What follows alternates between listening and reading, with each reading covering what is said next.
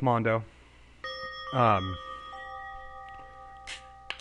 Which, I mean, it's not that bad of a thing.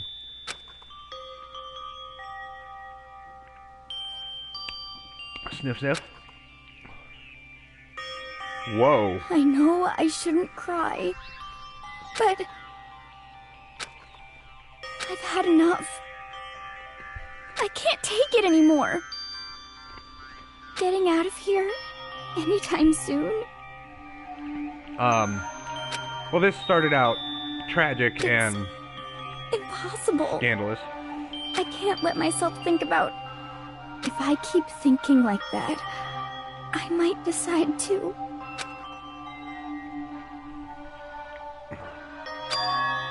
Donuts. I need to eat some donuts.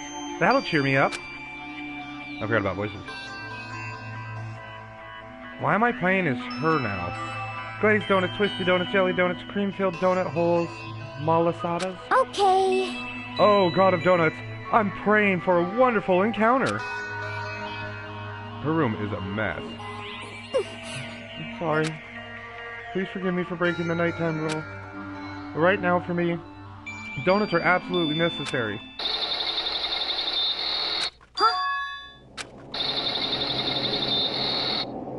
Huh? What's that sound? It sounds like it's coming from the bathhouse. But... I'm super scared now, but... Is someone there?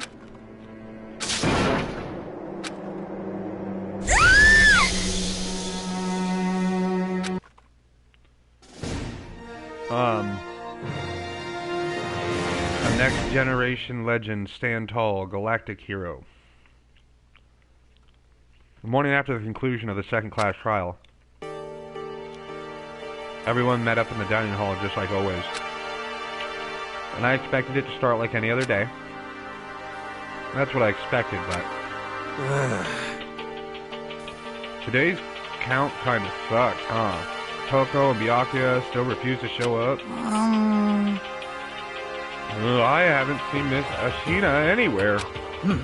Asahina? She said her stomach was hurting, so she's taking it easy in her room for today. Oh. That is rather unusual for her. Normally, she is so full of energy. Which is exactly what makes me worried. So then... So, it's just the 7 of us then. Looks that way. How about that? It's time like this where... It's time like this... Oh, time. Hey, Elias! It's times like this where the committee chairman needs to get things going with a bang. Impossible. Or not. Talk hasn't said a word since everything happened yesterday. One look at his face showed we hadn't slept a wink last night. It must be because of Mondo. The two of them became so close, and then he finds out Mondo killed Chihiro. And then having to watch Mondo get punished, and nothing he could do about it. I can't even imagine what it must have done to him. Well... So, I mean, what's gonna happen now? We haven't found any way out, and we have no idea if help's ever gonna come.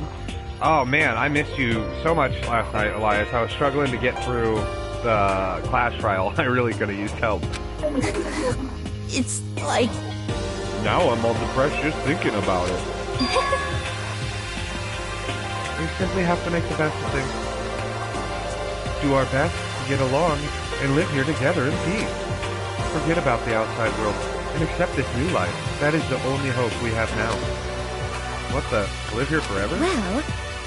Here we have every convenience. We have food, clothes, every need is seen to. Why are you so dissatisfied? Why are you dissatisfied? In fact, let me ask you this. What is it about the outside world that you long for? Is that okay? Competition, discrimination, victimization, and violence? As society grows, so does its perversion. In which case, is our current situation not... Demon Angel, Pretty Pudgy Princess! Huh? Here we go! Maggie, the drill shop owner, the beautiful eared Amazon, Catgirl, Dogboy, Robo Justice, the Galactic King, and what I mean, there is no 2D here. There is nothing to be done. The mastermind puts such a base desire to their advantage, bending you to their will. You know? Okay, well, anyways, since Taka's like catatonic, as the oldest one here, I'm officially stepping up to take the lead. So, we're all gonna work together and spend the rest of the day searching the school. Searching? I'm right? Well, I mean, since the class trial is over and all, Perhaps. there should be new places for us to investigate. Yeah, that's the ticket. Maybe we'll find some kind of clue this time. Well then. Then once we're done eating, let's split up and begin looking around. Do you have any problem with that, Celeste? There may well be a discovery waiting for us, which may further enrich our lives here. No, the point is to not look for clues. And just as we were starting to come together, she barged in and ruined our conversation. You called for me, so I appeared. She's my new favorite. Oh, nobody called for you. What the? How come it's Genocide Jill and not Toko? Yes! God, this place is just amazing. Finally, a place I can be my murderous self. Which is why I've decided to stop holding back and spread my wings. No more hiding in a cave for me. Plus, I have another battle to fight. The whole killer with a split personality thing is so overdone. I gotta destroy that stereotype. You SOB! I'll fight all day and all night to murder those total slanderous cliches. But you are a killer with a split personality. If she were here, my chance of survival would go up at least 10%. Come on. You gotta back me up here. Even the biggest stars need a little people to hold them up. Well, whatever else we do today, first we should eat. We can't do anything on an empty stomach. You're right. Let's hurry up and eat so we can start our investigation.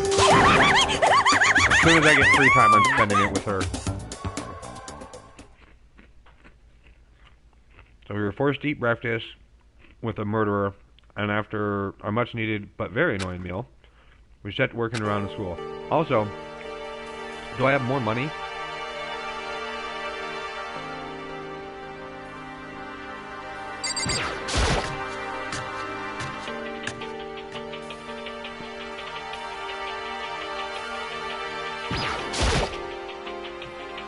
But always neat, because I'm still in my teens, the meat teens. Okay. Anything to get coins? Aussie beef.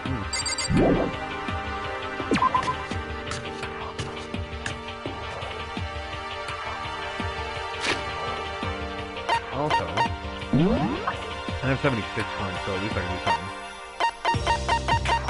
Did it update? Oh, not you. To say she was crazy.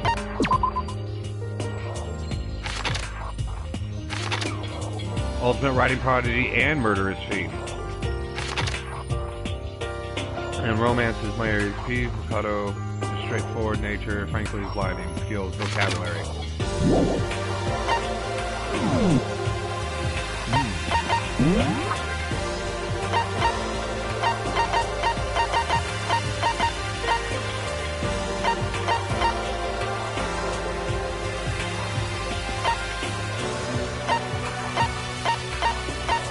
Oh yeah, it's not close now.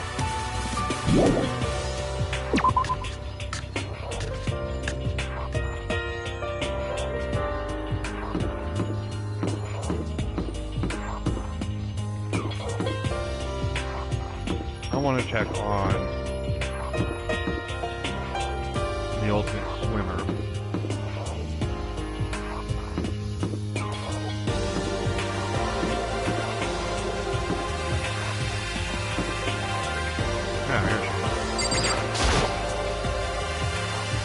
I don't have anything I need to talk to her about right now. Try to find somewhere. Alright, never mind. I lied. I'm gonna go try and be productive or some shit. Also, let's check out the bathhouse. Is there there anything in that locker? That was Chihiro, right?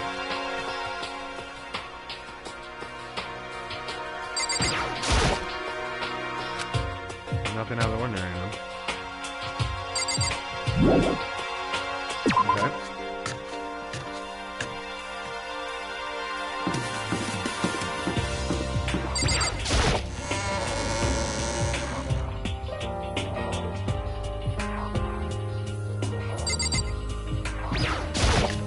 I forgot to check over here. No. Still locked.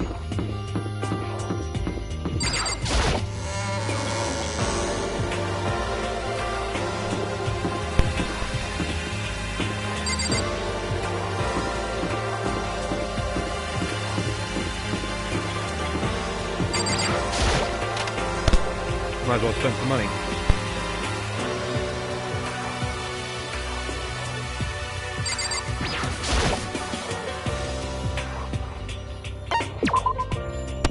See if we can't get any items.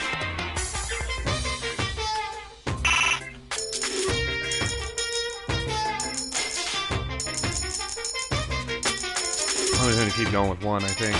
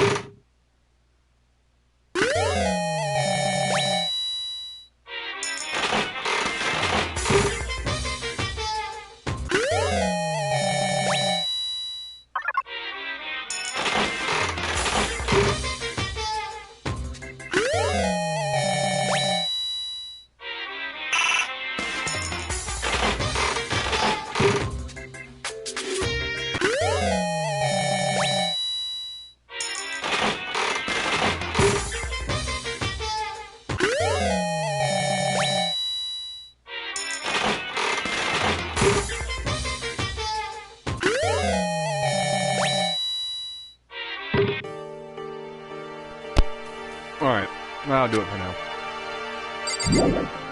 Let's go and try to find this new area.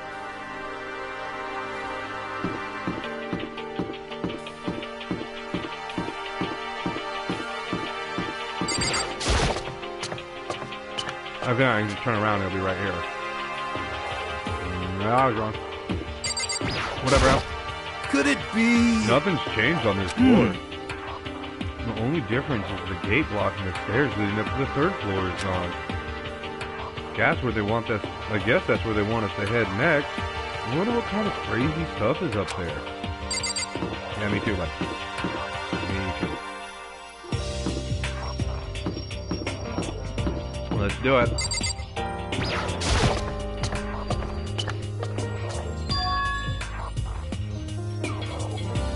The third floor of Hope Speak Academy. I wonder what we're gonna find this time. What's up here? Regret. I'm willing to bet there's a lot of regret up here. Direct regret.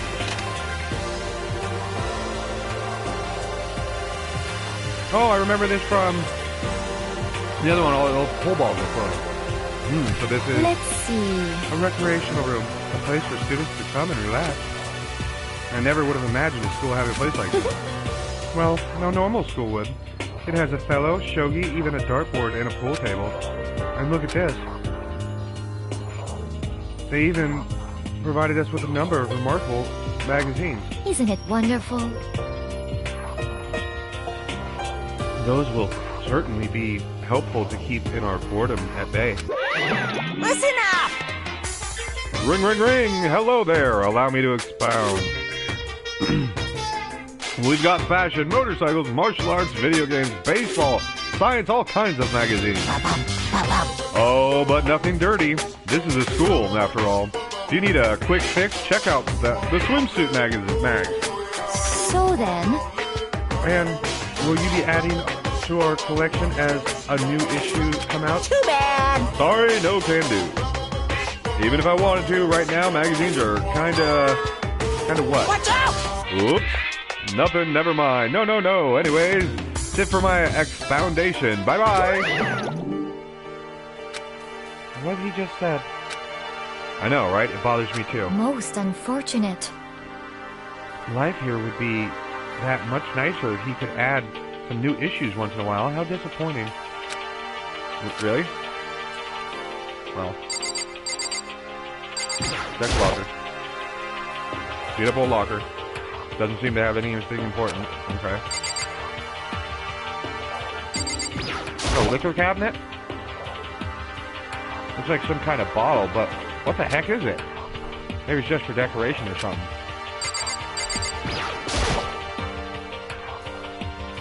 All different kinds of magazines on the shelf. They even have a bunch of monthly comics, but without getting regular updates, what's the point? There's even a dartboard. Did Monokuma put this up here? Or was it always a part of the school? Nice.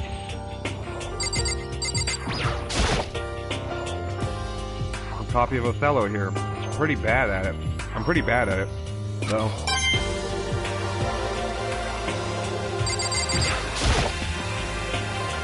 Pool table isn't normal school equipment. Is this thanks to Monokuma or did the school buy it?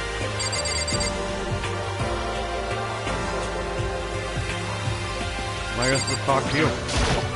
There is nothing to be done. It is rather unfortunate about the magazines, but still. Do you believe our lives will improve significantly thanks to this little hideaway? No, I don't.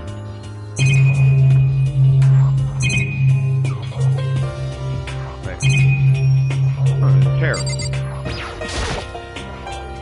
Firm looking by the couch. Looks pretty comfortable. Alright, that was cool. Getting the fuck out of here.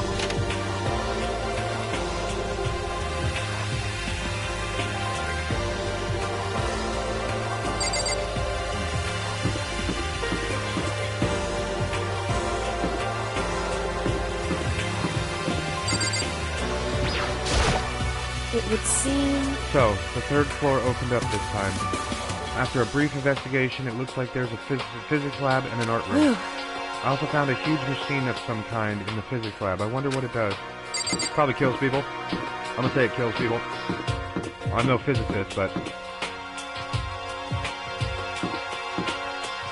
pretty sure it kills people. What is this? Okay. This doesn't look ominous. Oh, it's the art lab.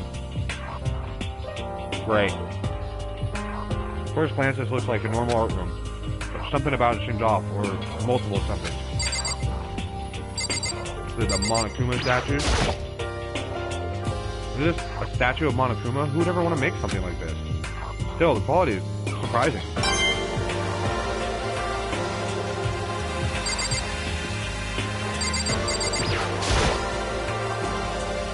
It's a Venus statue. Yep, definitely very art room. Whoa. Statue of Neo. I've never really heard anything of anyone using a Neo statue for life drawing classes or whatever. Who the hell is Neo? Nio? Am I saying it wrong? Oopsie. Oh, this isn't good. This is a repository that's attached to the art room. Used to store different artsy things. Is that Mondo? There's something strange on the floor. It looks like a picture. And I stretch out my hand to pick it up. It's Mondo, Leon, and Chihiro. Almost as if my hand froze. Huh? What I saw in the picture was Chihiro, Leo, and Mondo. And they were smiling. But what is it? Questions started racing through my head, one after another. Why is it only these three people? What are they all doing together? How come they're smiling like that? When was it taken? Who took it? Where's the camera they used? How did it get developed?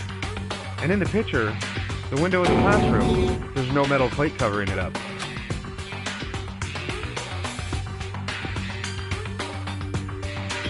Wherever this picture was taken, it wasn't here at Hope's Peak. There was no time to find an answer. All the questions floating around in my head were quickly drowned out by... That's mine! Give it back! Monokuma appeared out of nowhere and snatched the photo, and any chance I had at answers evaporated. You peeked, didn't you? Well, they all had some pretty dazzling smiles, huh? Isn't that wonderful? They were definitely living their school life. It's like they ripped the page right out of their book of youth. What's going on with that picture? Do you know? No, I'm not telling you nothing. Can't you give me a straight answer? Never mind. I don't even know why I bothered asking. Alright.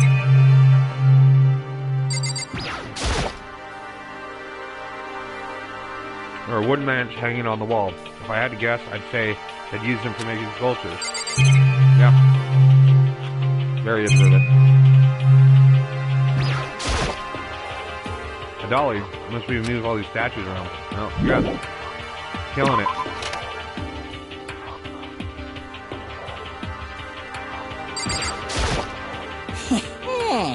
Well, well. Look at all this equipment. It certainly scratches that artistic itch of mine. Art supplies, of course, but they also collect all sorts of sculpting tools. So, Hifumi, do you like sculptures and figurines and such stuff? Yes, indeed. Well, normally, I limit myself to 2D, but figurines are like borderline 2D, so it's okay. I don't know how that's borderline, but okay. I'm a fan of Sharonabo, Pumpkinhead, and I especially admire anything that Saburo Rompingi makes. Sharambo's ability to express the movement of muscle is exquisite, as seen in his Mama Cat series. Pumpkinhead is like a little sculptor fairy, representing the century's greatest quality. Yeah, Pumpkinhead where I'm from kills you, but Uro Rompongi, meanwhile, is known for his Mecha Musumi series, which led to a worldwide tour. Truly, they can only be regarded as the Elite Four. But one of your elite is missing. You know nothing! Well, the Elite 3 just sounds stupid, now doesn't it? Yes, indeed. Besides, that empty seat right there belongs to me. It begins. Today begins my reign as the legendary ruler of the next century. I will see. Well, good luck with that. Well, that was fun.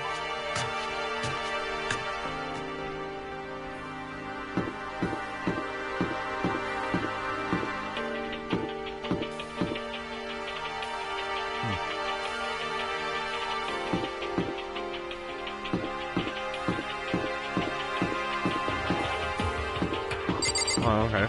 I'll unlock next time.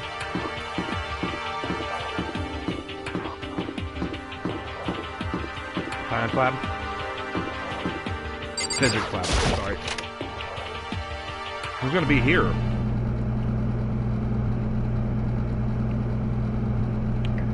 Oh, I guess that makes sense. No, it's a physics lab.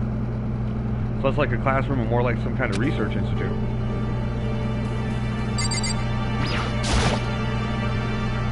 Oh, this is... It's a digital camera. It's got some kind of weird anime style design on it. It's kind of beat up, but it looks like it still turns on just fine.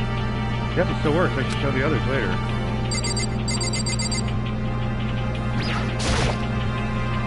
This machine obviously has some kind of purpose, but I don't know anything about physics to begin with, so I won't have a clue where to start with this.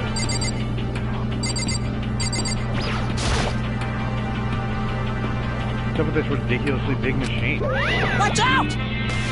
Watch out! What? What? You want to do some quantum leaping? Huh? Here! That's the time machine. Pretty awesome, right? It was designed by a student right here at Hope's Peak. The ultimate physicist. Although, they don't go here anymore. They died during the tragedy. Time machine? Seriously? So it can go back in time? Okay then, let me get in there. If I can go back into the past, then I can... This time I'll stop Mondo for sure. Oh, sorry, not possible. This particular time machine can only go back 1 minute. It comes in handy when you, like, leave your pizza bagels in the microwave a minute too long. 1 minute? What? You sound disappointed. But actually, I was lying about the whole thing anyway. There's no such thing as a time machine. What? Hey, Honestly, it's just an air purifier. Air purifier? In other words... It can produce clean air no matter where you're at. With that thing, you could even live on Mars. But what with discombobulated gravity and deadly low temperatures, you probably don't want to live on Mars. You guys... Anyways, this machine is the reason you guys have all this delicious air. So don't go messing with it. You'll break it, and it's your butt. Huh. This huge thing is just an air purifier? I doubt it. More than that. Go out of your way to say something you know will hurt someone who's already suffering. God damn you.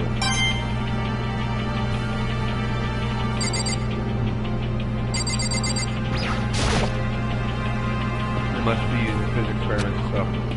There's materials, pulleys, steel plates, magnets, and all kinds of stuff that I don't recognize.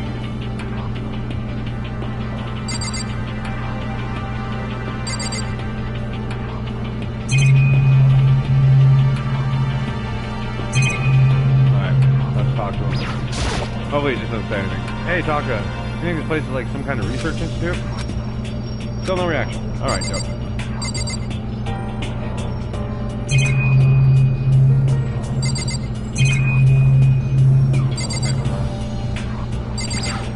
Alright.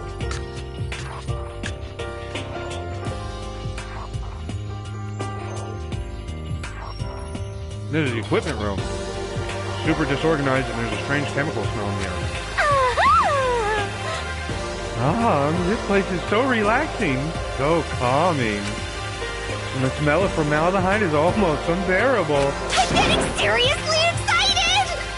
I'm so tempting. I want to just dunk myself right in. Of course, Genocide Jack liked it. That goes to show how disgusting it really is.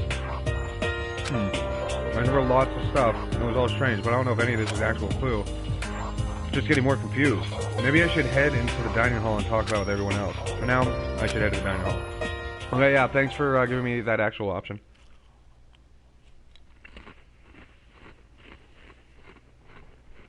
I got back to the dining hall, the first thing I noticed was... Hina! I tried to talk to her, but my voice was immediately drowned out by the others as they rushed into the dining hall. Huh? I thought you was sick or something. Everyone rushed past me and crowded Hina. Being surrounded by everyone like that, Hina looked really uncomfortable. Hina. Are you feeling better already? Yeah. I ate a few donuts, and that really helped a lot. You do love those donuts. Wasn't it your stomach that was hurting? Well, My stomachache kind of made me hungry, so, you know. I guess my memory's kind of fuzzy lately. They say that a goldfish will eat however much food you give it, even if it's about to burst. Miss Ahina, pretty much the same, it looks like. Just a second. Hey, you of all people don't have any room to talk. Well, Anyway, I was worried about you. sorry. Besides that, you... Huh? Jeez, your knockers are huge. What the heck? Did you convince them to double up on milk production? Holy shit. Bastard! Stay away from her feed. Anyway, first things first, we should talk about what we found, right, Taka? Right. Alright, Taka, anything? No use. Okay. The stoner it is. Oh, I just remembered. I saw Bakia a little while ago. What? You SOB! Where is he? What? You're kind of scaring me. Where was he? He was in the locker room.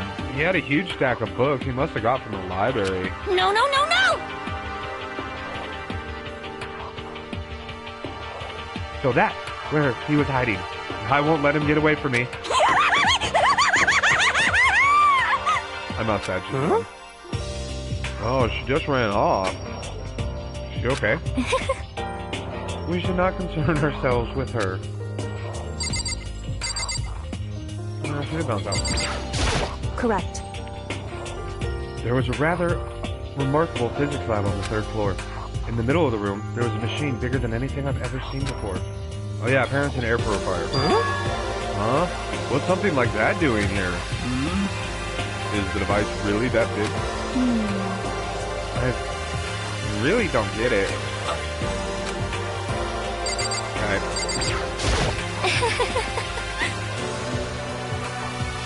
There is one good piece of good news. There just so happens to be a rec room on the 3rd floor. I have no doubt that our student life here will be even more enjoyable because of it. Will someone join me in a game of Othello sometime? Yeah, probably. I searched the entire 3rd floor, but all the windows in the halls and rooms were blocked off. I wish they'd give this a rest already. For serious, give me back my bright blue sky. Just forgot about it. Impossible. Make it sound like I dropped a nickel or something. Just to be sure, I went from one end to the other end, testing each metal plate. None of them budged. so in the end, It would seem escape via 3rd floor is very impossible. I see. Nina? So, I wasn't able to help much with the investigation, but I did make one discovery. Could it be? Did it happen? It didn't happen to be like a donut-related discovery, did it? What does that even mean? That's right! Never mind, it's about the nurse's office. Remember there's the one on the 1st floor, right? well, I remember, but it's locked. Yeah! Actually, not anymore. so then, Did you find any protein in there? Or even vitamin supplements would be fine? I did look, but no dice. There's a bunch of headache medicine and over-the-counter stuff. I see.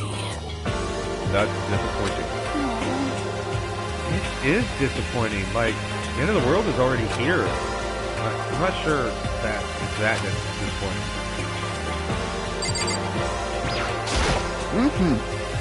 There was an art room on the 3rd floor that had all kinds of gear. Now I'll be able to recreate my favorite anime characters. Oh yeah, speaking of anime, that reminds me, I found something while I was looking around. Perhaps. A digital camera?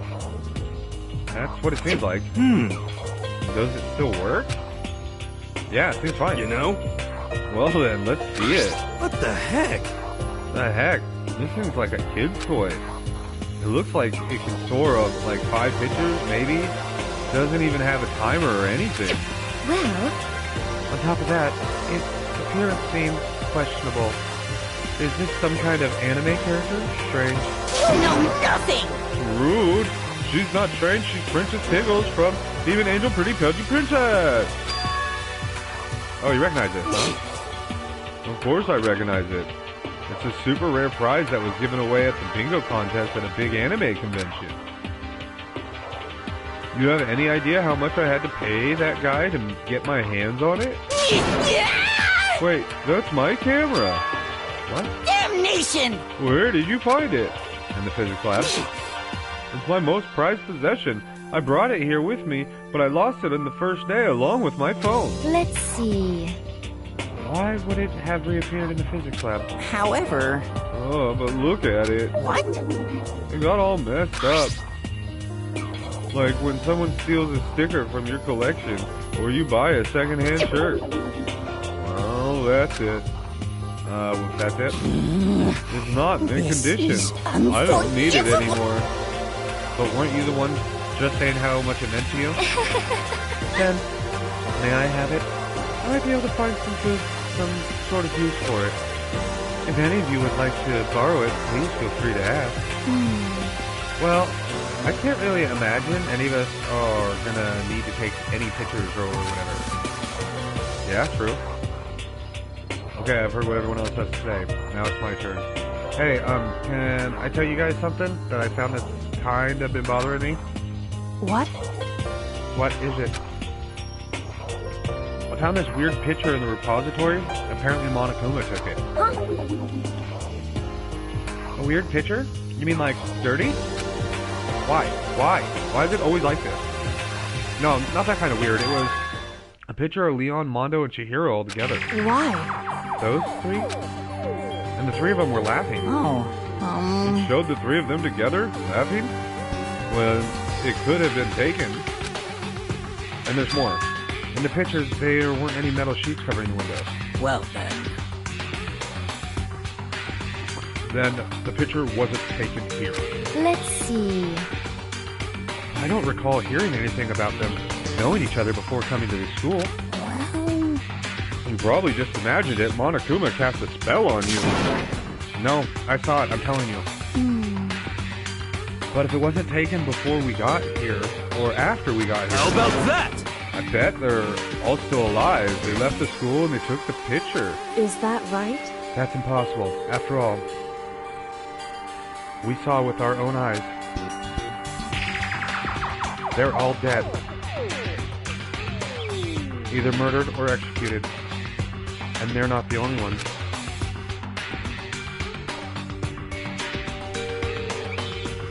Monokuma killed Junko, and then there's Byakuya. That wasn't an illusion. It was real, I'm sure of it. They all died. There's no way any of them are still alive. So we have to figure out when that picture was taken.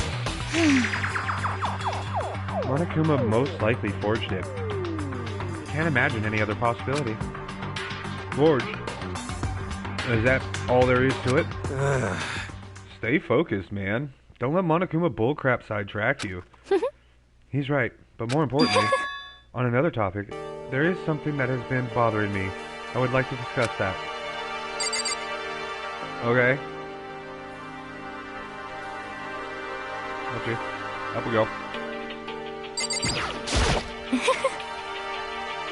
There is also something that has been bothering me, which I would like to discuss. Alright, well, what the fuck is it? What's bothering you, Celeste? actually... It's about Hina. Huh? What, me? You said your stomach hurt, did you not? But I believe that was a lie. What really happened? Huh? It varies from person to person, but whenever someone lies, they tend to have a way of showing it. It's called a tell. Something that you can't hide no matter how hard you try. Is that okay? Whenever Hina lies, the tip of her nose gets just a little bit longer. Huh? No, it doesn't. Wait, for real? Actually, no. Huh? Oh. But your reaction just now confirmed it. You were lying. Oh! That's no fair. If you're going to lie, at least try to lie convincingly. Hina. To be honest, you were were you lying about your stomachache?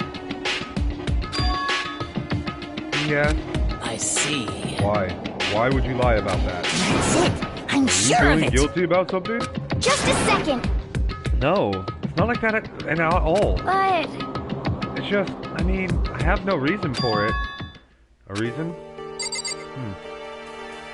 Hannah? sorry. To be honest, I didn't have a stomachache. I did it because if I came and told you the truth, I thought you wouldn't believe me. Truth? Well, I saw it. Saw what? A ghost. A ghost? You mean like that ghost? Hey, Is there more than one ghost? But I mean, ghosts are... what the heck? See, I told you wouldn't believe me. It's not that I don't believe you, but Hina. I believe you. No matter what anyone else might say, I will believe whatever you say, no matter what. So, can you tell us exactly what happened?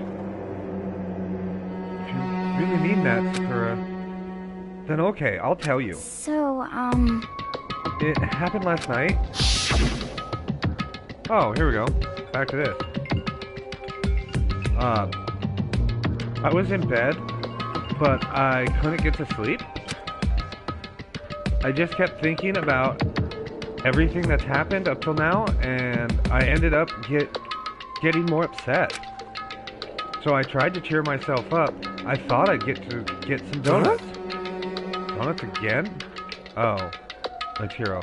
Donuts again? honestly, And you ignored the rule regarding nighttime. sorry.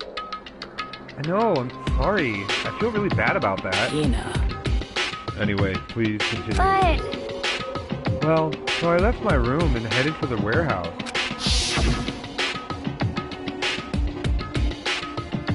But when I started hearing a strange sound,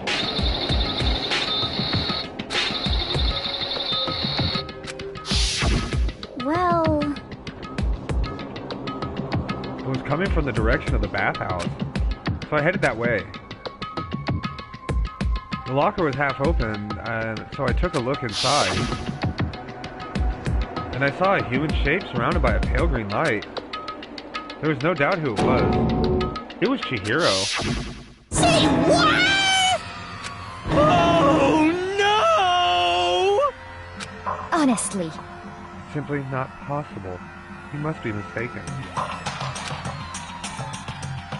Alright guys, give me just 1 second.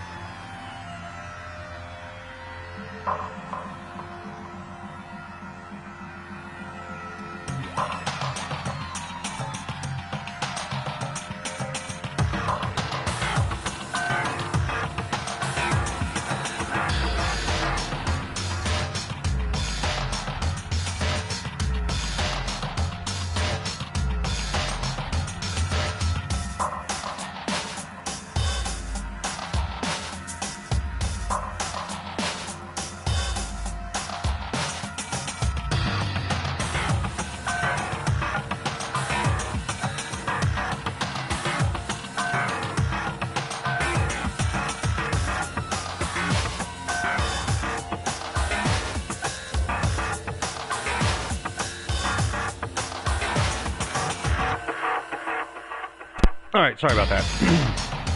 Just as in most cases of paranormal activity, it was born from your weakened mental state. Then all we have to do is go see for ourselves, right? Let's just go to the bathhouse and see what Hina saw. Whoops, wrong button. What a waste of time.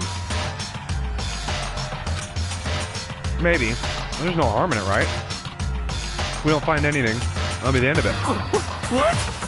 You're gonna go try and see a ghost? Is that really a good idea? It might put a curse on you. What the heck? You can wait here if you want. I don't want to be alone. Just take me with you. Hey, What are you going to do, Celeste? There is nothing to be done. I suppose I have no choice. But how about you, Mr. Ishimaru? Are you going to wait here? oh. Yeah, he's brain dead. Yes, that's a yes.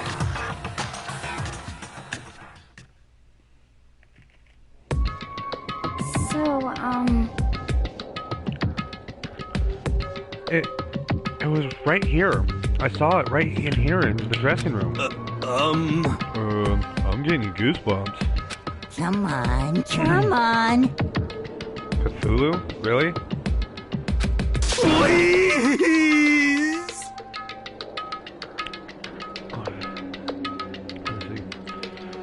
Shut up. What if it actually shows up? Hina. You know, where was it you saw Chihiro's ghost? Well, I heard a sound, and when it opened the locker, I saw kind of pale outline of Chihiro. You mean that locker? Sakura disturbs me so very much. Alright. Toss the girl. Come on, Makoto. Let's hurry up and get this over with.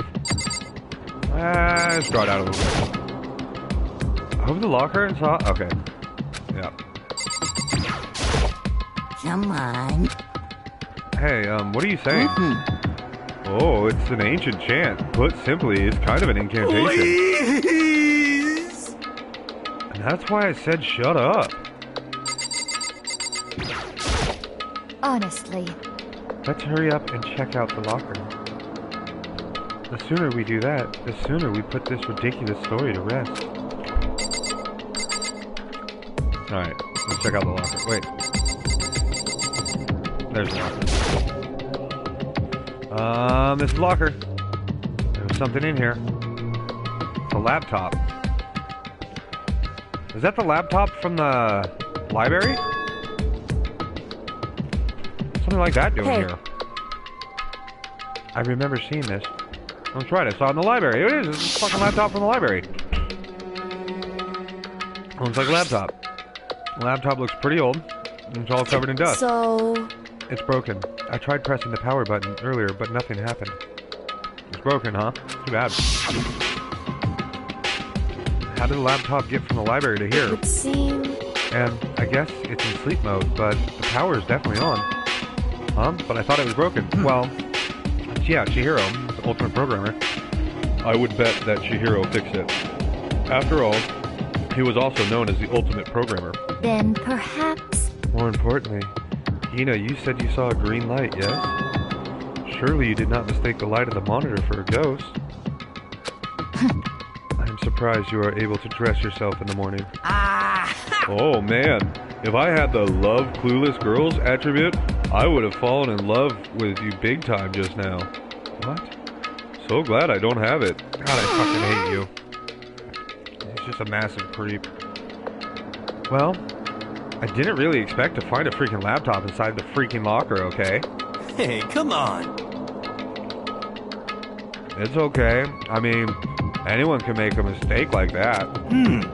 As a matter of fact, one time I thought I spotted a gray alien, but it turned out to be a tadpole. What are you saying? Don't compare what happened to me to one of your stupid delusions. Don't be mean. I was just trying to make you feel better.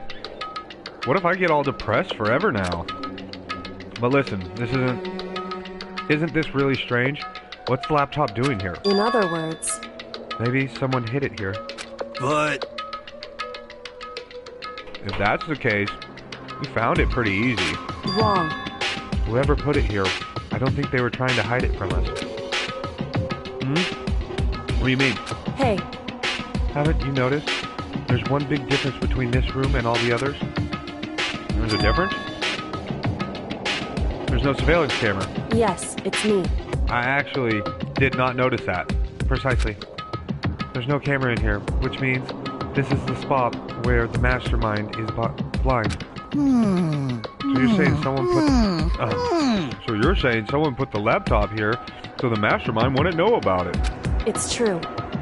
And what Hina saw wasn't the ordinary glow of a computer screen. It was the figure of Chihiro shining pale green. Hey. I think it would be best if we investigated this laptop a little more detail. Okay.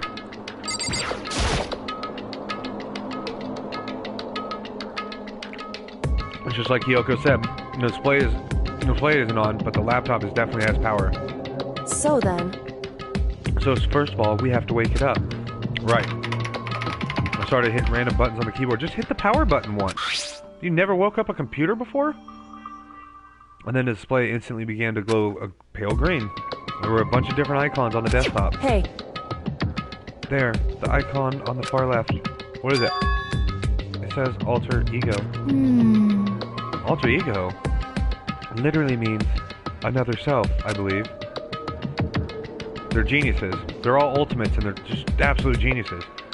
In the field of artificial intelligence, it's not uncommon to create different aspects of a personality. You can consider it something like a pen name. Makoto.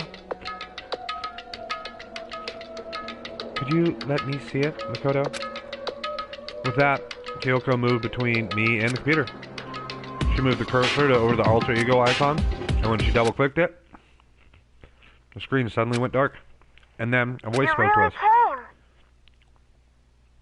What? Chihiro's face appeared, taking up the entire display. Oh no! It's a ghost. Buddha and sweet baby Jesus, save me. Calm down. It's not a ghost. What? Then what is it? Anyway... I'm sure if we just talk to it, we'll find out. Kyoko began typing, hands blurring across the keyboard. What are you? And then? Hello, nice to meet you. I'm Chihiro Fujisaki. I love it when voice acting kicks in. I don't remember. I always get so embarrassed introducing myself. That voice, the tone, and everything. It's Chihiro. I knew it. Alter ego. I've heard about this kind of AI program, but I've never seen one for myself. AI program? That's right. That's how Chihiro earned his title of Ultimate Programmer. The AI lives in a computer, and by repeating different tasks, it gains knowledge and grows bit by bit. Apparently, Chihiro used a support vector machine and reinforcement learning to develop it. Eventually, he came up with a breakthrough in the artificial intelligence design. Support vector machine, reinforcement learning. It's true. To put it simply, it's a learning method for computers. If you want to know more, That's it. I'm sure of it. just Google it, okay? In We don't other have words- internet. But if the AI continues to grow, it will become more than just a piece of software to help people. Some say that an AI like this might someday replace people. And that is why it's called alter ego. A fine choice, then, I must say. It can create memories, have thoughts, and grow up. The process isn't much different from how a human works. If you were to raise your own AI that way, it would make perfect sense to refer to it as your alter ego. I see. A second perfect personality that can never forget or grow old. That's what Chihiro created. That's alter ego. Kyoko, how do you know so much about this? Are you okay with this? Anyway, so he fixed the broken laptop and put his own program on there. That is what this means, yes? Then he brought that machine to this dressing room, where the mastermind would not be able to see it. But, you know, it's about Master and whatnot. Yes, yes? I believe I'm on fire. You make... Ugh. I thought you were only into 2D. This is the most excellent 2D possible. But he's a guy, and also a computer program. I feel as if... Oh. That aspect is no problem. I mean... What aspect? Anyway, Let's talk to him a little more. Kyoko typed rhythmically. How much do you know about what's going on? Master, Only gave me a general idea. well, But I do know that things have become very grave. He found himself caught up in this without warning. Kyoko immediately shot out another question. Are you here? that's right. Are you asking Master what Master had planned for me? Well, he wanted me to analyze this massive number of files stored on his laptop. I believe the files are related to the school, but the protection on them is surprisingly strong. So it's taken me a little longer than I thought. Master, But here's what Master must have been thinking. The fact that the files are protected so tightly means they must contain some important secret. For example, perhaps the secret of this school. While I was busy struggling to make sound, Kyoko pushed forward and asked her next question. How much longer until everything's unlocked? that's right. It's gonna be a while. Leave it to me.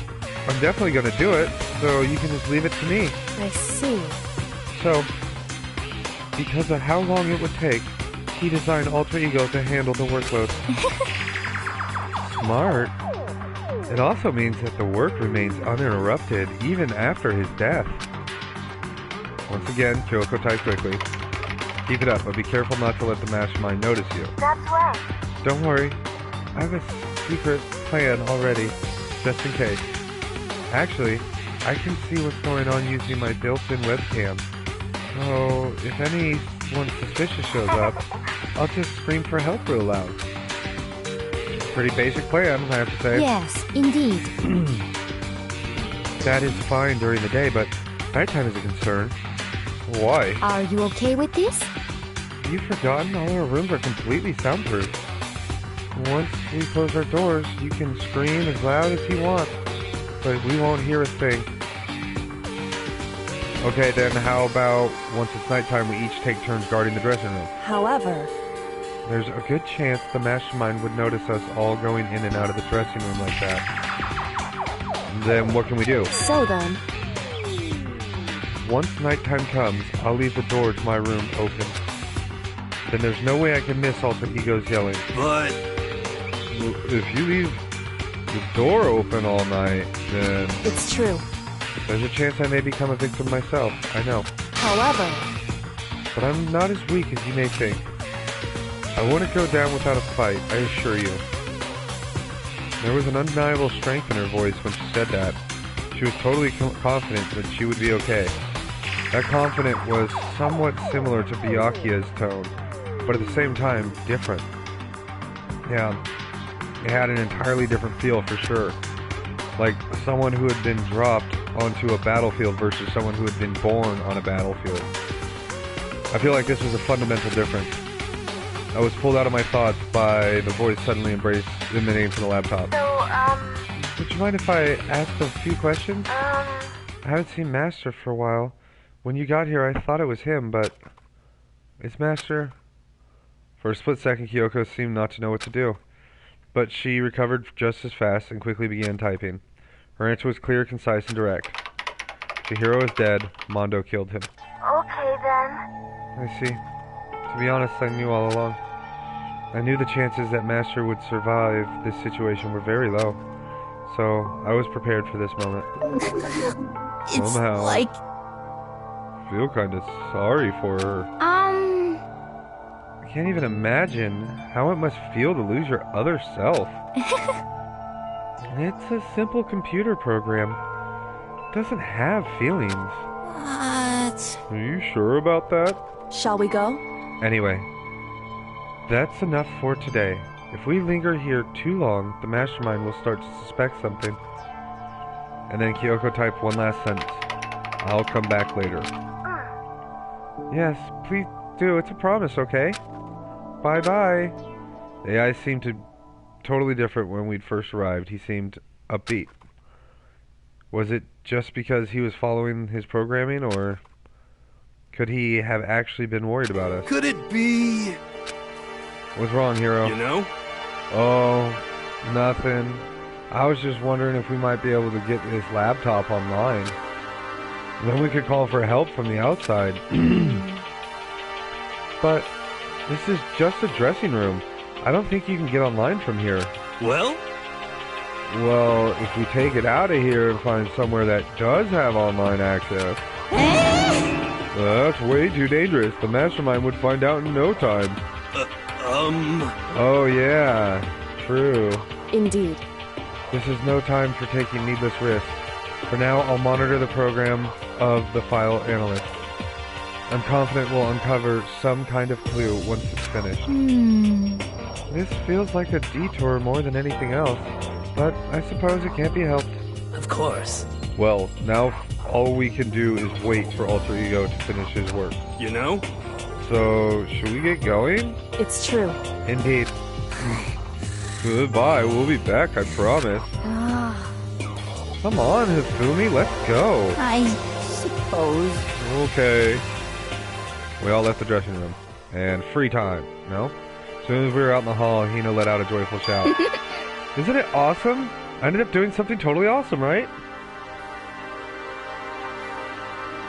You know, I wasn't expecting to either. I didn't really know what I was going to do. It's been a pretty busy day, and I don't even know how long I'm going to be able to stream. But I did want to make some more progress because it feels like it's taking about 6 hours a chapter. So I figured maybe I could like get some time spent with different people. I want to spend more time with her, the ultimate swimmer. I still want to spend time with Sakura, Celeste, and you know, the one without the ultimate talent. Oh, and I definitely want to spend some time with Genocide Jack, or Jill. Hina has gained enough experience to level up. What's the matter? So, what was this awesome something? Monokuma. What the heck? You guys seem in remarkably good spirits. Did something happen? No, nothing in particular. Hey, Riku, how you doing? Oh, keeping secrets? No fair. I demand an exclusive interview. Denied, super denied. What the heck? Yeah, that fucking bear is something else. Also, this chapter started out weird because it started with her crying in her underwear on her bed. I don't really know what to make of that. And there's so many more sexual references in this game than there was in the second game. Yeah, just because you demand something doesn't mean we have to do it. Say what? Do it? You mean like, see? This is exactly what I'm fucking talking about. We haven't made it like more than like 20 minutes since the last weird sexual reference. You mean like, do it? Huh? Wait, what do you mean? Do it. Disgusting. Ew, gross. You said do it. Just the worst. What? You said it first. We were just talking about going to the bathhouse. We have not yet had the chance to relax in some time. Huh? But unfortunately, the bathhouse is not divided into men and women sections. I told you. I fucking told you. I don't... So we decided to do rock, paper, scissors to decide which group would go first. Hina won the match for us, and that's why we were all so pleased. Huh? Yeah, that's right. Speaking of which... Okay, boys. Why don't you go ahead and head back to the dining hall or something? We're gonna take a nice long bath. Which means... Hey, come on. Yeah, it's Danganronpa. It's not bad, but like the sexual references, it gets like weird. It gets super weird. And like we have one super buff dude that's actually a girl, and then we had one really petite girl that was actually a dude. So now I guess I'm just gender confused. Aw, geez, what are you gonna do, right? We lost fair and square. Well, ladies, shall we go? Celeste didn't hesitate coming up with a ruse, and her poker face didn't even flinch. So she and the other girls headed back into the dressing room. Yeah, see, he wants to follow them. Damnation!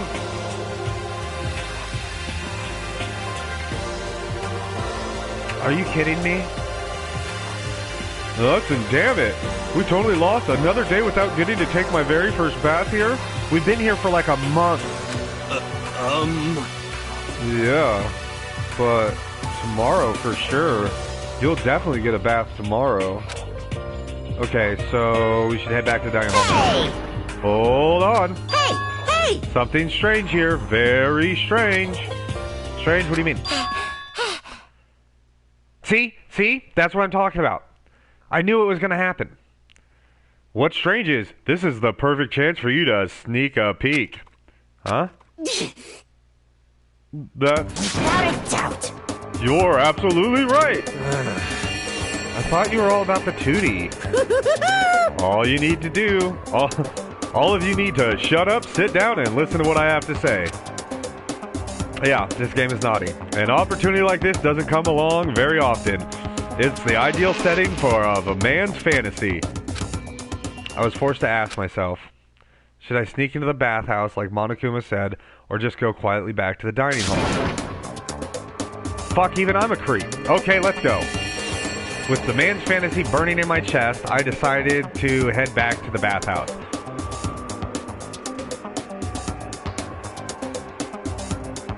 Oh, okay. Well, I hope things work out for you, bud. Have fun in your man's fantasy. Have a smashing good time.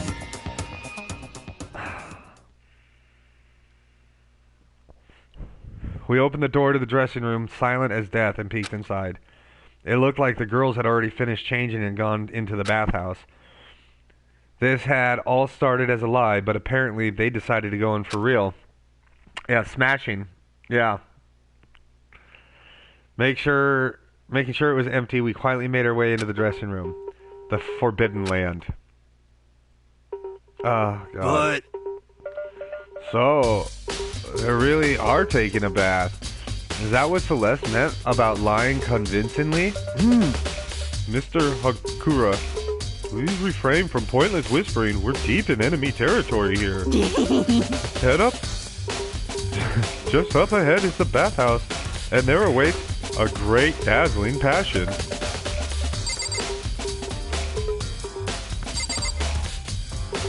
I guess, fuck it, let's go.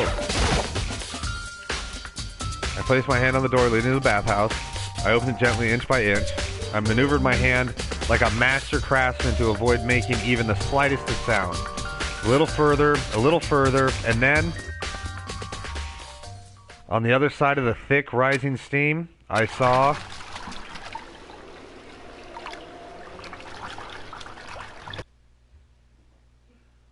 Oh yeah, we're in trouble. They're gonna be pissed. Did they not notice? I'm not sure how to put it, but I always feel refreshed after a job well done. A 3D body isn't so bad in its nude state, I suppose. Yeah, that one, yeah. That's a chick. Could it It's a high school be- girl. But still, I just can't believe it. Like, for serious. how about that? Ogre's a girl. Was this really okay? Well, I looked too, so I guess I'm gonna have to say yes. Meanwhile, we heard the buzzing of busy voices growing louder. The girls had finished their baths and joined us in the dining hall. You got it! Oh man, what a nice bath. This is fine. Getting a chance to stretch out and relax after all this time was true pleasure. Indeed. Of course. Oh yeah, hold on. Speaking of other fucking weird shit, so when you spend time with people, you have gifts that you can give them. This is the one that got me. Besides the Emperor's thong. Not that. Not that.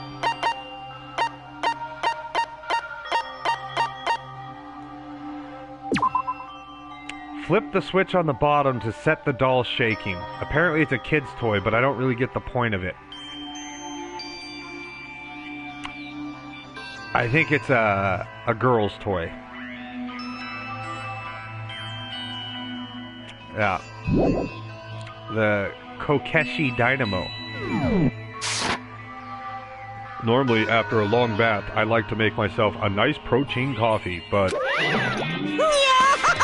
Sorry, no time for that. So in the end... That's what I figured. Huh? Actually, We were just saying in the bath how it was about time for you to get up to something. Because After seeing how happy we were, an evil little monster like you would never let us last for long. You're all so terrible to me. My entire existence! Everyone's so cold and mean, even after I got presents for you all. Presents? Well now. Oh, I've got your attention. Then let's head to the gym where your presents await. See ya later! No questions, no dilly-dallying, get a move on and everything will become clear. Right, he's probably going to sell us out. Oh, what is it? What are you scheming this time? it would seem... He's probably going to to repeat the same thing again, providing us with a motive to get things moving. huh? Again? I don't want to. I don't want to do this anymore. Me either. I'm like totally traumatized. However, It's okay. We have alter ego. I'm sure he'll find something that'll help us. So for now, correct. we have to just endure it, come what may. Well, here we go. With heavy feet, we made our way to the gym. When we arrived, there was already someone waiting for us. What? We kept waiting by the likes of you. Rest assured, if we had access to firearms, you'd all be dead. Byakuya, did you get here earlier? Did you forget how to walk? Is that why you're late? It's simple. Right foot, left foot, right foot. The same as always, I see. Her, on the other hand. Oh, she's not Genocide Jack anymore. Oh, she's back to her Debbie Downer self, huh? I heard what sounded like a sneeze, and she was back to her old self. So now she goes from maniac to depressive? Or manic to depressive whenever she sneezes? Seems kind of light to add that into the mix. What the heck? Why does everyone keep making fun of me? I hope you all win the lottery and get hit by a bus. Bitch. What an absolute bitch. So when you want to say something mean, then you can talk, huh? Well, Anyway, it looked like everyone's here. So then, Which means...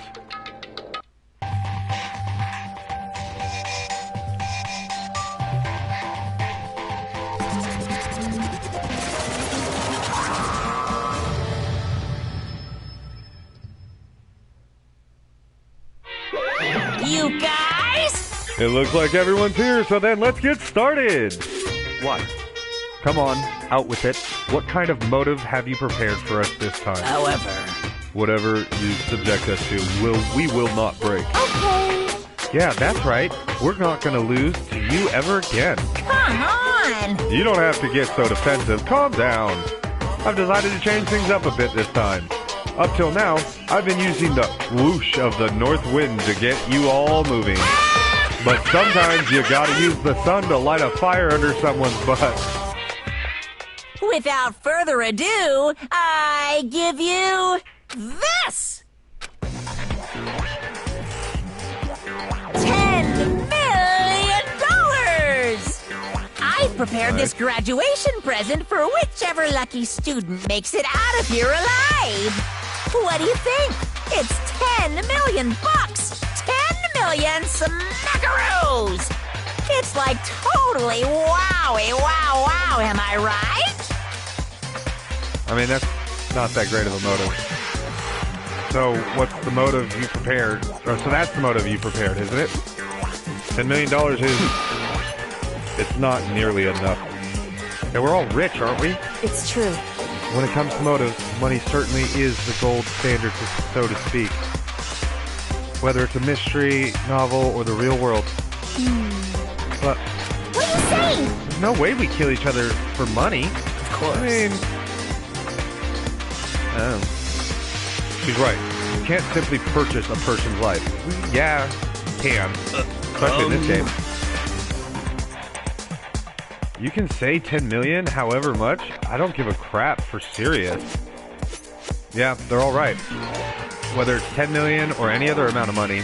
No, not even just money. From now on, no matter what you do, we won't kill our friend. Come on, stop trying to act tough. I can't wait! The I most can't important wait! thing is to live a pure and moral communal life. Monokuma disappeared, leaving his words on stage along with the massive sum of money. There's nothing to worry about, right? Nobody would kill a friend for money, right? Have you so quickly forgotten the lesson from last time? You can't judge others by your own standards. Yeah, there might be someone here who's having money problems. Personally, I've earned over $1 million from my gambling efforts. My life is comfortable. I'm telling you! Hifumi, what about you? No, nothing! I'm super popular content creator. I don't have any problem making enough to buy my comics and DVDs. Then, Hey, just stop. Pressing others about their personal finances is ugly. Ugly? Don't worry. Either way, whatever's going to happen will happen without warning.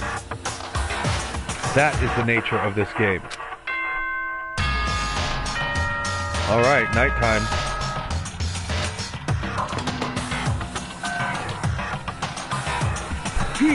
This is a school announcement. It is now 10 p.m. As such, it is officially nighttime. Soon the doors to the dining hall will be locked, and entry at that point is strictly prohibited. Okay then. Sweet dreams, everyone. Good night. Sleep tight. Don't let the bed bug bite.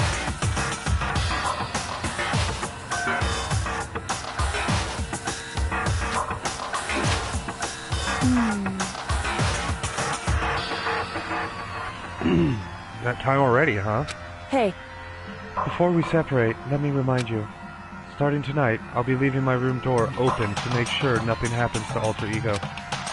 But just because my door is open, don't assume that will make me an easy target. because Or the pretender may suddenly find itself the prey. Oh, the predator. Predator, guys, I read it right.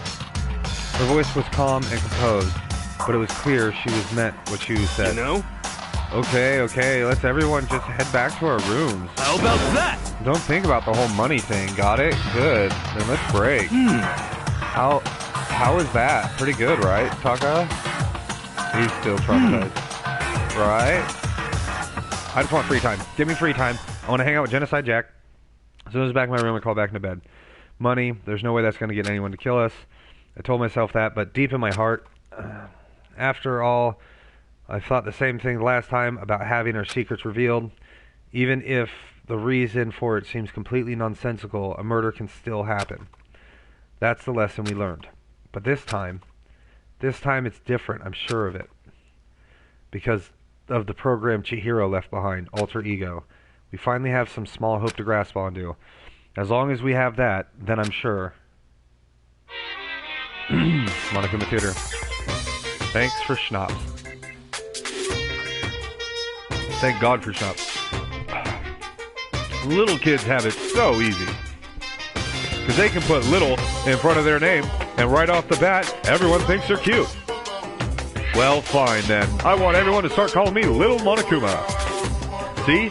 Just by adding that, my cuteness goes up by at least 10%, right? Yeah, that world doesn't have nearly enough littles. More littles would lead to the salvation of the world. Just imagine, little arsonist, little war criminal, little destruction of the environment, little hit and run, little death tags, little Great Depression. Even the darkest subjects can suddenly become brighter! Our dreams are expanding! Ding ding!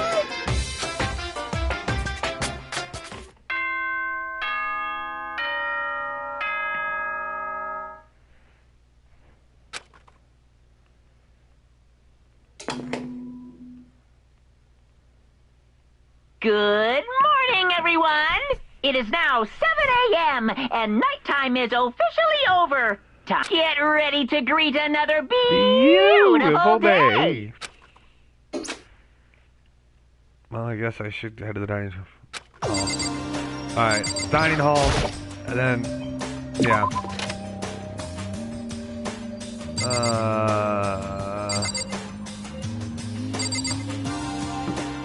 Alright, this might be a complete invasion of privacy, but I don't care. Where's your door?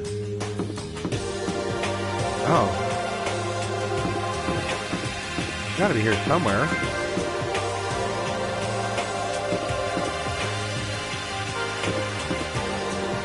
She's right across the hall from me? Oh, now she's right next to me. Everyone's meeting up the diner. Oh, come on.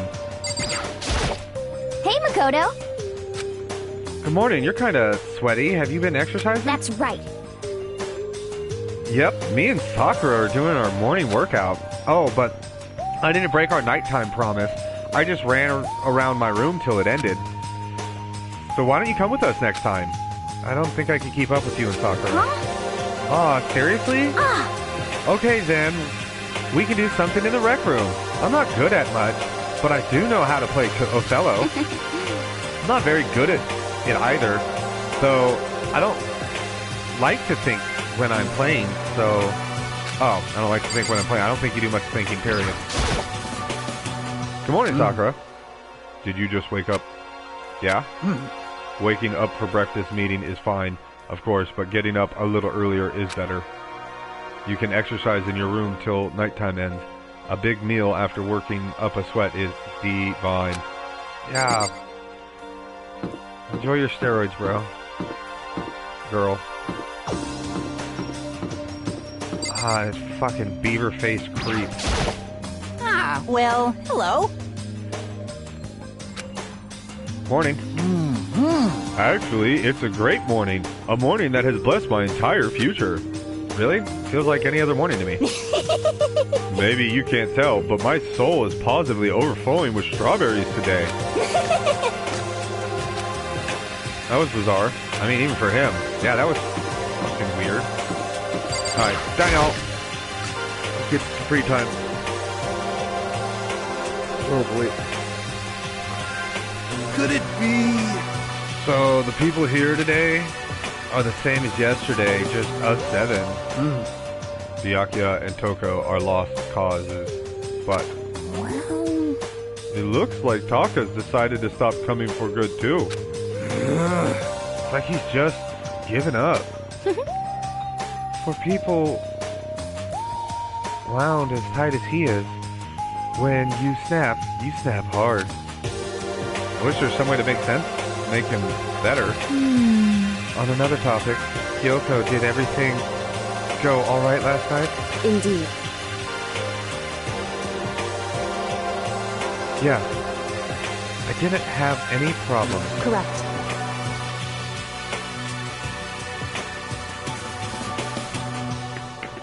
I went and checked on the laptop a little while ago, and there weren't any problems there either, but Kyoko seemed hesitant, but it's related to this case, so I suppose I should be blunt. Anyway... I have to make a new rule. Using alter ego without permission is prohibited. Someone going in and out of the dressing room would draw unwanted attention from the mastermind. Oh! I would have thought that would be obvious. Why do we need to make a rule about it? Well... That's a good question. Hey. Do you have any thoughts on that, Hifumi? Oh, No, it's just like you said, we all need to be very careful. Pants. Oh, she's in love with the damn computer program. Huh? what? Whatever, let's just hurry up and eat. We don't have time to stand around flapping our lips. What? Jeez, why are you talking like a pissed off drill sergeant all of a sudden? We ate breakfast in a rush and then headed back to our rooms. And that's why we get free time and I want to go spend some with Genocide Jack.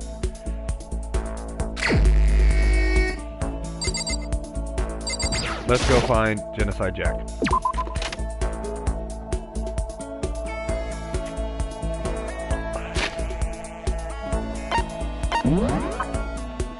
I don't even know if it's gonna be Genocide Jack. Or if it's gonna be just regular Toko.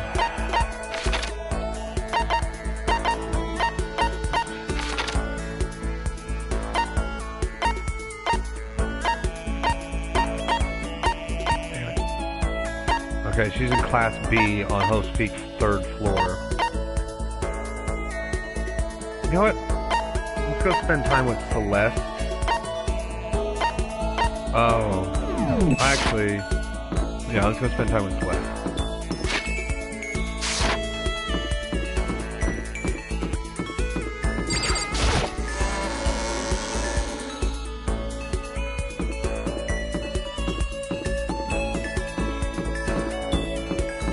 I'm gonna spend time with her. And it doesn't... I haven't gone in here yet either.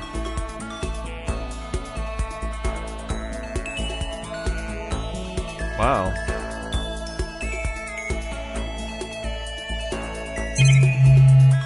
There's not much in here.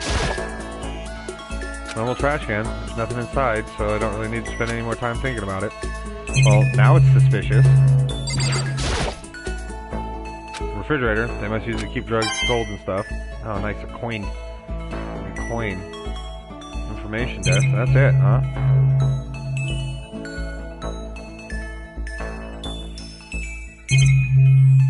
Okay. That was worth a look.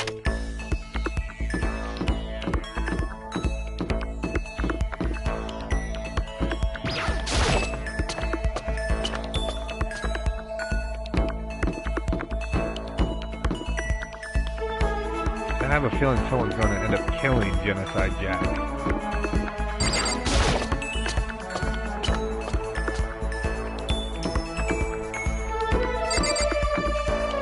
Rec room. Where did I say she was? I thought she was like in some entryway. Not you, but... Oh, she's right here. Oh, in the rec room. Celeste and Hero are in the rec room. Let's go spend some time with Celeste.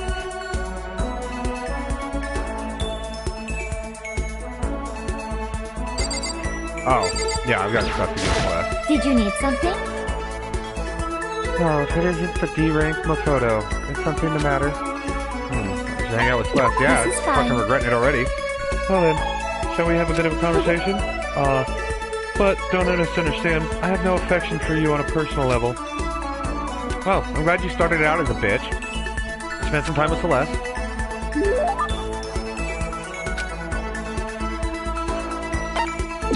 Yep. What would you like to give her?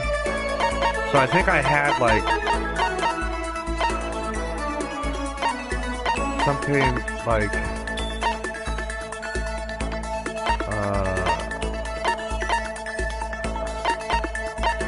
Gothic thing. B. Tokonoko's Pants. The latest style for premier Gothic Lolita fashion label. Wonder Dungeon. Oh, Ah, it just so happens the one thing I was hoping for has appeared before me. It must be a gift from the heavens. I will receive it happily. Does that mean she liked it? Makoto, I would like to share something with you. Oh, what is it? My perfect gambling strategy. Is there really such a thing? indeed. Of course there is. Are you ready? Please pay attention. Whatever the game, you must have the mind for strategy. This will allow you to increase your odds of winning. However, the exciting part about gambling is that there is a power which can overwhelm any strategy. There is? Indeed. That power is luck. Luck. Actually, There are only two types of luck, good and bad. There is no in between. And that luck is built into every human at the moment of conception, like a computer program. is that okay? Some call it fate. The bottom line is luck is life. Well, Do you see what I'm saying? You mean that your perfect strategy... Correct. You see, I was programmed to have good luck when it comes to gambling. That is why I never lost.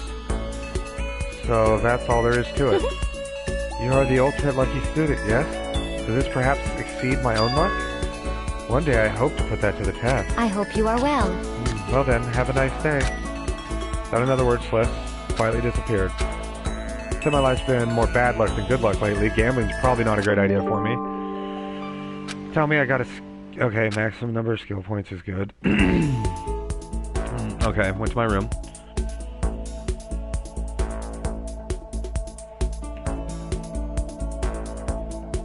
Still got some time. It's gonna... What? Sounds like someone's here.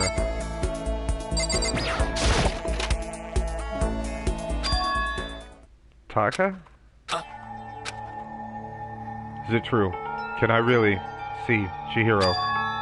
Huh? You mean alter ego? He's still alive? No, not quite. Let me see. I want to talk to him. Taka? The way he is now, there's no way I can explain what's going on to him. Kyoko said that we're not allowed to use alter ego. But even so, can't just leave him here like this. Okay, why don't we get going? I don't want to do this. Why? This was my free time. Just a second. Where are you going? Huh? Hey, It's probably best if you don't drag him around with you too much, given his current condition. Tokyo, look at Taka standing behind me. Yeah, I know that. But I was getting kind of hungry and I thought we could head to the dining hall or warehouse or something. correct. Well then, I guess that's okay. I saw a brief flicker of doubt, but maybe it was just my imagination. Oh, she is fucking nuts again.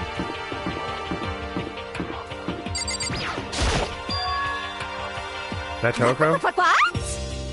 What are you up to? Don't tell me you're gonna... Yes. Having lost his new brother, Taka is ripe for taking, so Makoto swoops in to steal him away. I'm on fire. Severely regretted talking to Genocide Jack, even by accident. SOB! But that doesn't matter right now. Have you seen Byakuya? No, I haven't. Oh, good heavens, my love is being pushed to the limit. I love her. Alright, now let's take him to the fucking bathhouse. Let's fuck everything up. Okay, so there's a laptop inside the locker, I understand. That laptop's there is a program called Alter Ego. How do I talk to him? Oh, well, you just tell me what you want to say and I'll type it for you.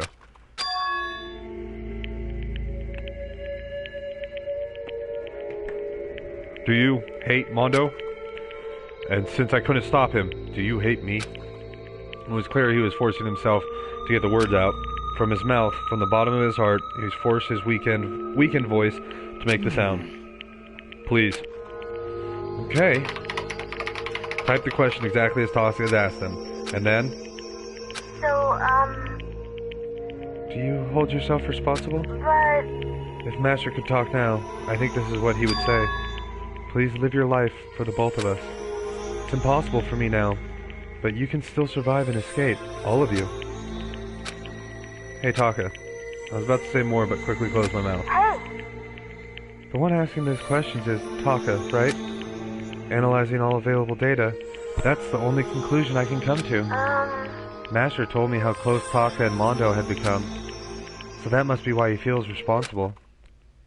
Screen suddenly went dark, and what happened next was... Fucking around. What? Mondo's here now too? You're not letting yourself get crushed under that weight of that responsibility, are you? Yo. A man's only worth as much as the load he can carry. You get it, right, bro? Well, or hell, what I'm saying, of course, you do. That's... So, I'm sorry if I startled you. That was my attempt at a simulation using the data about Mondo that Master had given me. I figured if Taka was depressed, that kind of thing Mondo would have said to him. Yo. So you're just gonna stand there, huh? Just wait for things to get better? Just take your time, get all depressed. Take the time to indulge your regrets. You might even start walking again without realizing it. Sure, that kind of mediocre thinking might work for some people. What if I said with that kind of condescending tone? Taka? Oh, fuck, he's going Super Saiyan. God. Super Saiyan God. It's starting to sink in. The way a bucket full of water sinks into the bone-dry sponge. Huh? Those words deep within my heart. They're inside of me. Oh, there we go. Super Saiyan. Taka?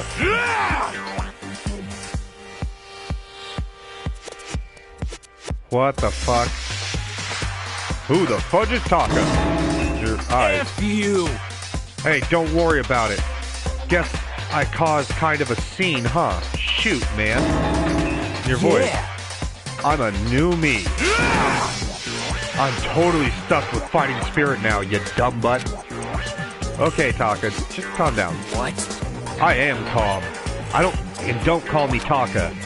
That's not my name anymore. I'm me.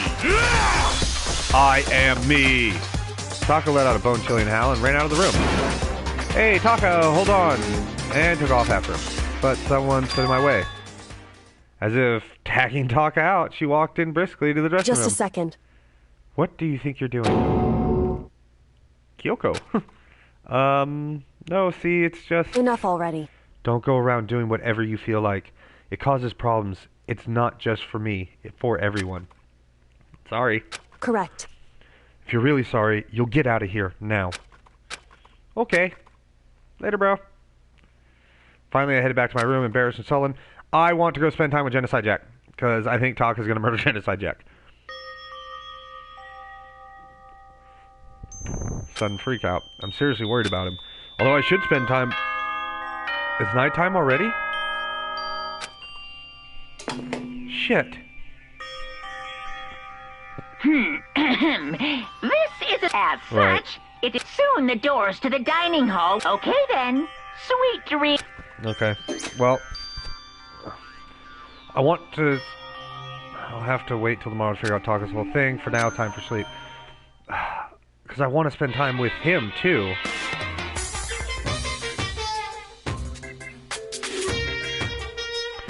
You want to know why I hate video games? You might not believe this, but I had a best friend once. Actually, he was my only friend. But unlike me, he had all kinds of friends.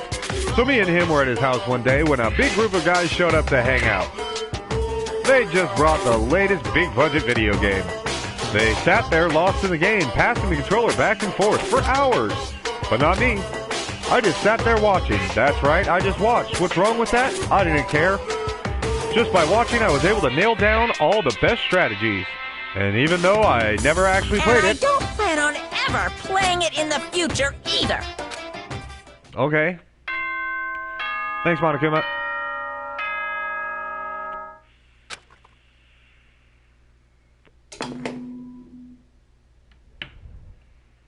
Good morning, everyone.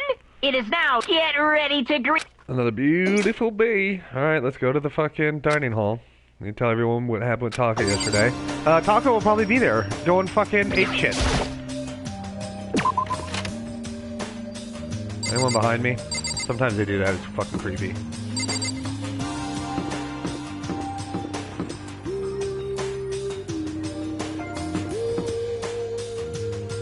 Okay.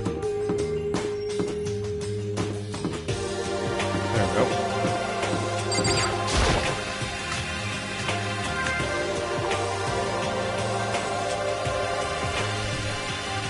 You know?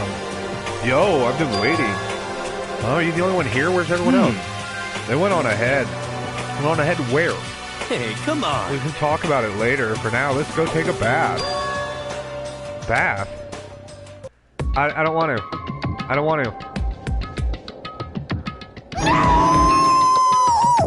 Someone help! The fucking laptop's gone. Feel me, what's going on? Makoto, save me. I never asked you for anything, but I'm asking now. Nah, fucking kill him. Trying to kill me. Fumi pointed at Kyoko. Huh? Kyoko's trying to kill you. I'm not surprised. Hero, what the heck is going on? I honestly have no idea. Why not have Kyoko fill us in? Because I wanted to save her for last. So Sakura, what happened? I don't know. Well, But consider where we are, it must have something to do with the laptop. You are late. Sorry, so what happened? I don't know too much about it. You should have talked to Kyoko. Yeah, I fucking got that. No, just look the other way. You gotta help me. She wants to kill me. I'm actually trying to talk to Hina. Hina, what in the world happened? I'm not totally sure, but if Hifumi did something bad, I'm pretty sure of it. Alright, what about... Oh, okay. I never said I was going to kill him. I simply asked him a question. I'd like to know why he made the same mistake twice. What's the same mistake? Okay, what did he do? So... He snuck into the dressing room in the middle of the night and accessed Alter Ego without permission. And when I caught him last night, he was hugging the laptop and breathing strangely. What were you doing? I thought I made myself clear yesterday, but since being subtle didn't work, Listen to me. I suppose I will have to clarify myself further. Please don't kill me. Wrong. I'm not going to kill you, merely instruct you. how very sad. Bro, were you... Fumi, could you tell me what happened? Well, I was just talking. However... Which was prohibited, was it not? I mean, you see, talking to her was just so much fun, and I just... Whoa. Okay, time out. I can't even believe I'm about to ask this, but... Ifumi, you're not going to tell us you fell in love or something, are you? The cold-blooded killing machine of the underworld would ever fall in love. That's... Well, Wait, it would no way. seem... Is this love? According to the spirits, I have to do a psychic reading for a certain famous CEO once, and that guy was seriously head over heels for a mannequin. He had a wedding and everything. how about that? Are your eyes just now? I saw the same look in his eyes. You know nothing! Shut up. She's not a mannequin. She's an angel. I feel as if... And don't bother telling me angels exist. Then don't bother telling me angels exist. What we have can't be defined by your petty words. Yeah? You're totally in love. So, how did things end up like this? Well, at the beginning, I just wanted to hear her say, Master, one more time. But then, I was poking around at her settings and stuff, and I saw she was a well-designed program. And I was like, how can I say it was the first time I was able to talk like that with a normal girl? But she's definitely not a normal girl. What? Even when we all did was talk about my hobbies and stuff, she wasn't annoyed or discuss it or anything. Your stories are so interesting, Hifumi. Also, she's a guy. You keep calling her a girl, but she's a guy. Come on, tell me more. I want to learn everything you have to teach me. I suppose. It's the first time a girl's ever said anything like that to me, besides my mom. I mean... Hey. Your mom says stuff like that to you? That's kind of amazing all by itself. That's It's why like... I was just so happy. It was so much fun. And before I knew it, I found myself, you know, liking her. Her face, her personality, her voice, even her keyboard. well, Even a keyboard? I think you have misunderstood the situation, Hifumi. are you okay with this? Alter Ego was not interested in who you were. It was interested in what you knew. It's an artificial intelligence that exists to learn. Of course it wanted to hear of the things it did not know. You are an expert in many things Chihiro could not have taught it about. For what that is worth. Honestly. Alter Ego wants that information, that is all. I know that. I know. I mean, I do know that, but still. Are you saying it's totally hopeless? You gotta be freaking kidding me. F you! Oh, it's him. Hey, jerks. I'm sitting here listening to you guys jibber jabber on about whatever. Yo! Oh, Taka, are you back? Who the hell is Taka? Huh? You? Listen up. I'm me. Got it? What the heck? You're... who? What? Don't bullcrap me. Isn't it obvious? I'm Kiyotaka and Mondo, so like Kyondo, I guess? Oh, what? I'm gonna stick a banana up your tailpipe. What the heck kind of fusion is this? What's happened to you, Taka? Actually, I told everyone what happened the day before. Well then. So, because of what Alter Ego said to him. You sure it's about? Come on. What? God, you really cheesing me off. Hey, Hifumi. Yes? Yeah! I don't know what you're thinking, but F you! bro belongs to me. Huh? Yeah! Alter Ego? He's an exact copy of the one who gave me my soul back. And I'm not gonna let anyone else have him again. Ever again, fudging idiot. I'm afraid I can't allow that. What? So it would seem. I can't withdraw. Mr. Ishimaro, since I have this opportunity, let me say this right now. That's it. Destiny has bound me and her together in the Gordian knot of true love. Well, me and him have been melded together in the white-hot heat of friendship. Hey, come on, guys. Moron, talk down to me and I'll ram my fist right into all 4 of your vital points. Well, I punch at the speed of sound, and I don't have any arm hair, so there's no drag. Enough already. Knock it off, both of you. Hey, This doesn't belong to any one person. Chihiro left him to all of us. We can use him to finally gain access to vital clues. Kyoko is right. If anyone dares disturb our peace any further, they'll have to deal with me. What? anyway. Until Alter Ego has finished his work, don't do anything weird. Have I made myself clear? So? I can't hear you.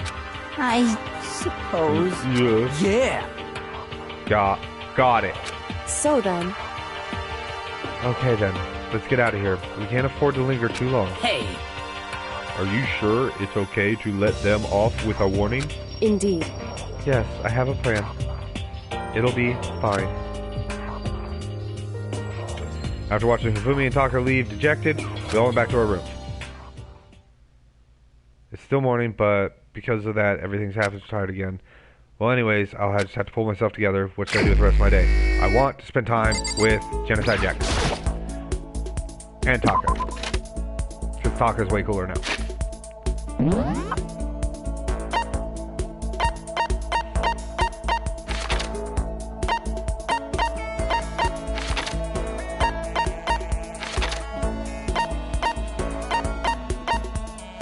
Okay, so basically everyone's in the same space they were before.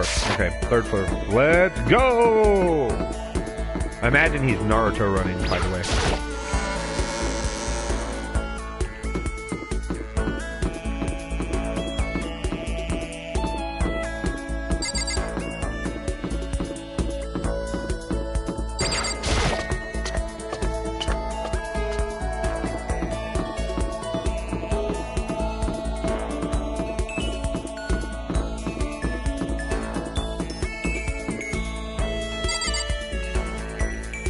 Wait.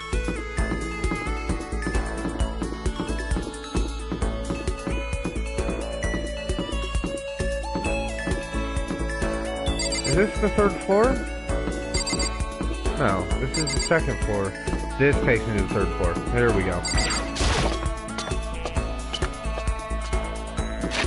And then we're going to classroom 3B. Be this way. Hi, Sakura. I want to spend more time with you, too.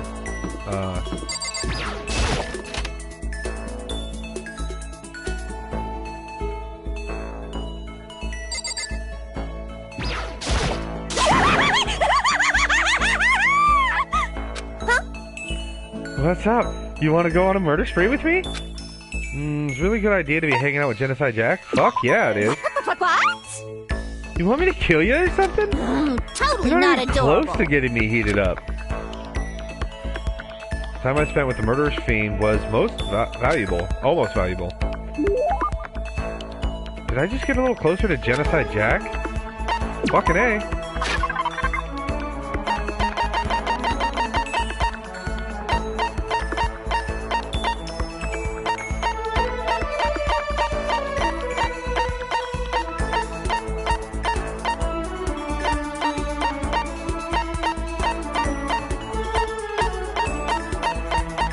I want to give Genocide Jack the Maiden's Handbag, yes. Available only at Posh Maiden Road, which is geared toward female fanfic fans. Please take me with you next time you go. What? You're giving this to me? For really real? Oh man, I'm getting excited like whoa here. Seeing Genocide Jack so pleased with something I gave her makes me happy, I guess. What? Let's have some time. I feel like I'm wasting my... Okay. Well, that was a whole giant waste. Let's go... Shit, really?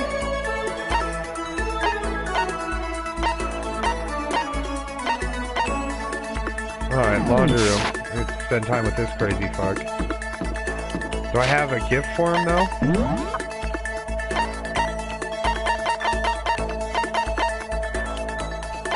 Let's see.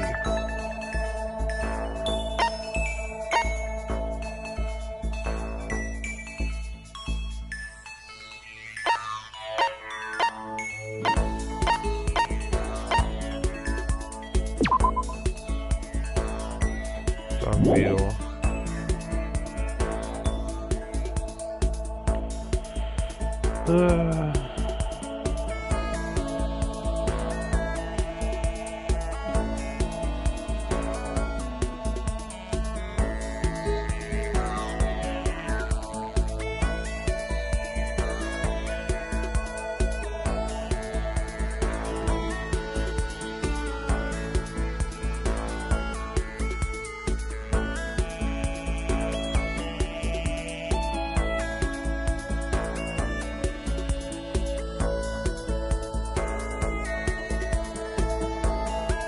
Okay.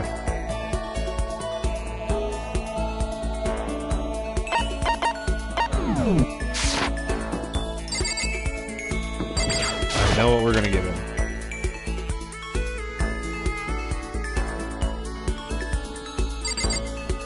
Hey, buddy. Yeah. So pissed. I'm on the morals committee. Fudging what?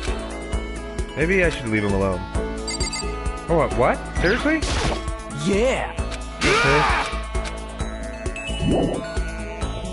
Alright, well. Okay. Then I'm gonna go hang out with Sakura.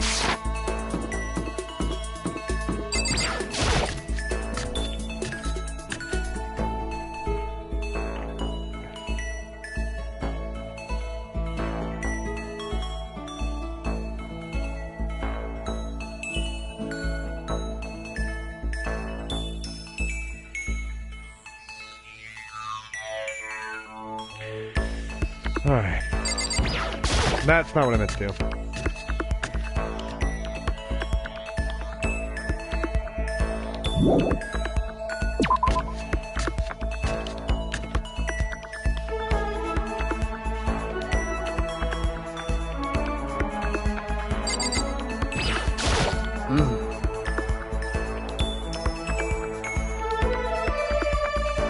I can almost feel the wind on my face. Yeah, let's spend some time. I admire the almost greedy approach you take toward growing stronger. Now, I'd like to begin training you in my family's secret techniques. I don't want to. I was just hoping we talk about like flowers or some shit. Introduce me to her family. I feel like I've gotten a lot stronger. Oh. Neat. We're a little closer today. Sure would.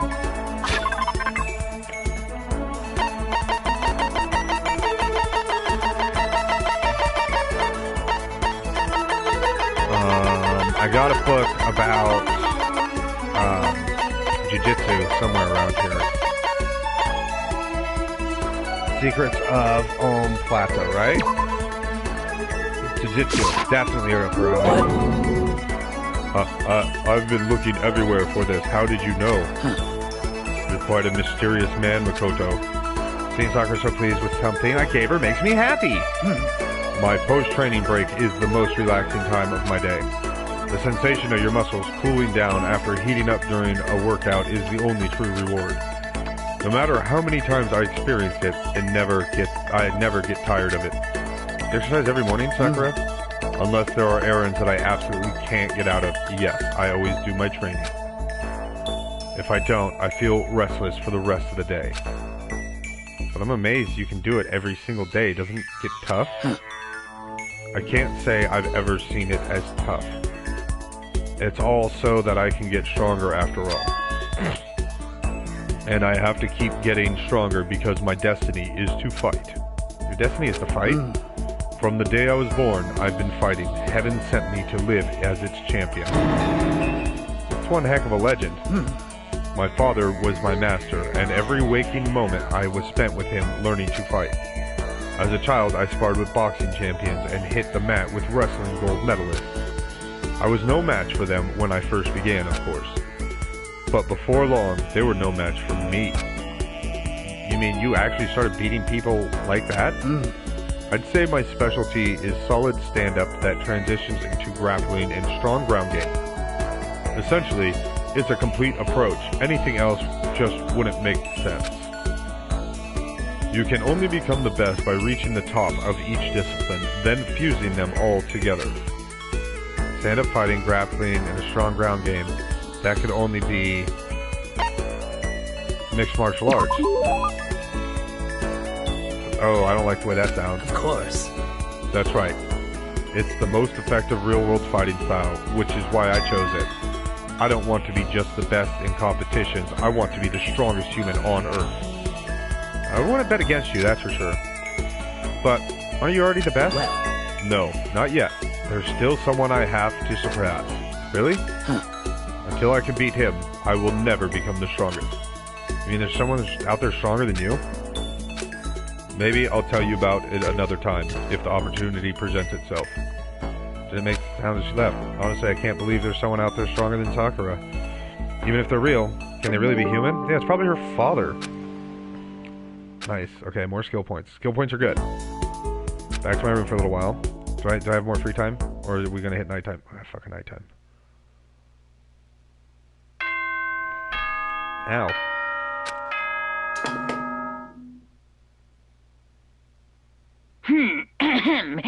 As such, Right. soon the doors to the Okay then. Sweet dreams.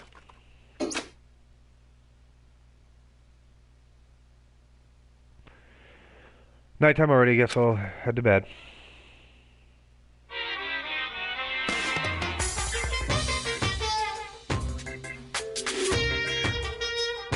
Happy New Day. I'm the kind of guy, I don't want to celebrate a new year, I want to celebrate the dawn of every new day. Because every new day deserves celebrating. Once again, Happy New Day!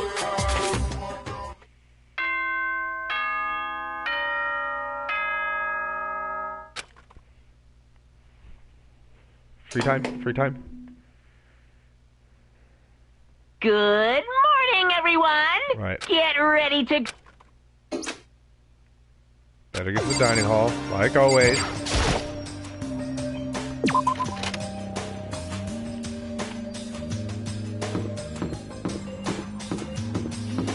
Today's free time will be spent with Hina. At least one of it will be.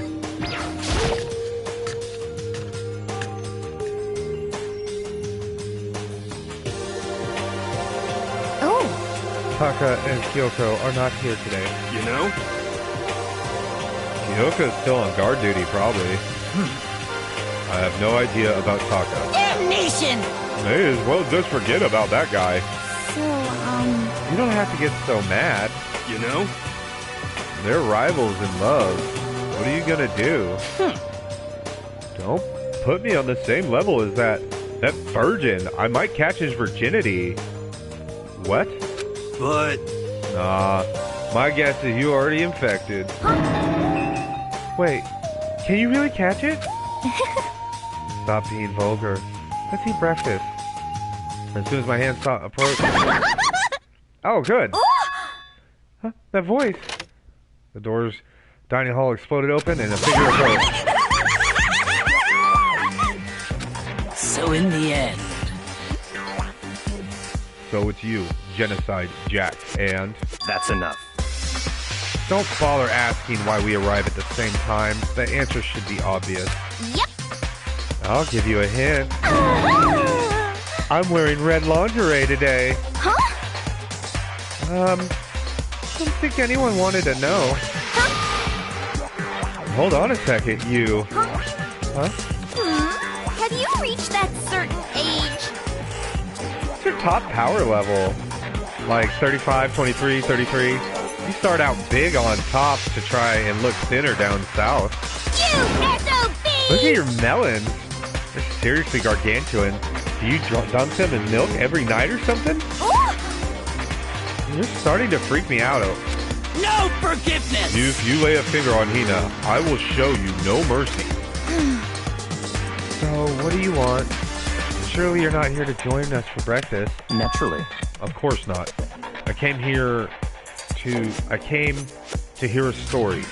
Story that nobody's bothered to tell me yet. Talk about alter ego? Sorry, but we can't talk about that right now. What? Why not? Because of certain circumstances. Up until now, you haven't given a crap about anything. And now you're all concerned? I don't buy it. It's all clear now. I've just made a decision. When we get out of here, I'm going to feed your body to the vultures. What kind of messed up dictator are you? What? But isn't this a democracy? Or would you exclude those who don't fit into your tyrannical majority? That's not what we're doing. That's fine. Well, whatever. If nothing else, tell me what's going on with Taka. When I saw him yesterday, I happened to notice something seemed off. So I was curious. Indeed. Taka has become utterly useless. Wes, you don't have to say it like that. I see. Did his spirit collapse or something? Was he unable to withstand this environment? Those men who clothe themselves in cheap fabric of justice are often the first to fall. But perhaps that will make things more interesting. Such ignorance. Let me leave you with a bit of advice.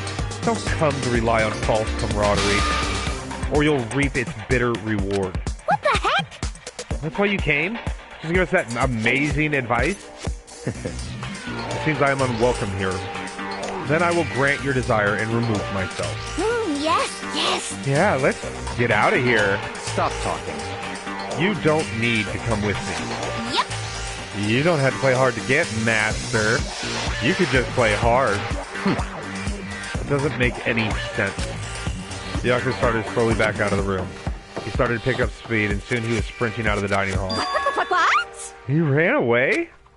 So now he's running hard to get. I see.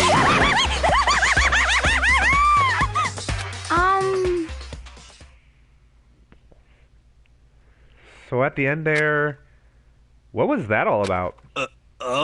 Just now, Byakuya was like, maybe he's like the mean guy who starts acting different or getting all flustered when things change. Guess so. Let's go back to our room. Free time. Okay. I am spending it with Hina, but I do want to take a look at some things.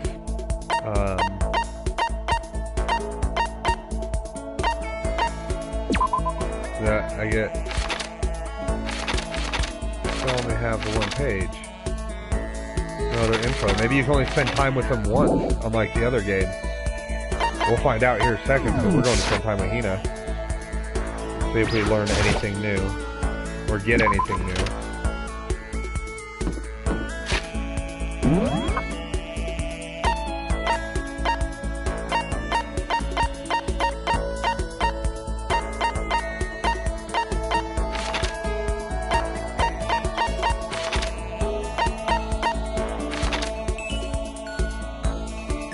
Okay, physics lab.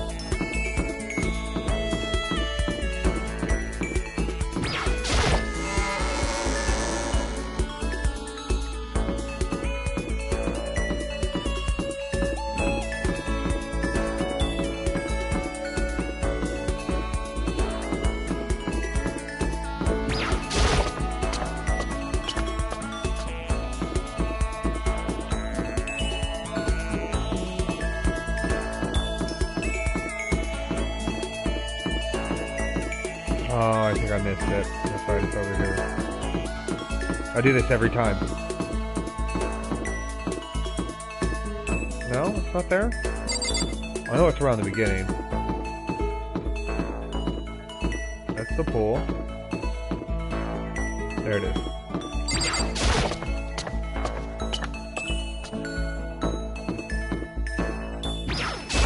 Okay. Even if it's hard, you have to endure. Endure, endure. Well... That's a quote from the famous marathon runner Samuel Wanjiru. But every person's endurance has a limit. Yeah! I think we need a change of pace. And then I think a change of pace. You got it! I can only think 50 laps in the pool. Okay. I changed my pace with Hina in the pool. You know, I grew a little closer. I do. I've got donuts. Flotation donuts. That's thoughtful. This is why I like you, Makoto. Or, I mean, not not like that kind of like. Seeing it so pleased with the game, it makes me happy. Something wrong, Hina? I've reached my limit. Just a second! I'm stuck in here. I can't do any sports, can't do anything. I'm sick of it. I want to get out under the sun, do some laps, run a marathon. I want to do some real sports. Hina, calm down, okay? What the heck? Can't do anything in here. If I can't move around, I'm gonna die like a bunny rabbit. But I always heard rabbits die from loneliness. That's terrible! Whatever, I'm gonna die if I can't get some proper physical activity. Don't you think it's a little extreme? What the heck? You think I'm kidding, don't you? But I seriously can't sit still, you know. Why else would I have joined 6 sport teams in school? 6? That's right. Yeah, track, baseball, softball, volleyball, tennis, and the big one. The big one, swimming. She got to her main sport. Ran out of juice. I think it's gotta be the main sport is swimming, right? Yeah, you got it. Yeah, I don't even care what stroke it is. Just get me in the pool under a blue sky. But isn't it hard to do that many sports even for you? If I can't move, I just shrivel up and die. I need a challenge, more and more new stuff to try. Challenge. 'Cause, I mean... What I really love about sports isn't winning, you know? It's having to fight and struggle and give it all you got to reach the top. It's that excitement, that fear that you might suffer a heartbreaking loss. But... When you finally reach that goal, it's just lonely. It's lonely at the top, you know? Never really got into sports, so I couldn't really relate to what she was talking about. But I could tell that the reason Hina was so amazing was how hard she could fight and struggle. So that's why I want to push myself as hard as possible when it comes to swimming. I want to aim for the very highest mountaintop. I'm talking about the gold medal, of course. Aiming for the gold, even if that means I'm a super gold spaz. She just called herself. Okay, but if that's what you want, isn't that all the more reason? If you have a goal, why are you standing around making excuses? Excuses? Just a second! Hey, when did I ever make any excuses? Sure, maybe we're stuck in here right now with no way out. But if you really want to make an effort, shouldn't you try to see what you can do in here? That's a challenge? You just made an official challenge? Yeah, totally. I think you're right. If I want to get a hold of that gold medal, I have to make every effort I can. I want to become a genius of effort. I bet Ian Thorpe said something like that. Yeah, I can't go away from making excuses just because we're stuck in here. Alright, I think I'm going to do some push-ups in my room. Like maybe around 1,000 or something. Almost before she was done, Hina took off like a bat out of hell. She recovered exactly as fast and strong as I would have expected. Report card's been updated. More skill points. Okay, so it was just when she was genocide Jack, I couldn't do anything with her. Nighttime? No, it's daytime. So I have some time. Alright, so... let's see. Who do we want to spend time with now?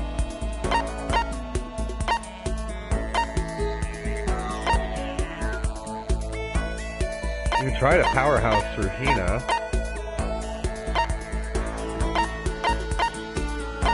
Or we could spend time with Byakuya.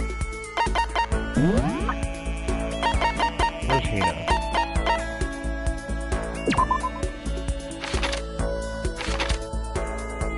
Best part of sport isn't by sight. We haven't got a skill from her yet.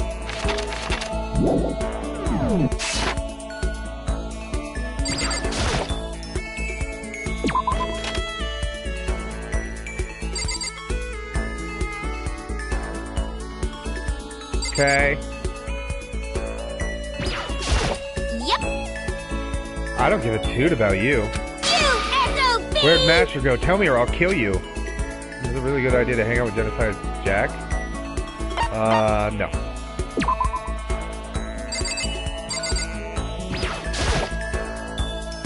Just press the doorbell. What do you want? I wondered who was coming to talk to me. It turns out it was always useless, ever incompetent Makoto.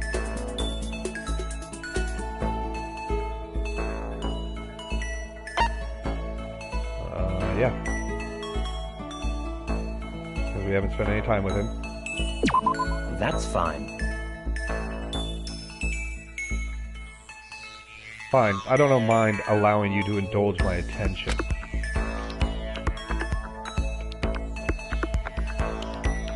I hope you appreciate this.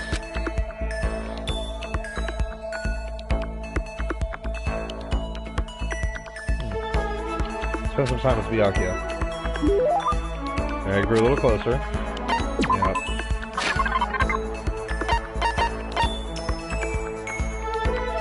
Give him the coffee.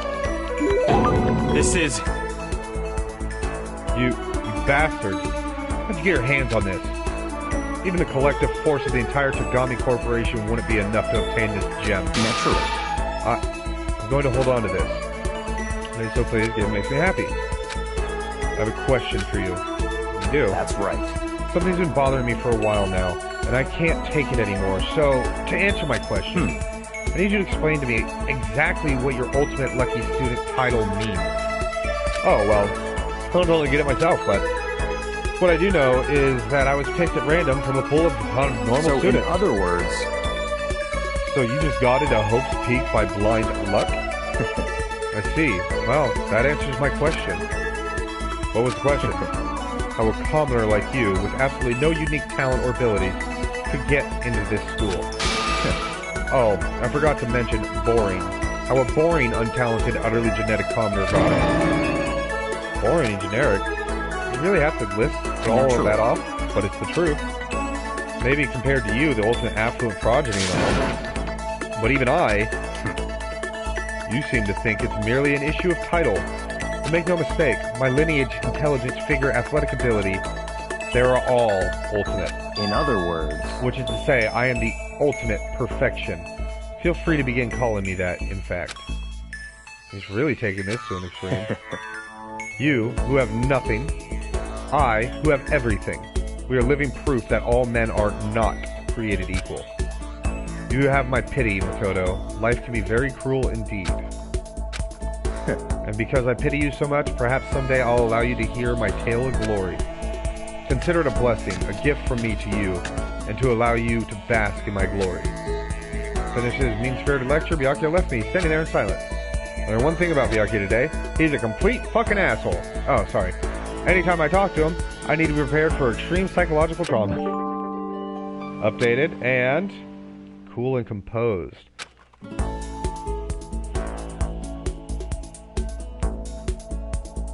Did best to keep my spirit from shattering like glass when I went back to my room. And now it's nighttime. And I'm sure someone at the door. Oh. No, there's something by the door. Piece of paper. It looks like someone must have slipped it on my door. Meet in dining hall. The handwriting's really good. I'm gonna beat up somebody. Who wrote it and why? What's the point of calling me out like this? Kinda nervous, but no way I can't check it out now. Alright, fucking dining hall it is.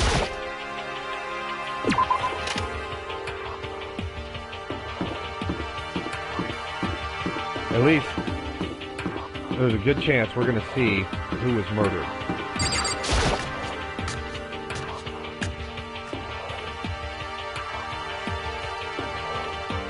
Yo! Oh, Makoto. Hero. Then the letter I found in my room? You know? Yep, I wrote it. Your handwriting's really nice. Well, I was always taught that if you had bad penmanship, a ghost would come and haunt you. Who taught you that? Why did you want to meet with me? Oh, I just did what Kyoko asked me. Kyoko? Actually, I'm just an errand boy on this. Anyways, what do you say to a late night bath session? Huh? You know? Okay, let's do it. No, I was totally lost. Hero grabbed me by the shoulder and pulled me close and whispered in my ear. Serious? It's all an act. The mastermind won't notice. Everyone's waiting in the bathhouse. Oh yeah. Oh hell yeah. What?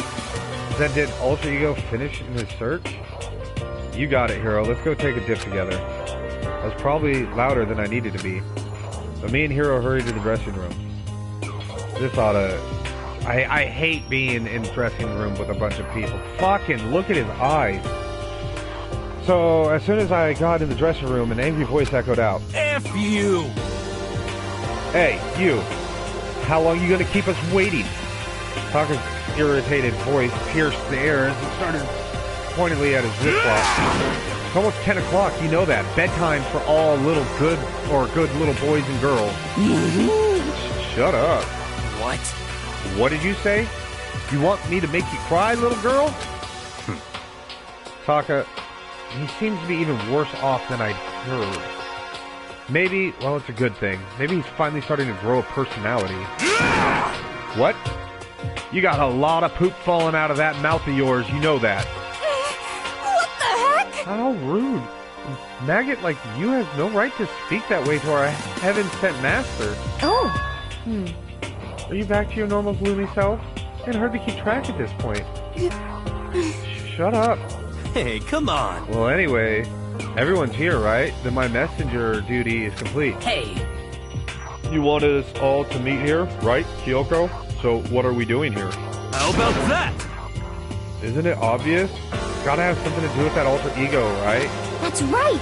Yeah, totally. Did he finally find a clue? What is it? A way out? The mastermind's true identity?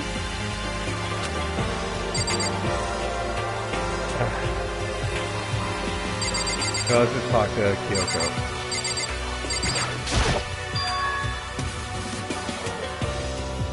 It's gone. Gone. I came here a little earlier to check up on things, and that's when I discovered Alter Ego, the laptop, has disappeared. What? No way! You're kidding, right? Oh, Hello? What? She's gone? You fucking took her, you idiot. You'll be fudging serious. What do you do with him? Was it the mastermind? Did they finally notice what we were up to? Wrong. I told Alter Ego to yell if anyone he didn't recognize appeared. If it was the mastermind, I'm sure he would have alerted us. Well... Maybe we just missed it? However... I was in the laundry room right next door all day. There's no way I would have heard it. Wouldn't have heard it. But if it wasn't mastermind, then the solution to this particular nurse is obvious. It could only have been him. Mr. Ishimaru stole her, didn't you? What? I'm the ultimate moral compass. I would never do something like that. I don't think it counts when you say it about yourself like that. F you! You're the suspicious one here. You're nothing but a big jiggly sack of fat. Knows what you know. This isn't my true form. I still have 3 more transformations left. damnation! Or wait, I mean, it wasn't me. Everyone knows you're a thief. Fucking wrong, it's you. For serious. Well, I I'm sure it was one of you, so whoever did it, just hurry up and confess. Wrong. No, there's no way either one of them did it. Huh? Huh? Why not? So... I told Aldrigo to yell if either Taka or Hifumi came into the dressing room. What? It was a countermeasure against the clear danger that one of them might come for it. But I never heard any yell. Indeed. Exactly.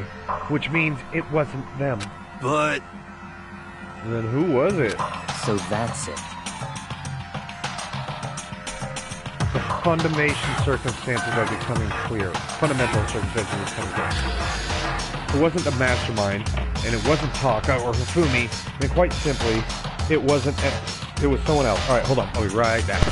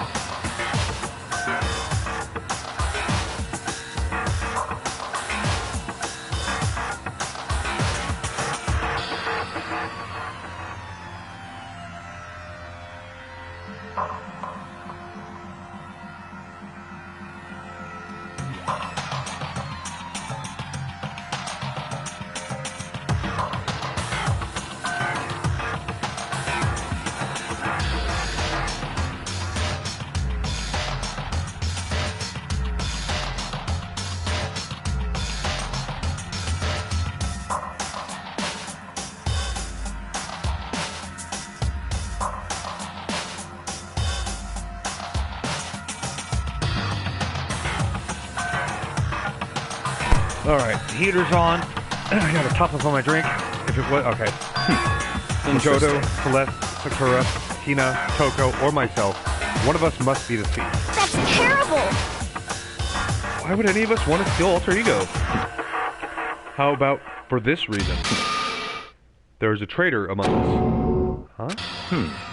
One of us is working with or for the mastermind as a spy. And that's the one who stole Alter Ego.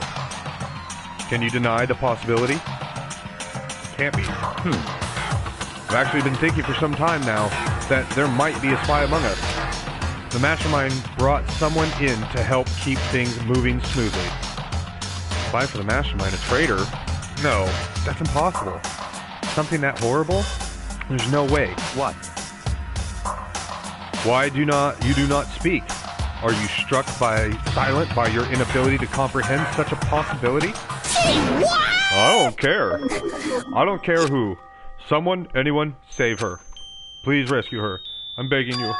I just want to see her smiling face again. Damn it! Same here. How many times do they have to kill bro before they're happy? I'll beg. I'll scrape my head across the ground. Just please give him back. So, This is pretty messed up, but still, I kinda get how they feel. At the very least. I think Alter Ego is most likely still safe for the moment, at least. yes, indeed. If they wanted to destroy it, they would have had to taken it. They would have done it right here. I see. So you're saying whoever did it has something else in mind for him.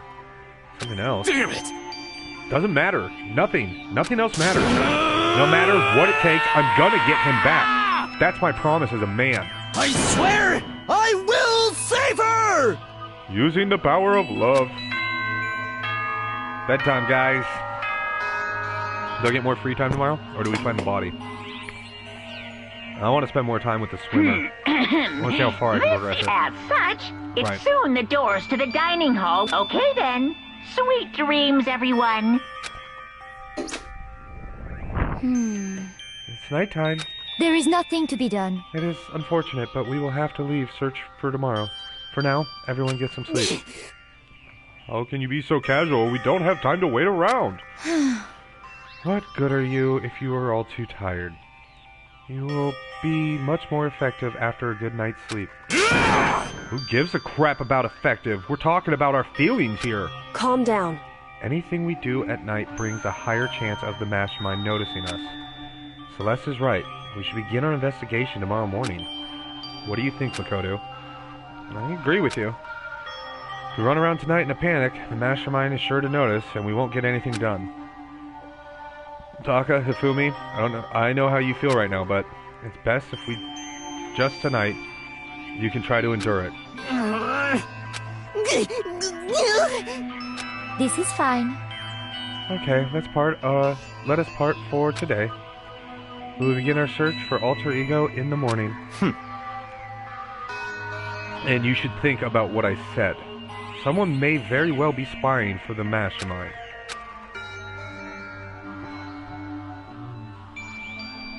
Alter Ego gone as quickly as it happened. Damn. We'd finally discovered some small measure of hope, but even then...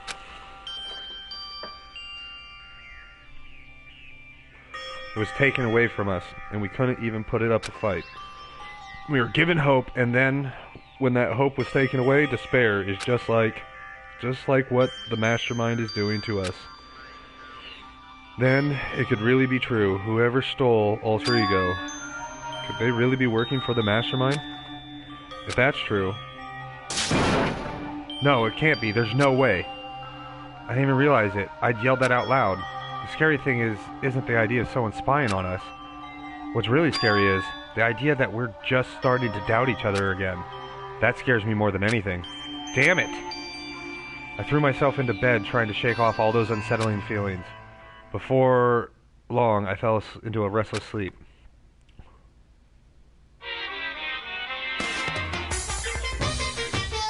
I wonder if Hifumi finally took a bath. Murder is the word. A word whose definition changes with time, with place, and with society. If murder is evidence of abnormality, then all history's greatest heroes must have been abnormal. Sometimes the murders that people forgive are way more abnormal than the ones they don't.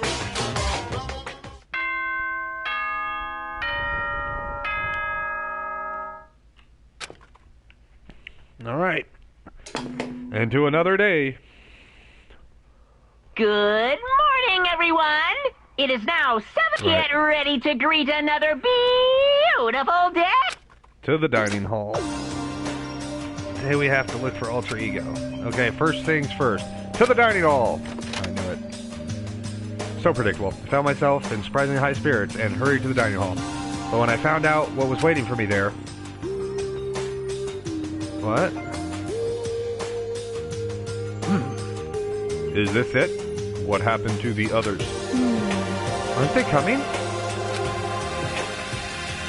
There are only 3 people in the dining hall. Sakura, Hina, and Kyoko. So including me, only 4 people?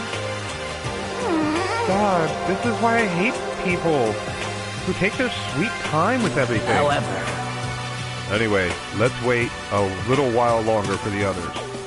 They're not coming. 1 killed... 2 of them will never come. The other 2, they killed somebody. Someone's dead. So I had to wait. In any case, okay, but no matter how long we waited. So, it's 8 o'clock. We've been waiting here a full hour. Why haven't the others come? Hiro and Celeste have never missed a day, till now. And what I'm really worried about is... Hifumi and Taka. Hold on, I gotta answer this.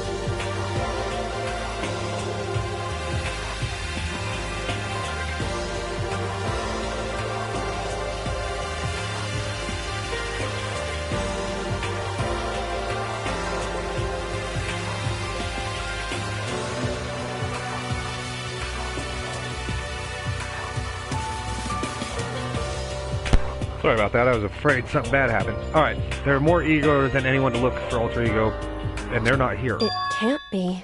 Something must have happened. Huh? It would seem... I was careless. I was too distracted by alter ego. But Monokuma gave us a motive. There was no way something wouldn't happen eventually. Monokuma's motive. $10 million! I've prepared this graduation present for whichever lucky student makes it out of here alive. What do you think? It's 10 million bucks! 10 million smackaroos! It's totally wowie, wow, am I right? And we know Hiro has money problems because he dumped a whole shit ton of money on that fake crystal ball. I think he said it was like $1 million. Tell me someone did something for money. That's what I wanted to say, but I didn't bother. I already understood. I understood, and I hated that I did it. You can never really know another person completely. Anything can happen here, and you can't consider it strange. No, really. We need to go look for the people who never showed up. Okay, let's go track them down. Without a word, we left the dining hall. We can cover more ground if we split up. Sakura, you go check the dorms. Make sure to check all of our rooms. Kodo, you can check the first floor of the school. Why am I checking the first floor instead of the third? Meanwhile, I'll check the second floor. Okay, then I guess I'll check the third. Anyway... Don't take any risks. If anything happens, call for help right away. I really hope nothing happens. So do I. Well, I swear to God if she dies. Okay, let's go. Anxiety was written across each of our faces as we went our separate ways. Without hesitating, I rushed to the first floor of the school. Okay, I need to look around the first floor. There's not going to be anything here.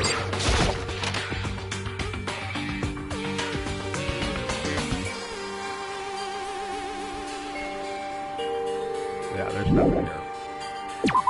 But one room down. Okay, so that's to the hotel. 2 rooms down.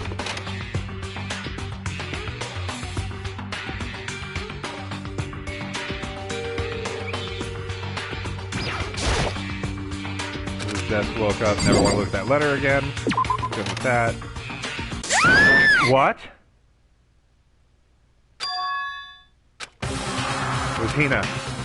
She was supposed to be checking the 3rd floor. There's no time to think. I was running for the stairs before I knew what was happening. Okay, Hina's alive. I go upstairs to the 3rd floor.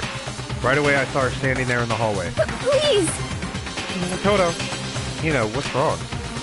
It's awful. The rec room door was... And when I looked inside, I saw... What did you see? Celeste. They fucking murdered Celeste. Better get the others, right? I'm gonna get them. You go on ahead, Makoto. Before I could say anything, she was rushing downstairs. The rec room? What did she see in there? At this point, I was used to acting without thinking, so without thinking, I leapt into the rec room. To see... The first thing I saw when I got in the rec room was... Oh, she's alive. It was Celeste, and she was hurt. Wait a minute.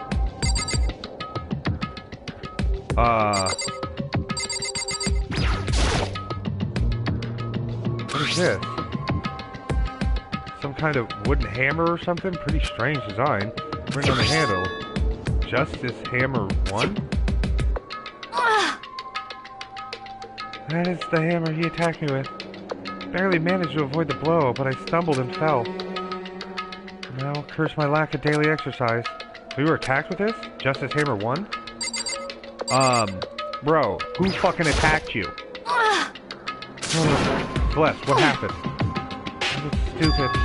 I got attacked. Attacked by who? Not sure. Some sort of strange man. Strange man? A suspicious person whose existence is so unusual. I can't help but call him strange. Without a doubt, it was some sort of strange, suspicious individual. And that man attacked me with the hammer on the ground there. Makoto, Celeste. Okay. Okay. I found Sakura. What? Celeste, what on earth happened here? Apparently, she was attacked by some kind of strange man. Strange man? Tell us everything you can remember, Celeste. Be as detailed as you can. Well, I woke up this morning a little before 7 a.m. Nighttime was not over yet, but I knew it was about to end, so I decided it would be okay if I decided to take a little stroll around the 1st floor. I understand now that was a mistake.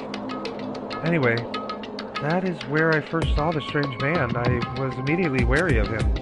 He was obviously suspicious, so I decided to follow him in secret. As I followed him, I saw him go into the rec room. I tried to peek through the gap in the door, which is when he noticed me, and that's when you were attacked. It happened after 7 a.m., just after nighttime had ended. So if it happened after 7 o'clock, then that was just about an hour ago, right when we were all meeting in the dining hall. The attack caused me to lose consciousness, which could mean I was unconscious for about an hour. But... Well, I'm just glad you weren't hurt too badly. That is because I begged and groveled for my life. You did? As for me... I told him I wouldn't do anything if he spared me. I offered to lick his boots, whatever it took. I see. So you were willing to throw away all of your pride. Indeed. It's a necessary skill for survival. Anyways, the important thing now is that we have to go search for the suspicious individual. If we do not hurry, this could become a serious problem. Celeste, what do you mean by a serious problem?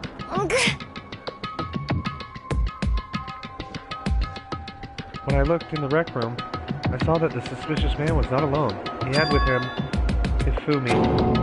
Hifumi? After he attacked me, he dragged Hifumi away. What?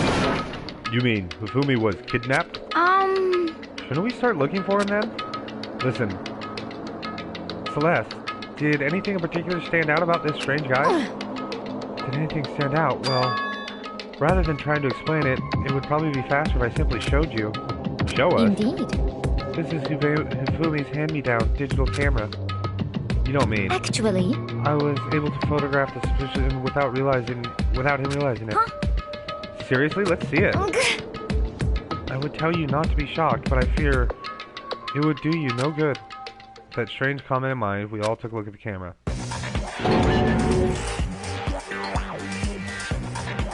The fuck? Well, you were definitely right about the strange part. Their face is totally covered. Is that a robot costume? As I said, a very strange, suspicious individual, yes. So this weird robot guy dragged Hifumi away, and I took this right after being attacked. In other words, a full hour ago. Which is why if we don't hurry, it could become a serious problem. I see. I believe I understand what happened. Well, no, there's much I don't understand, but... The point is, someone dressed like that dragged Hifumi away. And it happened over an hour ago. Just a second! This is bad. We have to hurry. Celeste, you know where this restrained man went? Let's see... When they left the rec room, they headed left. I see. If that's true, they were headed towards the stairs leading down to the second floor. Then he must be down there, right? The second floor? That's where Kyoko was supposed to be.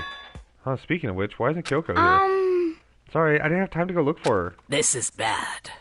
If the strange man did head to the second floor, Kyoko might run into him. We have to hurry. Kyoko's in danger. As soon as the words were out of my mouth, we rushed out of the room and down to the second floor.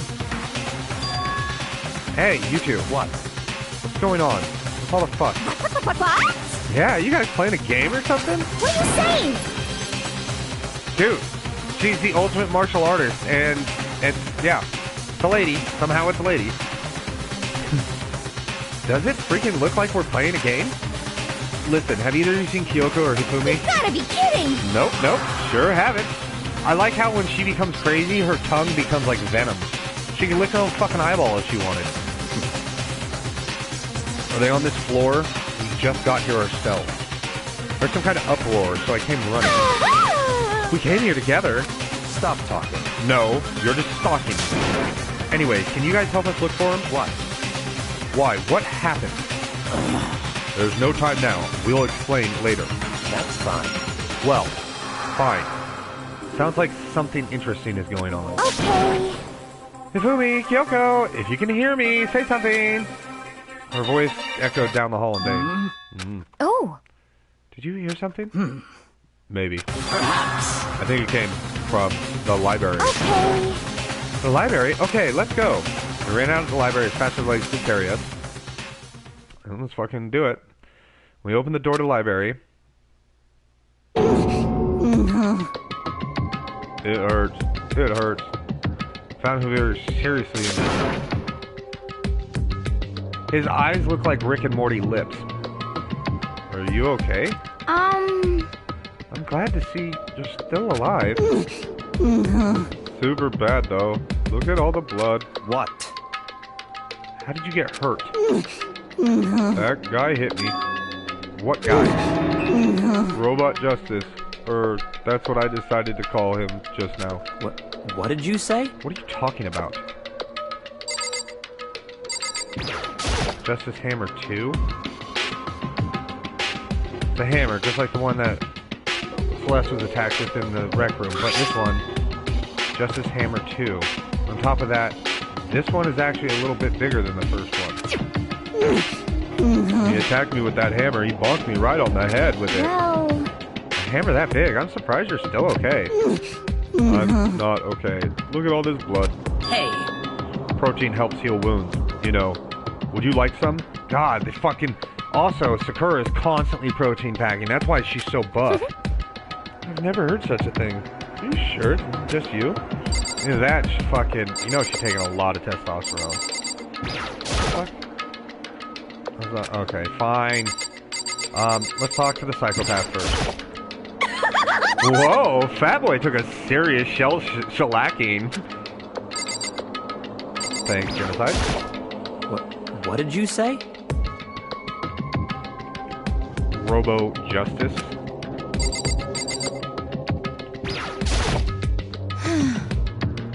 glad to see he's still alive. Okay. I'm seriously happy Hifumi's still alive, but Robo Justice? Alright, let's get that deep voice in there. This just keeps getting stranger. Thanks. Alright, Hifumi.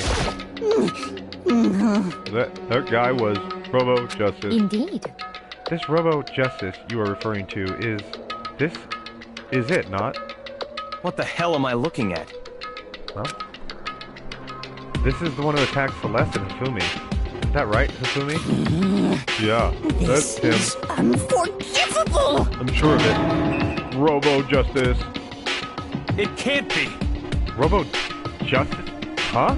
Damn. This keeps getting stranger. Ah, it's fucking Monokuma.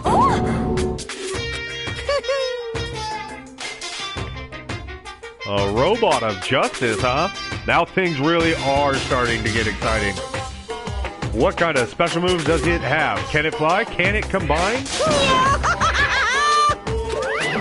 What?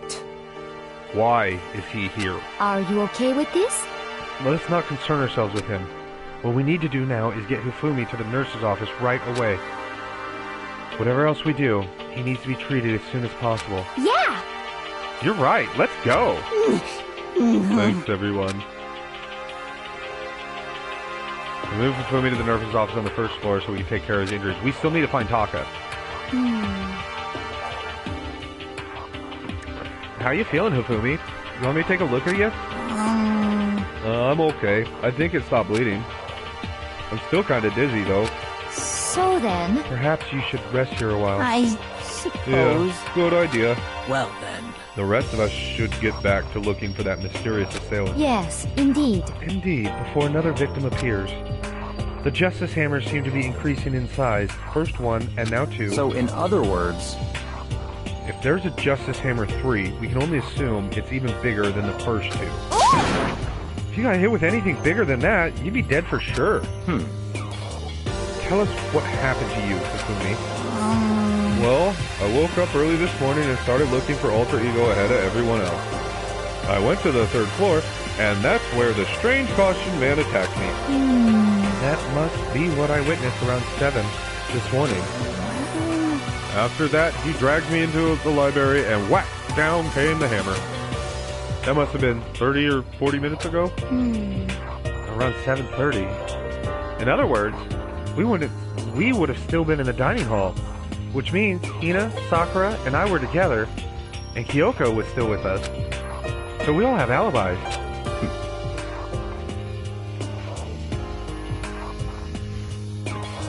I was in the laundry room doing my laundry. Yes!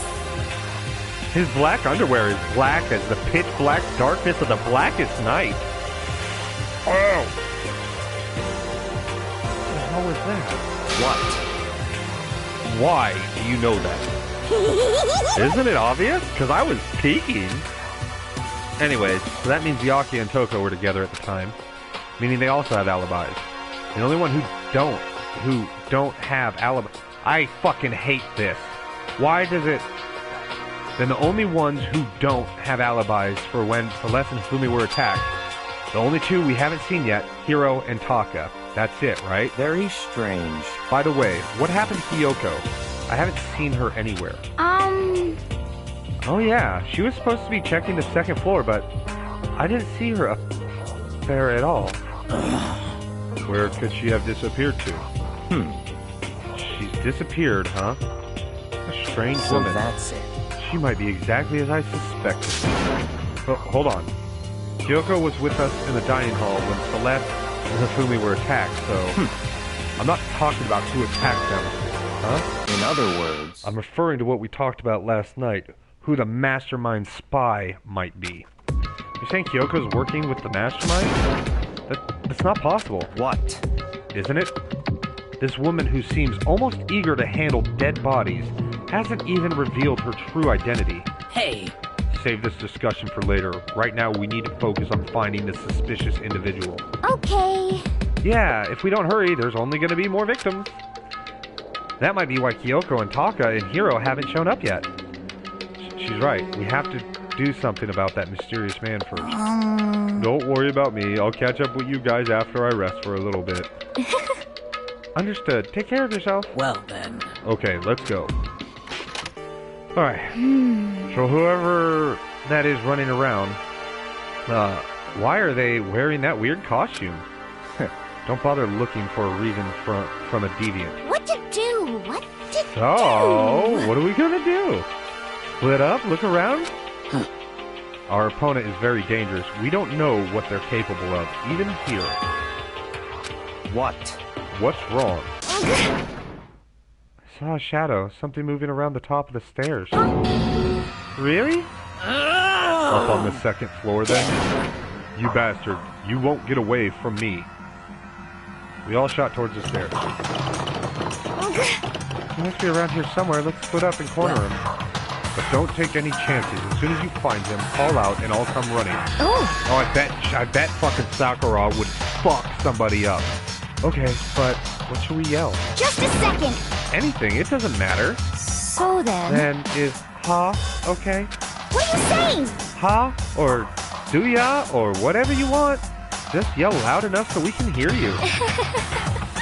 Do ya? I've never heard of such a reaction. Okay, whatever. Just hurry up and start looking, okay? Let's go. Hey, Mr. Robot, where you hiding? If you don't come out, we're gonna decommission ya. We spread out in every direction and track down the costume suspect. Alright. Girls' bathroom. The girls' bathroom. Even though it's an emergency. God, are you serious?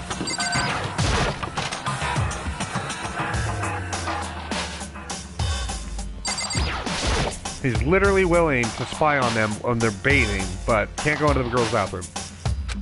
I don't see anything useful in here. Okay, well, there's nothing here. So we check the bathroom.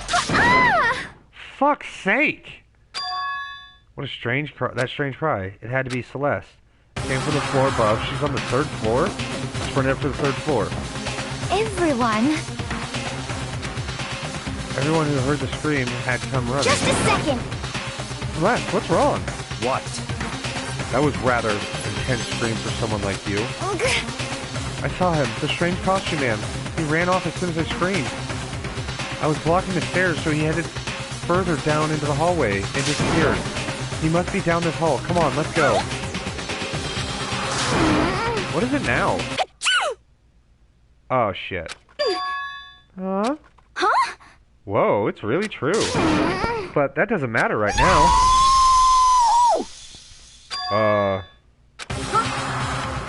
What was that?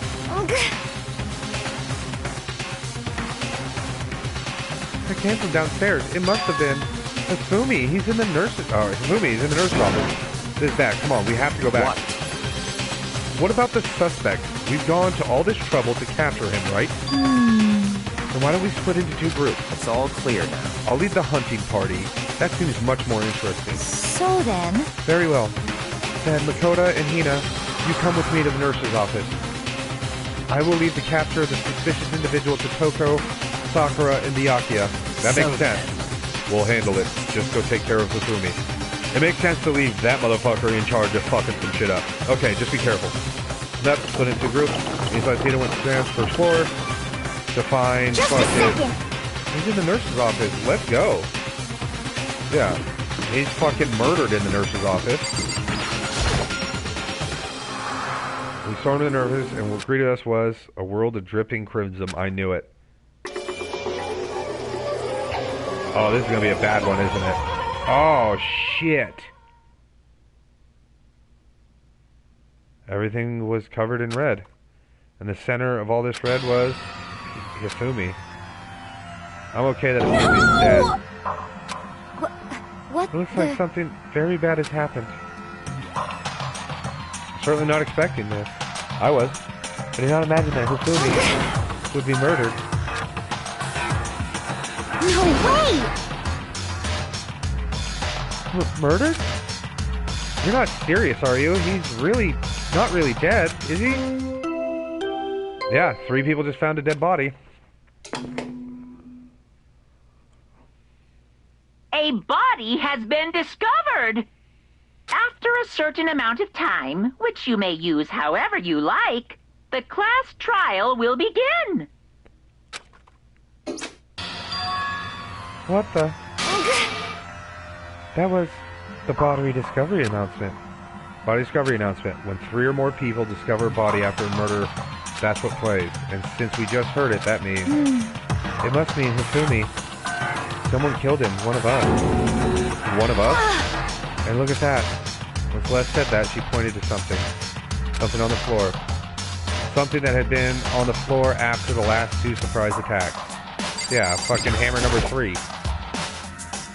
Another hammer. Justice Hammer 3. It was even bigger than the other 2. That's what I suspected. One strike from that, and you're finished. Then the killer. There can be no doubt the suspicious individual going by whom we called him. The culprit must be Robo Justice. Whoever's hiding in that costume is one who killed Hifumi. Oh, wait. You saw him on the 3rd floor, right? Running back into the hall? But how did he end up in the nurse's office? You're not saying they, like, teleported or something, right? Are you okay with this? We can figure that part out later. Right now, we have to tell the others. You're right. So then... Then, shall we go? Hina, snap out of it. Huh? Are you okay, Hina? Sorry. I'm not sure I can move right now. I'm feeling kinda... This is a problem. We can't just leave Hina here alone. Okay, then I'll go get everyone. You stay here with Hina. Very well. I'll leave it to you then. Okay, I'll be back soon. I tried to sound confident and upbeat, but still, I hadn't stopped trembling from what I'd been through. Everyone else is already on the 3rd floor. I have to hurry. Hina's gonna die at the hands of Celeste because she probably made a gamble to work with fucking Hero. This is where everyone was chasing after a suspicious individual. Where was he headed? Celeste, what's wrong? That was a rather intense scream for someone like you. Saw the strange costume man. He ran off to the screen. He's walking further down the hall. He ran off further down the hallway. Way to the back of the hallway. Alright.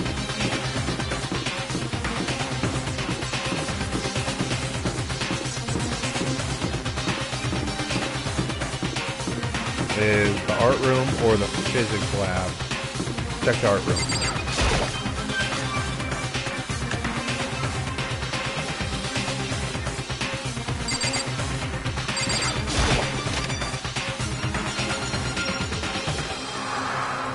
I knew it. And here's the worst part. 1, 2, 3, 4, possibly 5 hammers are missing. The wood mount hanging on the walls, I guess. I'd have to say, use them to make the sculptures. That was completely full. Maybe it was only 4. Someone else is gonna die. And it's gonna be Hina. I'll be fucking angry about it.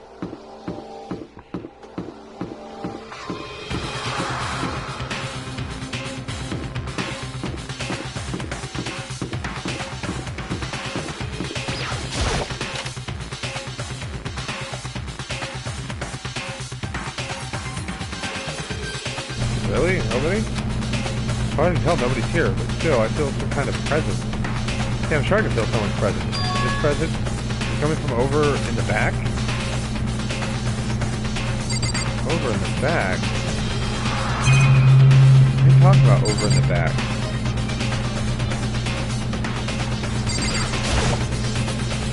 Machine obviously some kind of purpose. Can't waste time right now, I better leave it alone. What are you talking about over in the back? Apparently air fires oh, that's right, because this is another lab. This is another lab. It's not a way. I left through the doorway, and when I did, I found another nightmare. Second nightmare was waiting to greet me. Oh, okay, Taka. I'm okay with this as well. There in a pool of his own blood was Taka, dead.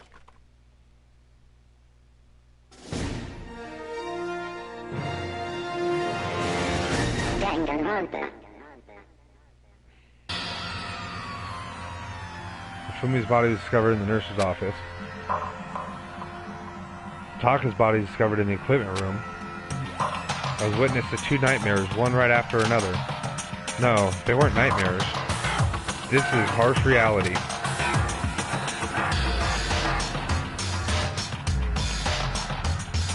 The true nightmare. This reality. Reality I have to face every day, but still.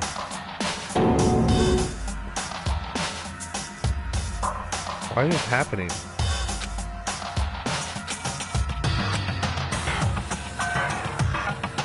Hammer number 4. Now Justice Hammer number 4 is even bigger than before. It's that suspicious individual responsible for Taka too. It only means it can only be one person.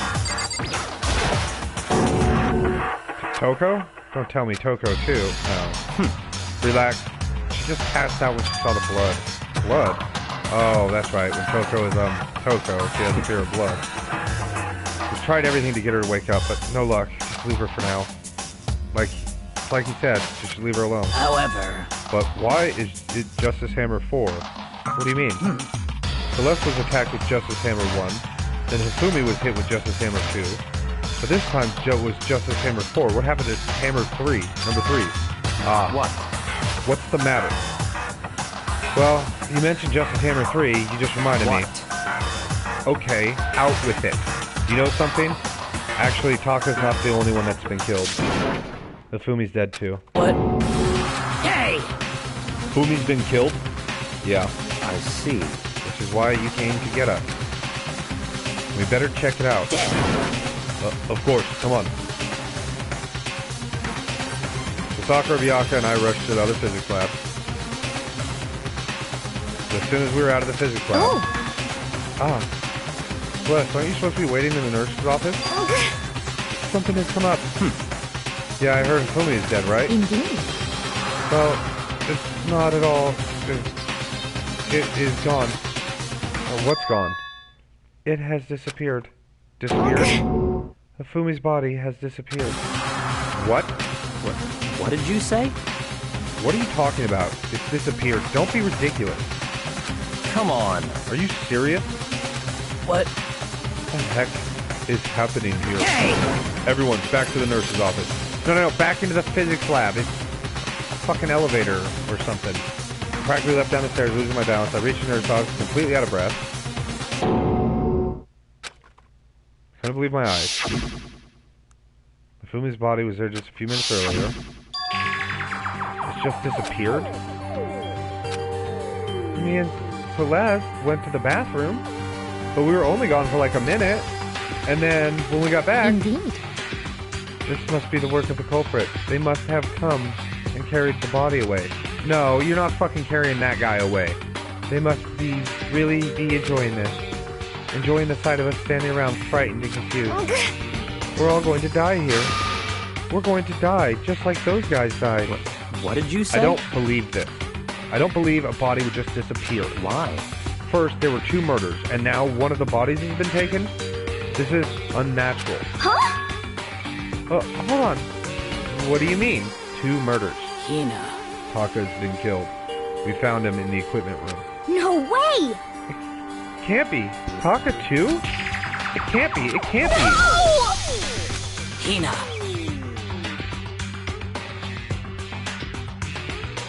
Calm down. We're all gonna die. All of us. They're gonna kill all of us. Then who might be the next target? Or who might the next target be, Toko? Huh? What? I completely forgot she's still unconscious in the equipment room. Well... You left her at the scene of the crime? She didn't have a choice. She passed out and she refused to wake up. Huh? So she is still unconscious. Damn. Wait. So you knew she was still up there and said nothing? Why? That annoying little insect that clings to me wherever I go? That we'd be better off without her. Bastard! Calm down. You forgot about her, didn't you? You have no right to blame me. Everyone stop fighting right now. We need to hurry back. Huh? I can't take this anymore. I don't want anyone else to die. Damn. If something happens to Toko, I'll never forgive you. Toko's not going to be dead. There's a 2-limit kill. He shot out of the nurse's office, bolted up third floor. We ran back to the equipment room full speed. We just happened to find frickin' Hafumi's body in there with her. We got there. So, oh, his body's gone too. Thank God you're okay. But right away I noticed there's something very different here. Oh shit, there are drag marks. It was gone. Taka's body, which should have been right there, had disappeared. This can't be happening. Are we hallucinating all of this or something? No, it's not a hallucination. I know I said it before, and what I'm seeing now isn't what I saw before. Huh? So, what are you saying? Taka disappeared too? Stop talking. Stop saying disappeared. It didn't just vanish into thin air. Obviously, whoever did this has hidden the body. But why would they do that? I couldn't possibly begin to imagine. Anyway, our costume suspect is clearly continuing his crime spree. Huh? You gotta hurry up and catch him before he kills all of us. Not possible. Oh, I don't think you have to worry about that. Huh? Now think about it. Who could possibly be responsible for killing and hiding these dead bodies? Well... If when Hifumi's death cry went up, everyone here was together on the third floor. It is so. After that, we split up into two groups. And now, this time, you all came here as a group from the nurse's office. In other words, the only ones who could have done this are Hiro and Kyoko, who are still missing. Now, hold on a second. Kyoko has an alibi for when Celeste and Hifumi were attacked. There's no question that she was in the dining hall with us. You seem very adamant about defending her. Perhaps you are in love? That's not it at all. That's fine. Well, anyway, yes, I do accept Kyoko's alibi. Let's see. Which means the suspicious individual we're looking for can be none other than Hiro. Which further means there will be no more murders. The regulations are very clear about that. Oh, that's right. There's a rule that says you can only kill a maximum of 2 people. That's right. As long as that rule is in place, there will not be a third murder. If they were to break that rule... I'd mint ya! Mint ya without a second thought. Mint ya, grind ya, turn ya into paste. By the way, did you know that fish paste can also refer to shellfish? Like shrimp or crab? Indeed. Let's see. So since 2 people have been killed, there is no possibility of any more. Perhaps. You knew that from the beginning. Didn't you, Byakuya? Which means you knew Toko was never in danger. I still meant it when I said we'd be better off without her, though. In other words... Anyway, with that in mind, we can now relax and search for the 2 missing bodies. 2 missing bodies. 2 people have been killed. Bodies have been hidden. The only one without an alibi, the only one who could have done it, is Hiro. But is he really the killer? What about Kyoko? If she's not involved in this case, where did she go? What? Hey, Makoto, what's the matter? No, it's nothing. Whatever. We need to find those bodies, or our little narrative here can't move forward. So then... Very well. Let us split up and begin searching. But... There's no need to be afraid. No more murders will take place during this case. Because, I mean... I know that. I mean, I think I do, but... Hina. If you're still nervous, I'll come with you. Huh? Oh, okay, thank you. No need to thank me. Then let's get moving. Yell if you find out anything. Bianca left with the equipment room, followed by the others. I have to try to find the 2 missing bodies. Okay. So, not in the physics lab.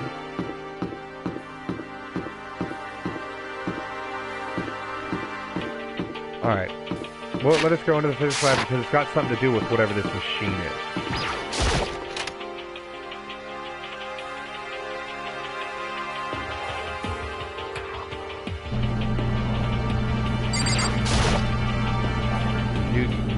Frankly, this sounds like bullcrap to me.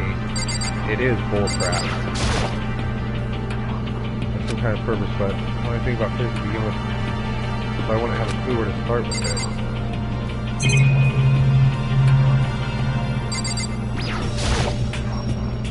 devices used for your stuff. Materials, pulleys, steel plates, magnets, all kinds of stuff I didn't recognize. Go back in this room.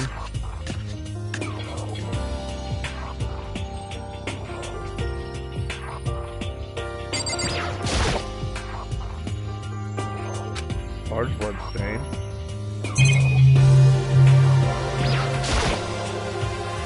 There's one of those monitors. Hey, bro. How we doing, Caleb? What's the point of worrying about it? Just try to forget about it. Yeah, I'm glad you're able to drop in.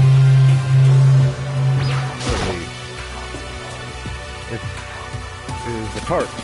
Is anything out of the ordinary? Okay.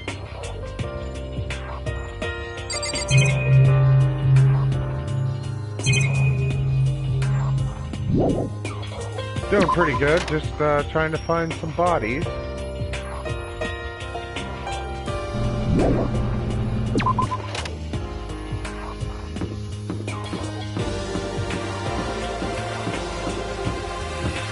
Obviously not that way. There's some classrooms. Doubt it's going to be the art room, but we'll check anyways.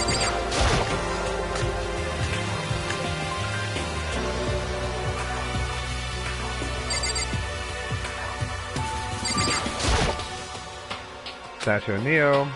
Anything important?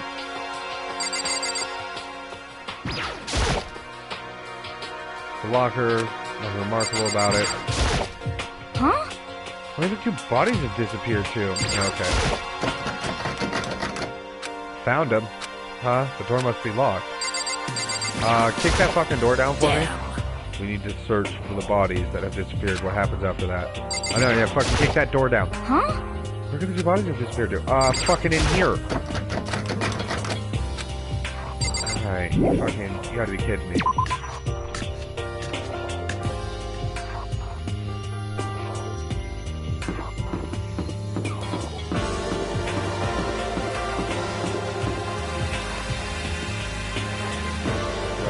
Check out the rec room. Two classrooms around here somewhere too.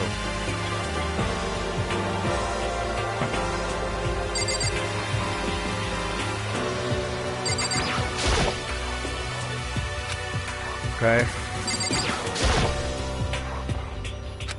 Related to the case. A lot of these bottles. What the heck is it? Probably decoration. Don't worry about it. What about the locker? The locker doesn't seem especially important right now. It's important to me. Yeah, okay, leave. Come on. Why are you just standing there? We need to get to the repository. Huh? You mean... Indeed. I found them. Sumi and Taka's body have both been hidden in the repository. Goodbye. I already told Hina and Sakura. We'll go on ahead. The bodies were in the repository. Okay. Sure, that makes all the fucking sense in the world. Where's my map? Oh, in the art room. Why are you in the equipment room now? Oh, that's right, you're in. So it's back to the art room. So I already knew where they were at. They just fucking... I couldn't be the one to figure it out. That just seems legit.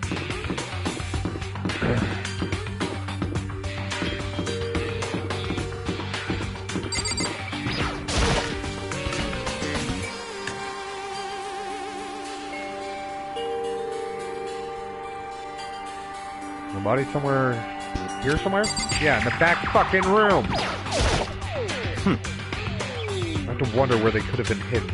Yeah, they're here. There's a repository, the doorknob turned. I guess it's unlocked. Then I have no choice but to go inside. So I opened the door, and when I entered, I saw... Oh, don't tell me this is something even more fucked up. Oh. He's on the tarp, though. Two bodies that had disappeared were right here. The smell of blood made me gag. I thought blood doesn't have a smell, I don't think. I saw before my eyes was an unquestionable, unavoidable wave of reality, and then I heard the announcement for a second time.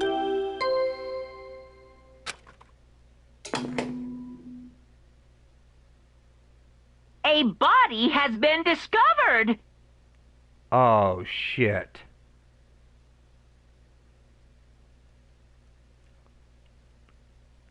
It's gotta be Sakura. After a certain amount of time, which you may use however you like, the class trial will begin. And so here we are. The Monokuma file! Yeah, I was going to hand them out when you found the bodies the first time, but I thought something might happen. It was really hard to resist, but turns out I was right. Stop talking. Just hand it over already. Punishment is waiting for Now, you. make sure to investigate with all your mental might and prepare for the class trial. See ya later! It has to be her. Well then, now that we found the bodies, all that's left is to uncover the culprit. What the heck? Huh. Hold on. How can you be so calm? I mean, they're dead, you know. That's terrible. Dead, gone forever. They're not coming back. Awful. This is all just too awful. Hina suddenly burst into tears. She clutched at Hifumi's lifeless body. Who would do this? Why? Why? Large wet tears fell from her eyes and landed on Hifumi's cheek. If this were some kind of world, it might have been... That might have been... If this was some kind of world of make-believe, that might have been when Hifumi opened his eyes. But this wasn't a movie.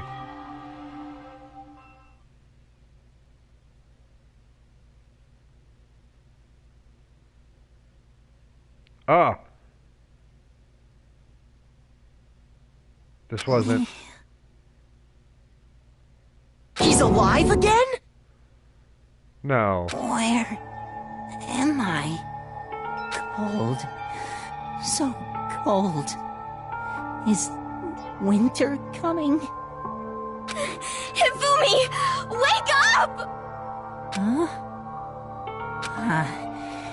That's right.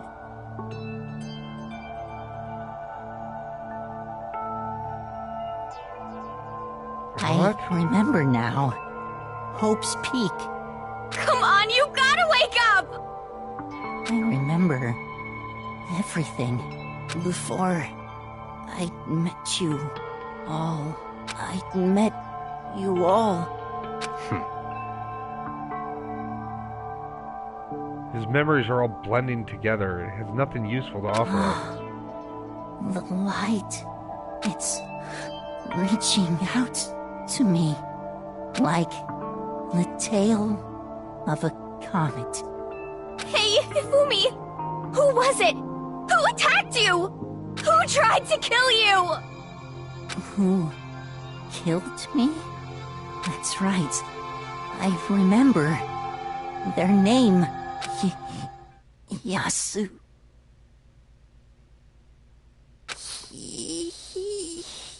Hiro.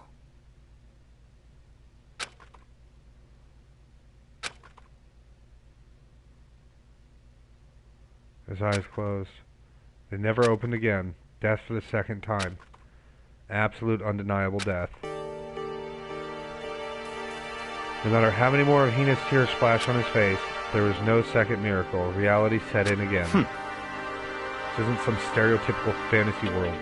Tears can't restore a person's vitality. Honestly.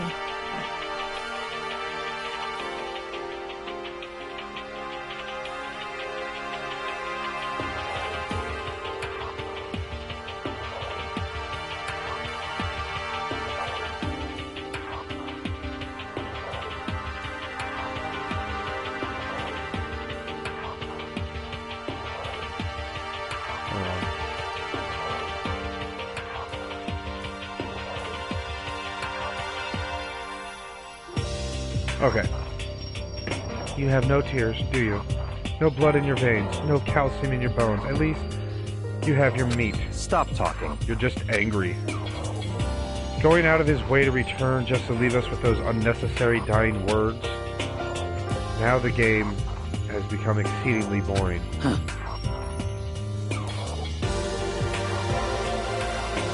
He said, Yasuhiro, right?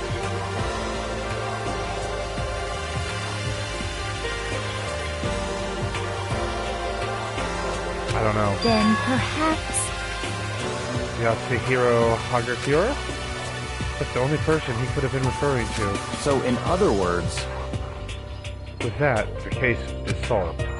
Assaulting people and even killing Taka and Asumi, and going so far to hide their bodies?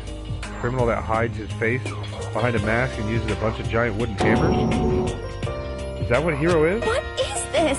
If it's true, I can't forgive him. No way can I ever forgive him. To kill two of our friends? That's fine. Anyway, it's about time we track down the culprit in our little life or death game here.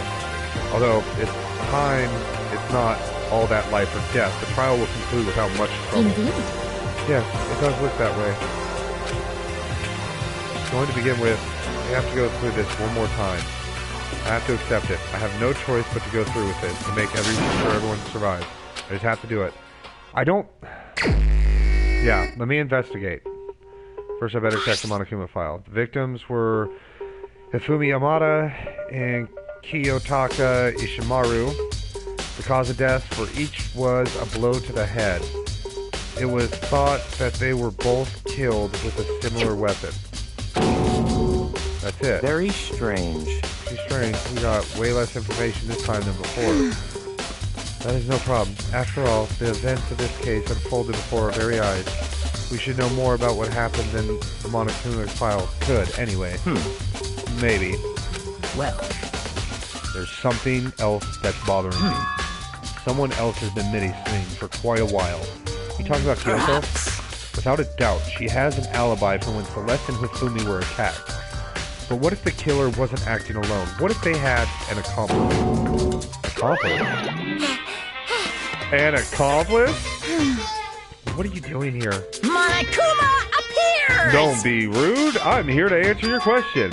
What question? Yep. You're talking about accomplices, right? I'm pretty sure I explained it before, didn't I? During the first class trial? Speaking of which, I'd like to ask the bear, if there is an accomplice, do they also become blackened? So you ask, and so I shall answer. Each murder is allowed to have an accomplice, but only the one who does the killing will get to graduate. So in other words, two people can work together, but one of them has no chance of profiting from it. Then there's no way anyone would work together, right? In other words... So basically, you can have accomplice if you want, but there's no graduation in it. So then... So, are you saying nobody worked together on this either? Hey,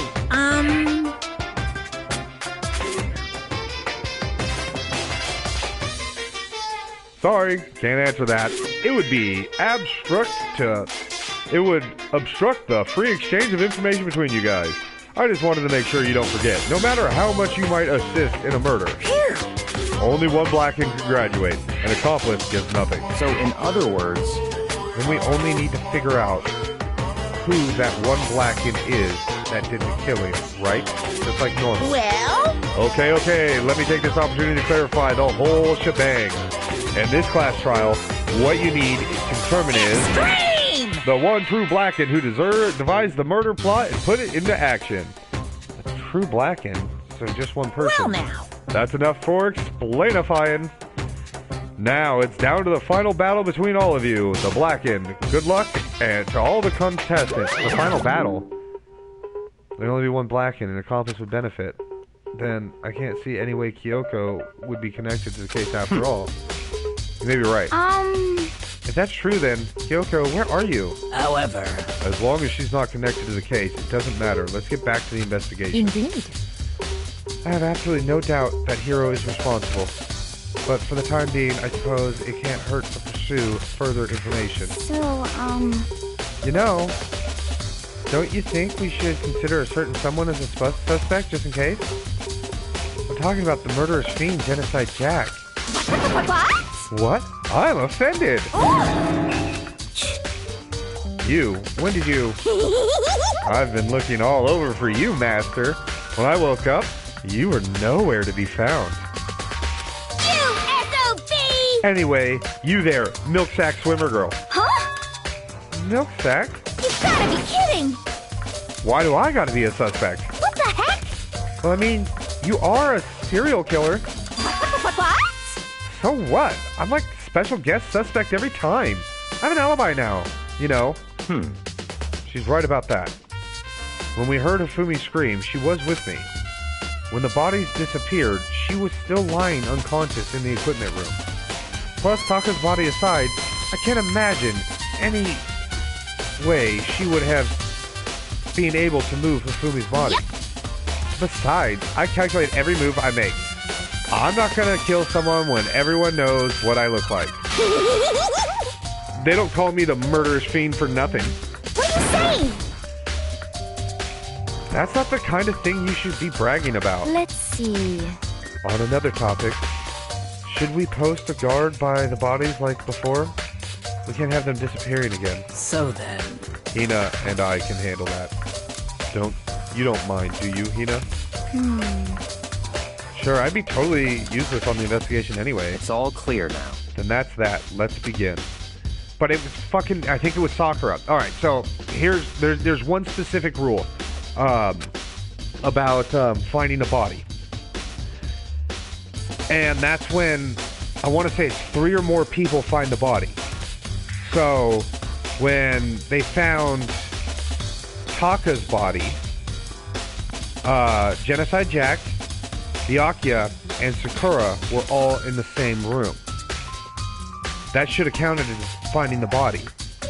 Because we found a body with her before when she's passed out.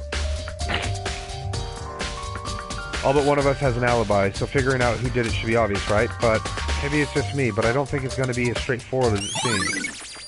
No, I think Sakura fucking probably got Hifumi to be an accomplice,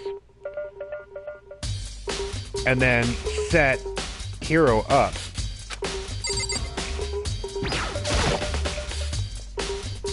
Hang on the wall, some of them are like mallets. The justice hammers have been disguised using these models. Either way, all the hammers here are obviously seen as a lot.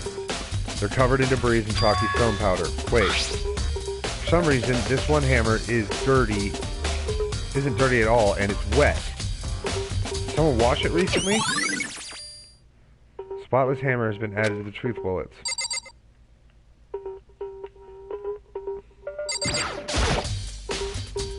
They'll never move again. According to Monaco, died of a blow to the head. Found Justice Hammer 4 near the body, the equipment room. It was used to kill him, and there's a tarp laid out under his body. Did the killer use this to move Taka's body? That way there wouldn't be any blood left behind while the body was moved? Okay. Fumi's big, cold body is laying on the floor. His really big body. I mean, how on earth was the killer able to move someone so big? From the nurse's office, where they discovered to here in the repository, all the way from the first floor to the third, and without anyone noticing. How the hell? No good, I just don't get it. I can think about it later. For now, I have to finish investigating Fumi. If I remember correctly, it was a blow to the head, yeah. Probably from the Justice Hammer 3, which was laying on the floor in the nurse's office. Wait. Something's off about this body. I'm getting this feeling. Something's different. Something about Hifumi's body in the nurse's office versus how his body is right now. That's it, his glasses. When his body was in the nurse's office, his glasses were covered in blood. But now they're completely clean. Does that mean someone wiped off his glasses? It was him. But who would do that, and why?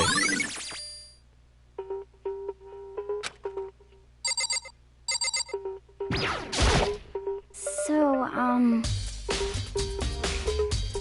I've been thinking about something. It's about the repository. What is it?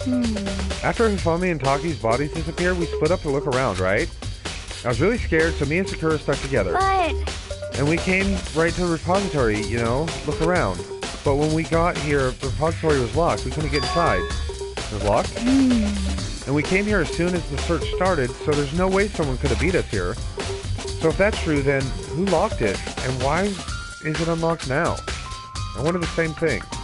The door was locked when the search for the bodies began, but now it's wide open. There might be some secret lurking in there. But it'll probably have to leave this area to figure it out. Yeah, that's fine. There are many aspects to the incident this time. Too many, to be honest. Considering that, it may be good to look back on everything that's happened. So then...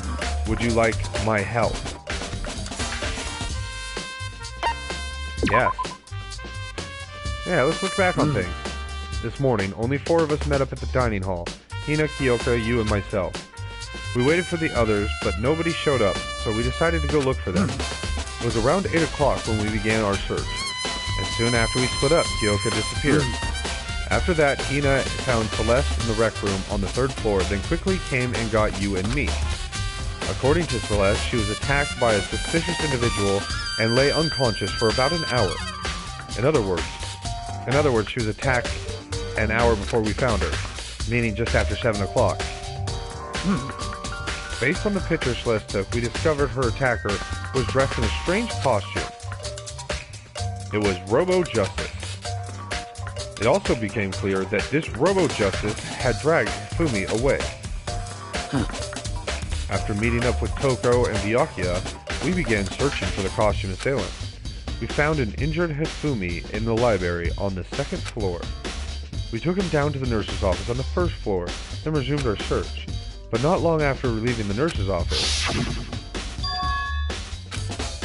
What's wrong? Saw a shadow? Yeah, we can skip that part. Based on Celeste's claim, we went back to the 2nd floor, where we split up and began searching. Then right after that, Celeste screamed. This time, she apparently seen the suspect on the 3rd floor. Hearing her screams, we quickly made our way to the 3rd floor. Celeste, what's wrong? Yeah, we heard this. And then... Yep, when he was murdered. At that point, we decided to split up into 2 groups. Celeste, Hina, and I went back to the nurse's office. Meanwhile, you, Byakuya, and Toko pursued the suspect on the 3rd floor. And when we got back to the nurse's office, we found Hifumi's corpse, which is also when we heard the body discovery announcement play.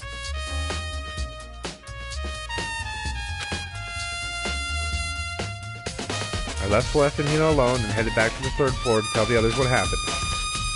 However... But at the same time, we discovered Taka's body in the equipment room.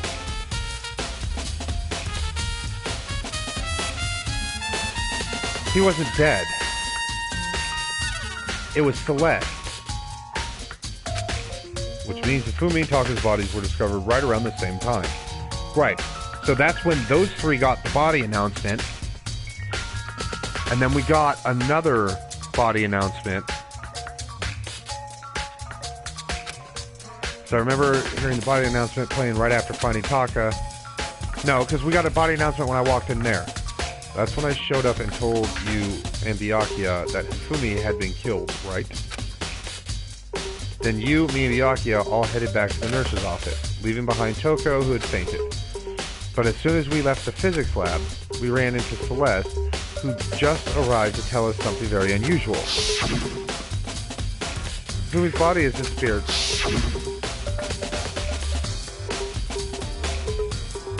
We hurried back to the nurse's office to discover his corpse was in fact gone. Then we remembered that we had to abandon his unconscious Toko and rush to the back of the equipment room. This can't be happening. Okay, yeah, I remember all this. This time, Taka's body disappeared. And from there, we began our search for both of the missing bodies. After some time, Celeste told us she'd found the bodies, and we all headed to the repository. And there we rediscovered the 2 bodies that had apparently vanished. Damn, it was Celeste. And that brings us up to now. Looking back, things have certainly been very active. If you want to look back at this case again, just let me know and I'm fine. Okay. Only one way in and out of this room, through the door that is right. There's definitely a lock on the door, but it can only be locked from the inside of the repository. I don't see any way to lock it in the art room. Or it can only be locked from the inside, which makes me wonder. Hina Sakura confirmed that the door was locked after we started looking for the missing bodies. And they were outside, so they couldn't have locked it from the inside. The door was designed so that it can only be locked from the inside. In other words, when Hina had checked it, someone had already gone to the repository and locked the door. When they were done, they unlocked it and left, which is why it's unlocked now. But Hina claims there is no way someone could have beaten them to the repository. A certain someone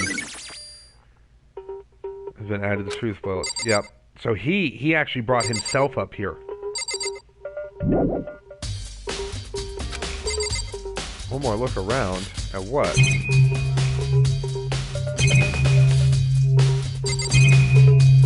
Oh.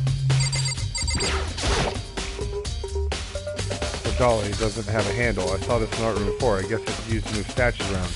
Kind of awkward, but if you bend down, it's not too hard to use. So wait. Wasn't this in the equipment room when we found Taka's body? Ah, I guess it was. And look at the wheel. There's blood on it. There's blood stain on it. So there's blood on the wheel of the dolly that was moved from the equipment room to the repository. What's the explanation for that?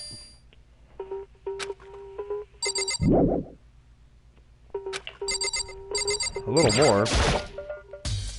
We'll never move again. According to Mondo, he died from, okay. Found, okay. Killer use, okay. What oh, Byakuya is in here. Do you think Hiro really did it? I don't see how anyone could think otherwise. When the attacks and murders and disappearances all happened, every one of us had an alibi. And the last thing Hifumi said when he died, yeah, he said Hiro's name. So, in other words, then there is no room to suspect anyone else. Okay, but if he did do it, why would he hide his identity with that weird costume? Maybe he thought that no matter what happened, he'd be as safe as long as his face was covered. Because he's the fool of the century, you see. And he's kind of dumb, but do you really think that's enough to explain it? I feel like there's a clue hiding somewhere. What? And is that it? That's all that bothers you about the case? Well, no, there are a few other things. Like, why did the killer try to hide the body? They probably figured out that if we couldn't find the bodies, we couldn't complete our investigation. But if that's the case, we found the bodies pretty easily, didn't we? Again, it comes back to the fact that the culprit was a moron. Is that really all there is to it? The other thing that bothers me is, why did they bother killing two people? What? Because all the rule says is, if you can kill someone and get away with it, you graduate, right? So if you're the killer, your number one priority is not getting caught. But killing two people means more clues, more chances you'll get found out. I see. Perhaps. I see. That's what that means. Is everything okay? That's enough. Don't talk to me as if we're friends. What's with the attitude? But you have my appreciation. Goodbye. Thanks to you, I might have some fun with this after all. The mysterious words hung in the air as he left the repository. He talked as if he'd figured something out. But if he did, would it have killed him to tell me what it was? There's got to be a clue around here somewhere. Maybe I should check somewhere else. There's some places I already know about. First, the nurse's office where Hifumi was found, then the equipment room where Taka was found. Also, okay, so we probably only have 2 rooms to look after. We might even be able to get through this class trial.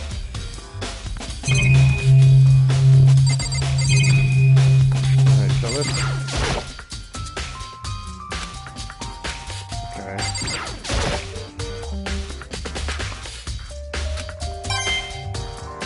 Okay. I guess I already got the door handle. Real quick, let's check the locker. Okay. So let's go to the equipment room.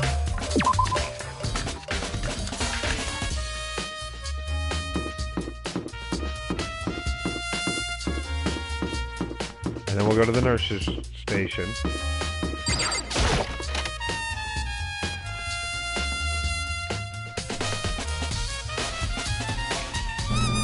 Wrap this whole damn thing up.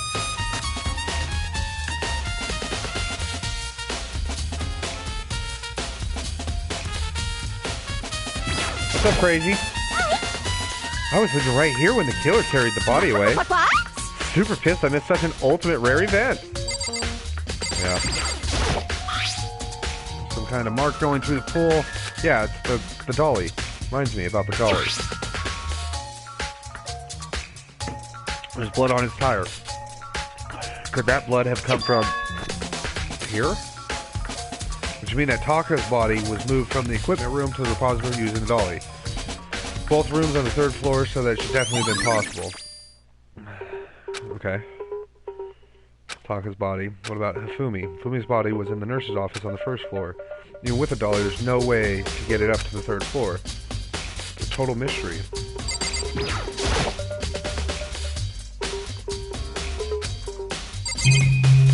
Okay, so that, let's just check out the tarps one last time. Feel like I've seen it somewhere, and just recently too. Yeah, downstairs. Fucking idiot.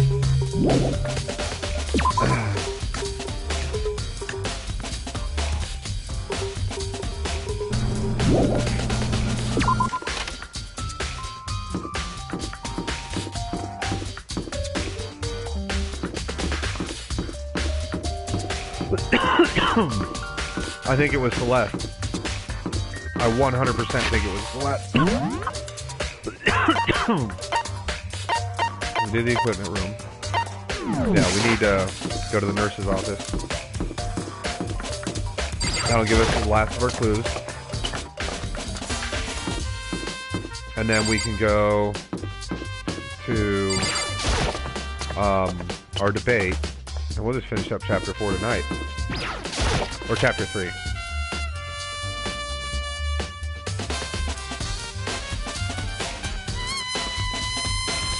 Yeah, look at the blood. The weapon behind?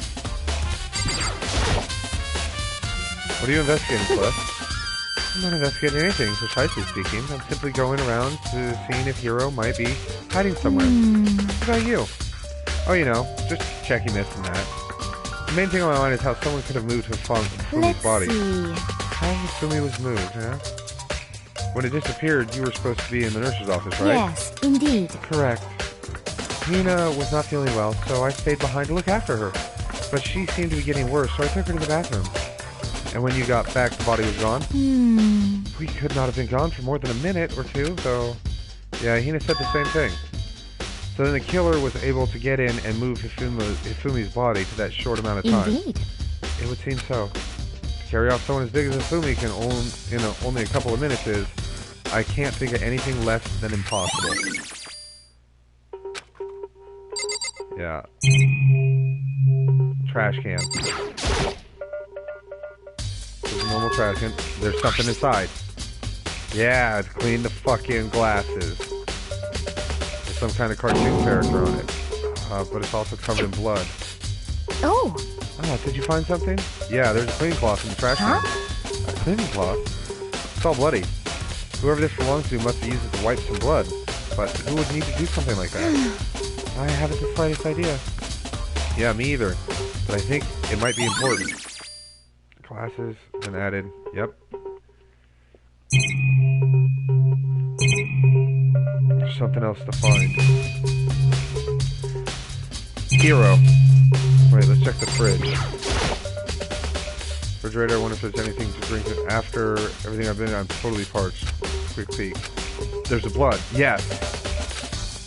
Doesn't help me though. I'm not a vampire. No. That needs to be a truth bullet. Because he never got... Yes. Okay. He never got hit the first time. It was just a fake blood packet. So this is where you were. I've been looking for you. You have? I wanted to thank you for what you did.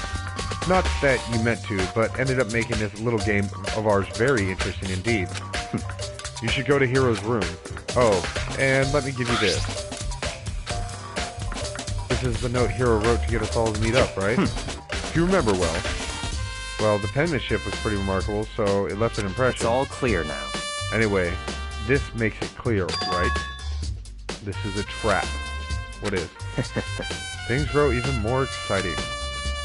What are you talking about? I've already repaid my debt. I don't owe you any more explanation. Goodbye.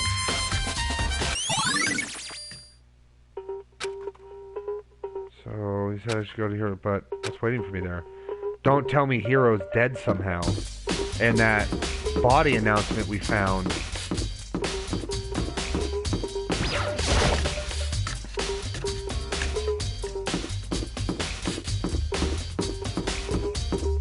heroes at the end of the hall, right? Sakura, Hina, Leon, Hero. Doors unlocked? I guess I can go inside. It did say to go look. It might be a great idea, but I'm going to take the plunge.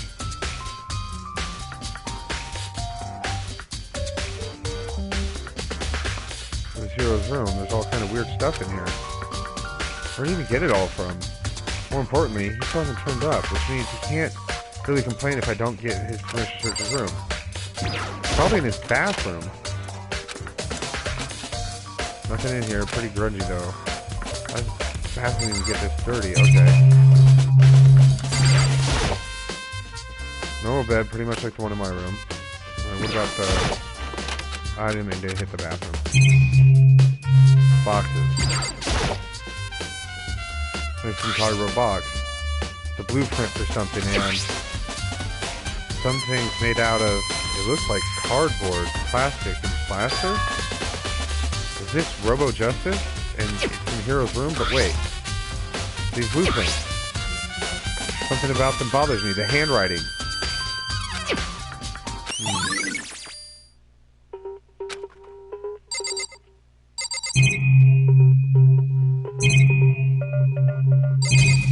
Yeah, okay, nothing else.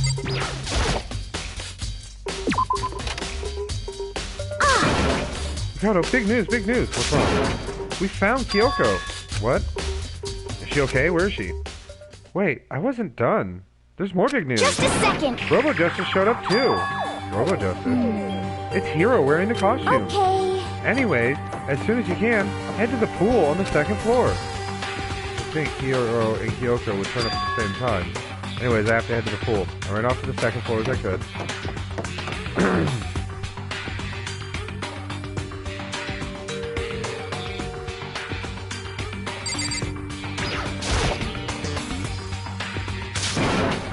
Kyoko and... I mean...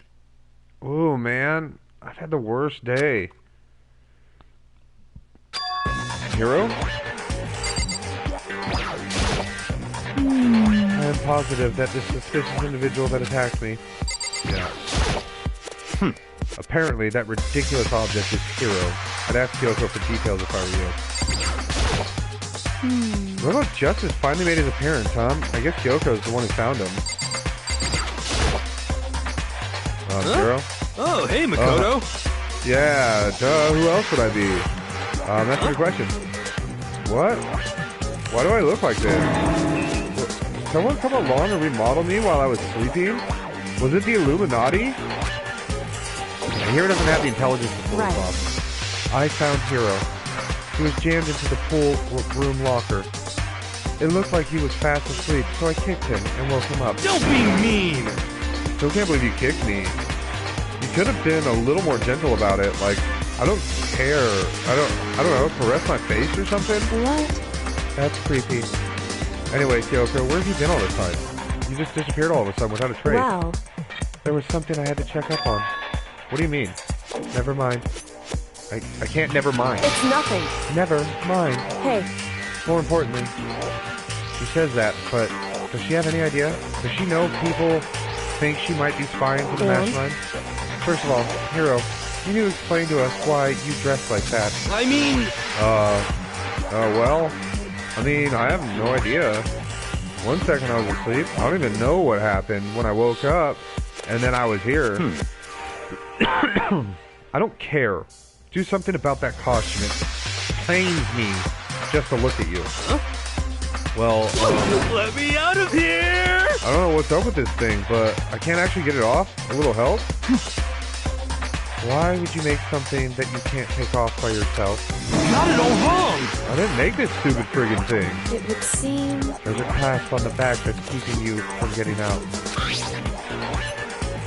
It looks pretty sturdy. I don't think you can get it off on your own. We don't really have a choice. Let's help him. It took everyone's help, but we slowly were able to get Hero off the suit. A few minutes, but eventually we got all the pieces off. Ooh, free at last. Isn't it kind of weird how perfectly the suit fits Hero? So then... More to the point, nobody but Hero would be able to wear that costume. Well, hold on a sec. Honestly, Don't bother trying to act innocent. The blueprints were in your room as well. How the fuck do you know that? Okay. In other words, it's obvious to everyone that you made the costume. That's true. I saw the blueprints myself. Yeah, me too. Could it be... That is obvious. The only one who put on this costume and went around attacking everyone terrible! was Hiro. It's not. Shall we tie him up and gag him? Just the Also, worst. where's Sakura? Good idea. We wouldn't want him killing anyone else. But it's gotta be Sakura. Tie me up? Hold on, guys. I think that's going a little far. That's right. He may be a suspect, but he deserves a fair treatment. Yeah, I mean, attacking blueprints, I have no idea what you guys are talking about. What the heck? You can't talk your way out of this. It's been decided you killed them. What? Killed who? I have no idea what you're talking about. There must be some fake hero running around. What are you saying? You're the only one who can wear that costume. So who else could possibly be the costume attacker? What the heck? How do you know I'm the only one? Maybe you should just try it on for yourself before you convict me. Okay. Fine. If you're gonna be a jerk about it, I will. Without missing a bit. Should be a beat. Hina started putting on the burglar costume. Justice costume. See? Look. See how loose it is? I mean, come on. I'm blind as a bat in here. Can't see my feet at all. I'm surprised you got anywhere in this thing. I'm telling you, it wasn't me! And not to mention, you totally can't bend at the waist. Seems like a pretty obvious oversight. That's not a very nice thing to say. I mean, it's not like I made it. I just got caught up in the moment. Well, either way, now we know for sure, right? I mean, it seems pretty clear that nobody but Hiro could have fit into this dumb costume. In a huff, Hina took the suit back off. Ah. Well, now you're all out of excuses. No, see, it's because you're a girl. If it was another guy, then... Makoto, go ahead. Okay. That's why I picked up the pieces off the floor and tried putting them on. No good, the arms are too long. There's no way I can wear this. Just a second! See, I told you it was impossible. It's definitely Sakura. I was thinking it was her, but it's gotta be Sakura. She probably took the laptop and then convinced Hifumi to help her so that he could get Chihiro back. You're absolutely right. It seems this costume was made to fit Hiro's body exactly. But... Then there's another costume. There must have been one that looks the same, but it's them. If you insist on this line of defense, then show us some evidence. What the heck? Evidence? You claim there's another suit, yes? Then you must find it and show it to us. Just the worst. Who cares? Hiro's the only one without an alibi during this whole thing anyway. That's terrible! Which is how we know it was him. What? I mean, is that really true? I have no idea what's been happening. Can someone, like, tell me?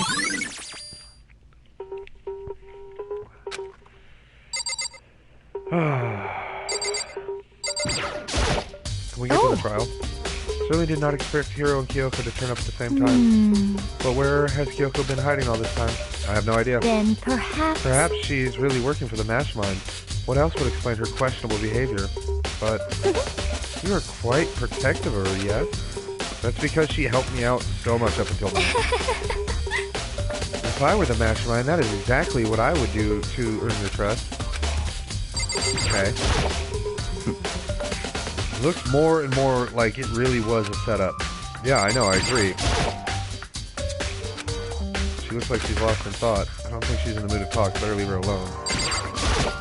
What the heck? There's no talking your way out of this one. You did it. Everyone knows it. What the heck? If you don't tell me what's going on, how am I supposed to understand? I think I figured that out. Someone's been killed, right? Hey, Makoto, who was it? Well, 2 people were killed. It's Taka and Asumi. What? 2 people? Just the worst. Why are you freaking out? You did it. I did not. Huh? Wait, hold on. If those 2 are the only ones that were killed... How about that? That's it. I know who did it. So then... You may as well tell us then.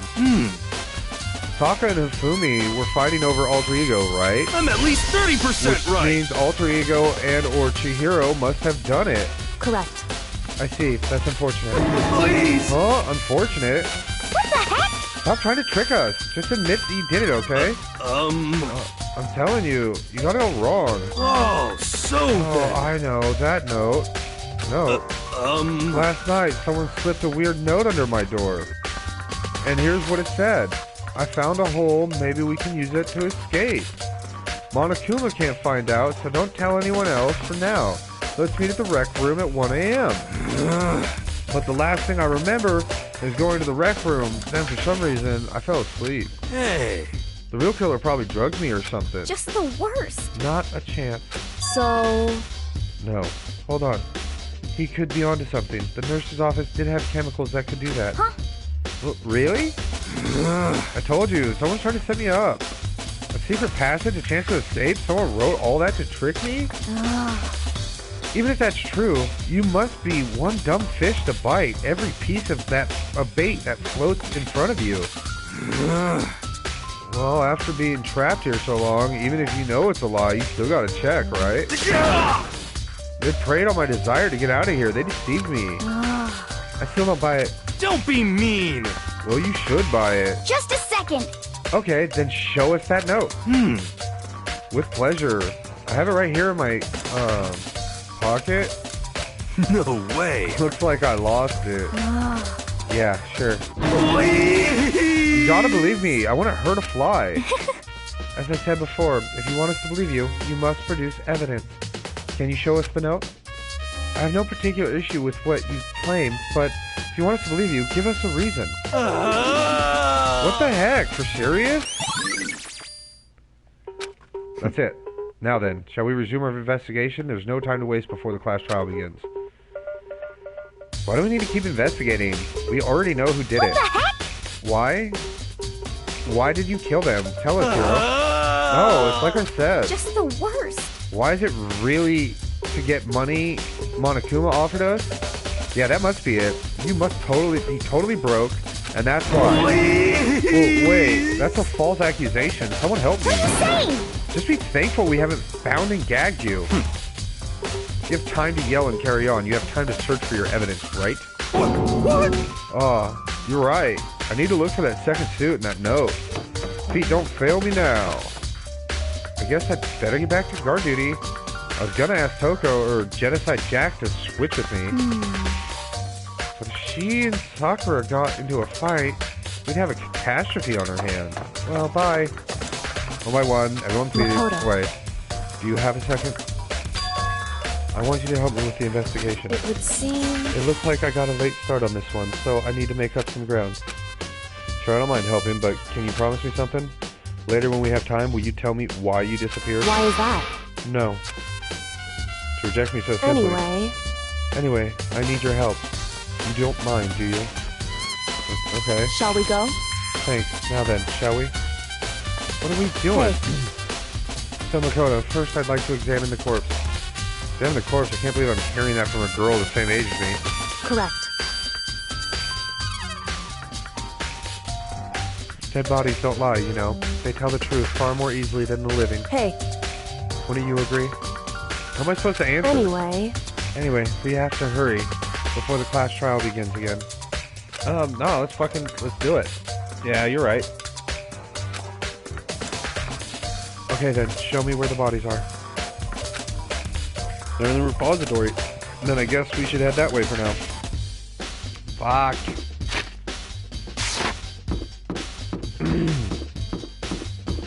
I already got this locked in the bag. Fucking Sakura.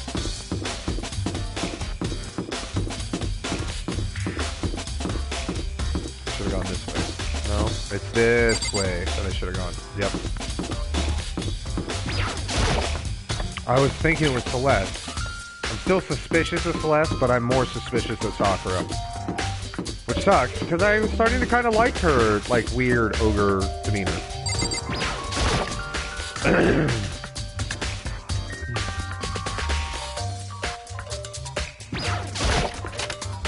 No. Well, I mean,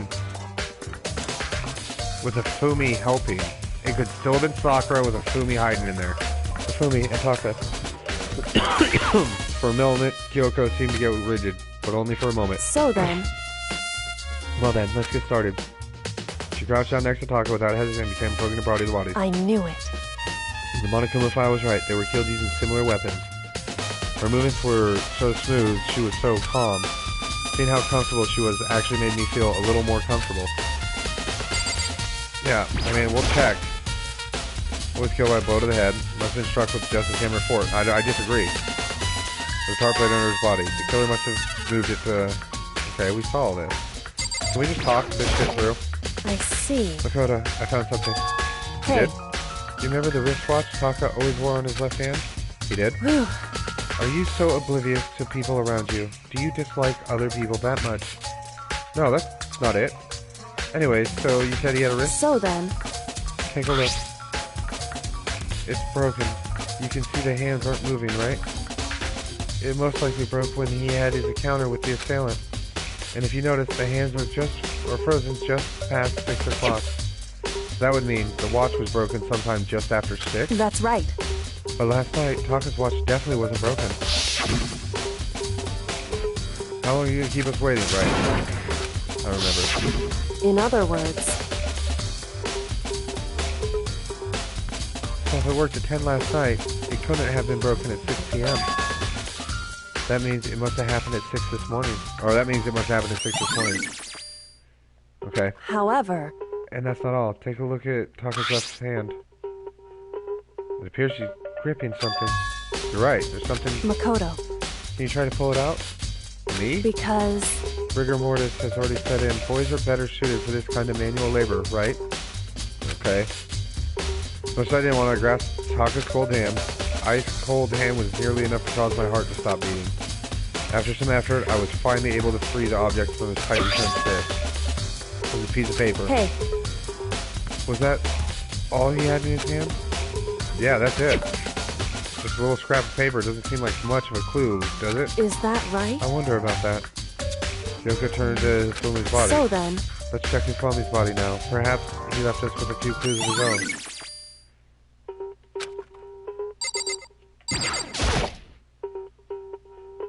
Biggest problem I have right now, the killer was able to... Okay. So same shit. Except for she's involved. Oh, I just have to talk to her now. Should have thought that. So did you find anything? I did. More than I expected, to be honest. Look at this. A wad of paper. That's right. Fumi had it hidden on him. Hidden? Indeed. He stuffed it in his pants, so I can only assume he'd hidden it on purpose, see? In his pants? Wait, so you... Why is that? It was just his pants. Not like his socks or something. I don't know what that means. Hey. Anyways, let's take a look at the paper. Go ahead. Makoto, open it up. When I think of how it was stuffed down his pants, it's like, it better be important to me, or I'll never forgive you for this. It's the ripped piece of paper. A note. I found a hole maybe we can use to escape. Monokuma can't find out, so don't tell anyone else. For now, let's meet in the equipment room at 6 a.m. So... That sounds very familiar. That's it, it's the same thing Hiro said. Then he was telling us the truth. However... Although, it's not exactly the same, is it? Last night, someone slipped a weird note under my door. And here's what it said. I found a hole, maybe we can use to escape. Monokuma can't find out, so don't tell anyone else. For now, let's meet at the rec room at 1 a.m. The time is different. Hiro told us that his note said to meet at 1 a.m. But the note they wrote to Fumi asked him to meet at 6 a.m. Is that right? Hold on. Just because Fumi had the note doesn't mean it was meant for him. Huh? So... Part of this has been torn, right? I think there's likely some meaning there. There's some sort of meaning being part ripped. Could you maybe explain a little more? Think carefully. Hey. It was meant for fucking Taka. Why would he have been clutching that scrap of paper so tightly? I have no idea. So then... What if it wasn't just a scrap of paper when he was holding it? What if it was something more important? And how would something important like that become a mere scrap of paper? That's what you need to answer. Hey. And while we're at it, I should tell you one other thing. The two victims this time definitely had their e-handbooks on them. So the handbooks have nothing to do with how the murders were carried out. Not that there was any reason to think they were connected to the killings in the first place. So you're saying I don't have to think about handbooks this time, right? Is that right? If you didn't have to think about them at all, I wouldn't have gone out of my way to mention it. All I said is that they weren't used to help carry out the murders. There may come a point, however, where a handbook may play a role. Handbook may play a role. I don't understand. But if Kyoko thinks it's important, you better keep it in mind. E-handbook. All right. All right, guys. Let's fucking do this.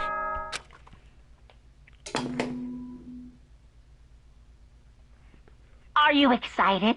Are you pumped? It's time for the class trial to begin! Like the bright burst of fireworks, like the flash of a soul clashing with life and death. And so, with no further ado, everyone please meet at the usual spot. Make your way to the red... Right. Yep, we're going now.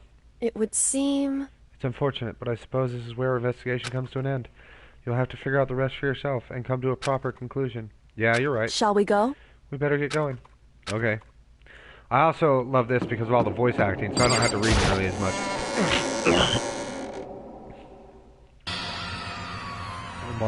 Okay. As soon as we're all there. Monokuma appears! Hello! Hello! Hello! Multiplied? Wrong. Nope, not multiplication. It just looks that way because of an illusion. I'm moving so fast, it only looks like I've multiplied. Can you guys tell which one of us is the real Monokuma? Can we just get on the elevator already? Boy, tough round. We're not playing along. Stop talking. We're not here to play with you. Okay. Hey! Then if everyone's here, ready to go, please board the pain train, elevator. I'll see you guys down there. Let's go. Okay, then shall we? Please! I'm not mentally prepared yet. What the heck? You'll never be mentally prepared. You can't run away anymore, hero. You're gonna pay for your sins. What the heck? I told you already, I didn't do this for serious. That reminds me, did you ever find the other costume, or no? Well, no, but... How unfortunate. Then it would seem we have our culprit. Hey. This isn't the place to talk about it. Save your accusation for when we get to the courtroom. That's right. She's right. Let's get down there first, and then the story can really begin. Yeah, good idea. I'm down. Let's fucking go. I have to do it. I can't let whoever killed Hifumi and Taka get away with it. For everyone who's still alive, and for the two lost their lives, fucking got this. I'm down. Fuck them both anyways. The one who killed Hifumi and Taka, the one who killed all of her friends, the killer is, the one right here. Yeah, let's go.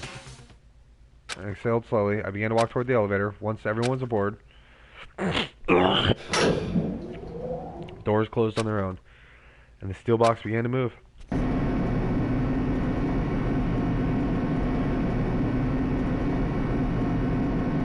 Clunking of the elevator kept us company as we fell further down.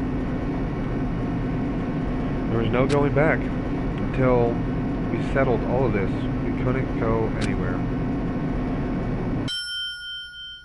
I'm not sure how long it was before the elevator finally came to a stop. The elevator doors slid open, opening up to a cruel fate. When I see you all gathered together like this, I realize just how few of you there are left. Your school life is slowly reaching its climax. Just the worst. Because of you. Why? Why are you making us do such cruel things to each other? What? What? Do you really hate me so much? But I'm so cute. Come on. Stop goofing around and begin the trial. Don't rush me. Of course I'm going to start it. I would never be like, stay tuned for the action-packed class trial after this commercial break. Yoo-hoo! I'd never hold out on you like that. Okay, let's begin.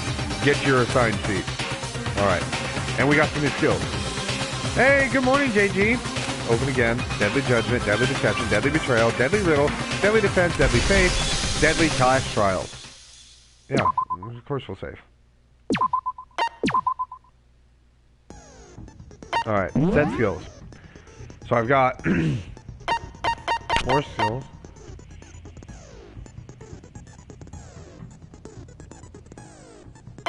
Steady's aim. Increases the bullet capacity, effective during bullet time battle. Allows you to reload 2 bullets at once, effective during the bullet time battle.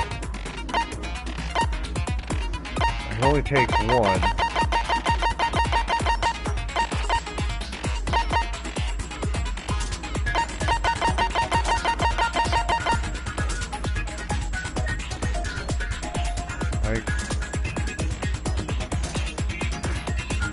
I want that.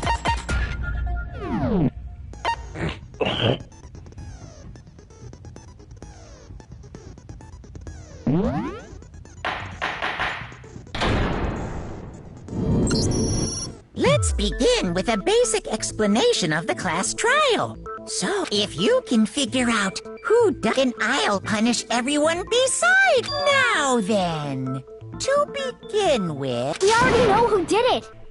Was that? It was Hiro. He does not have an alibi for when the murders took place, and we found him in that suit.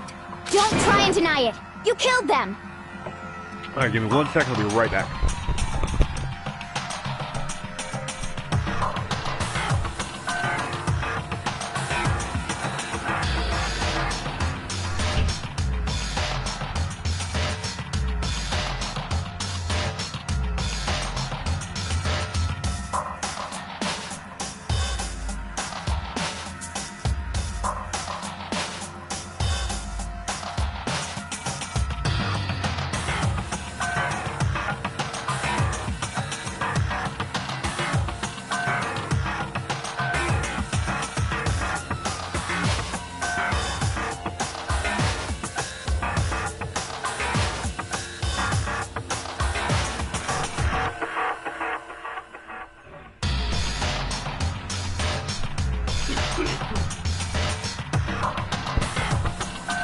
Alright. I didn't! Let's do it. Someone knocked me out! I was asleep the whole time! I don't know anything about it! Shut your murdering mouth, murderer! Who are you calling a murderer? I am sorry to say, Hiro, but we do have evidence. Blueprints for the suit. Parts we assume were used to build it, and all of it was found in your room. You have to admit, the evidence is quite compelling. It points to you as having created the suit and wearing it while committing crime after crime. How many times do I have to tell you? I believe you. I don't know! I totally believe you. You can make that cool. Alright, is it gonna give me multiple bullets this time? I bet it will. Nope. This is definitely easier than the second game, at least this part. Everything we found in your room. The blueprints, the suit parts, they are all proof enough that you are the culprit. I don't know anything about that stuff! It's not true! It's a conspiracy! Hiro, why? Why did you kill them? No! Just hold on a second! Okay. Yeah, I mean, I agree with that. It's everything we found in your room. The blueprints, the suit parts. No, what's wrong?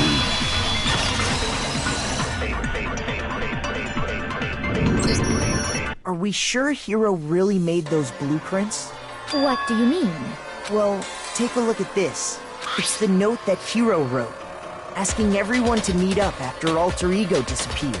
The handwriting's obviously different, wouldn't you say? When you compare it to the blueprints.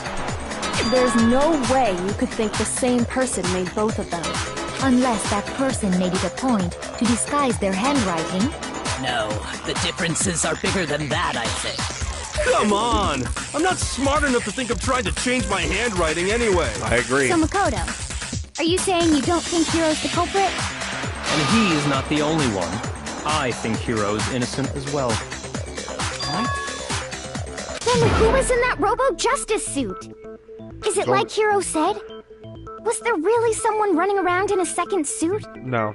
The suspicious individual hidden within the suit. Go ahead, Makoto. Tell them who it was.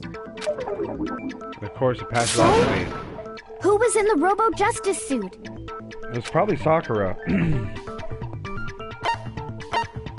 No, it was Hiro. Other than Hiro, I can't think of anyone else it could have been. Obviously, he was the one in that particular suit. But Fumi was We holding never his... found any kind of second suit. Fumi was holding his arm. Then there can be no doubt.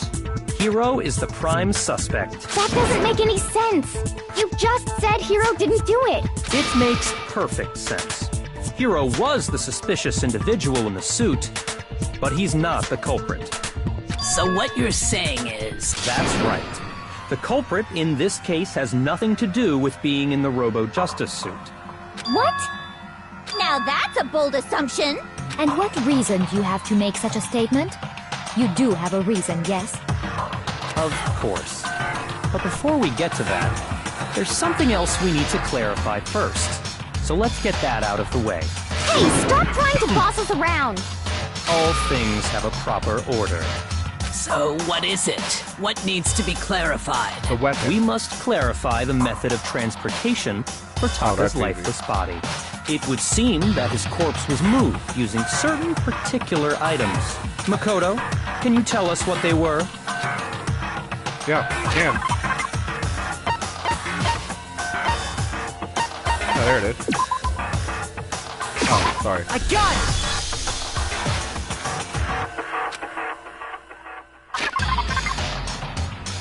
Blue tarp. I got it! Damn. They were a dolly and a tarp, right? What's the So, attitude? let's see if I can explain. Taka's body disappeared from the equipment room. And then we rediscovered it in the repository. And when we found it for the second time, it was wrapped in a blue tarp, right? It was the same tarp that, up until then, was stored in the equipment room. So the killer must have seen it there, and decided to use it when they moved Taka's body. That way, they wouldn't leave any bloodstains while they were moving it. Okay, that explains the tarp. And the dolly? Same thing. I'm sure the dolly was in the equipment room when we first found Taka's body there. But when the body disappeared, so did the dolly. Later, when Taka's body reappeared in the repository, so did the dolly. In other words, you think they used the dolly to move the body. Am I right? But are you sure you are not mistaken? Taka's body they definitely used, but Are you assuming... absolutely positive the dolly was in the equipment room when we found Taka's body?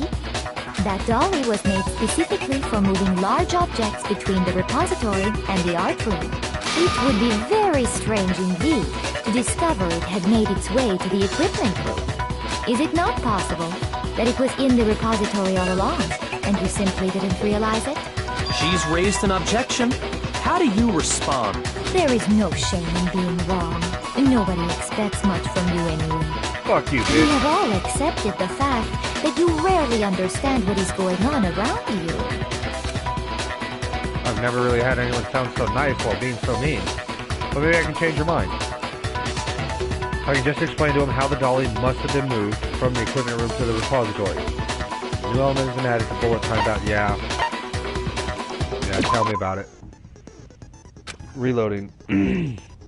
Bullet time out. We're going to add one more ingredient to the recipe. At the bottom of the screen, underneath the tempo marker, you'll see an ammo count. Up until now, there hasn't been a limit on how to destroy your opponent's statements. From now on, just locking on and pressing the triangle button won't be enough to handle them.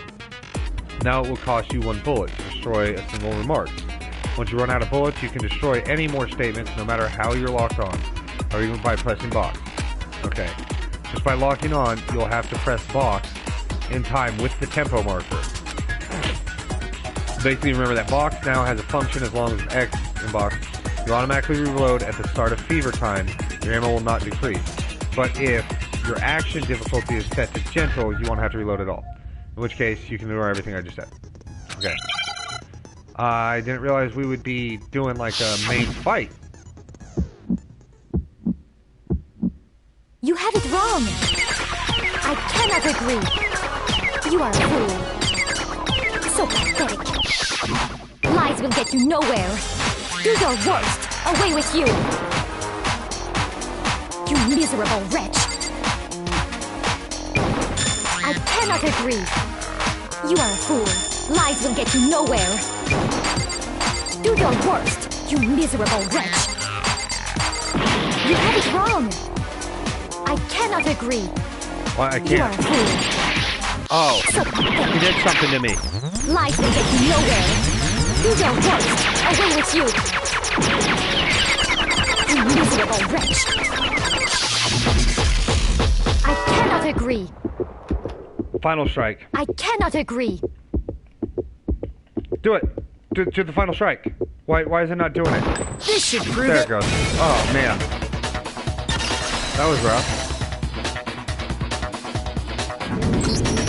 If you're asking for proof that the dolly moved, I have it right here. When I found the dolly in the repository, one of the wheels had a blood stain on it. There was a pool of blood in the equipment room with a tire mark in it that matched the dolly wheel's tread. The killer probably rolled the dolly through the blood on accident as they wheeled the body out of the room. And as the blood dried on the tire, they moved the body into the repository. So there's my proof that the dolly was used to move Taka's body.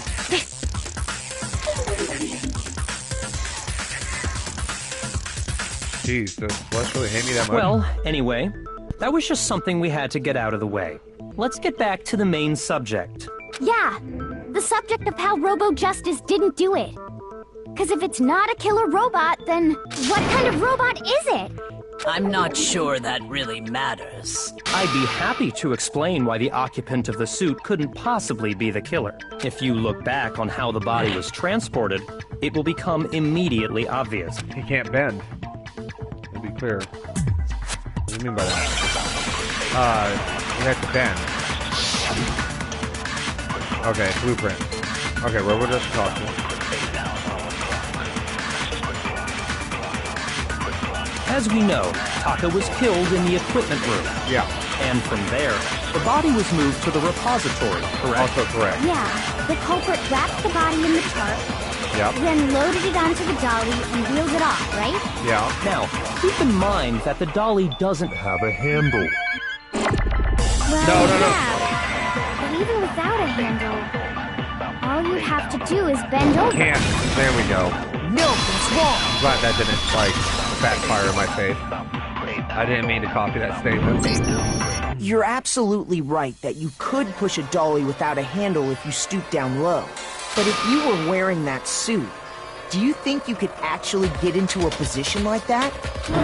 What do you mean? Think back to what you said when we were all checking out the suit together. Remember?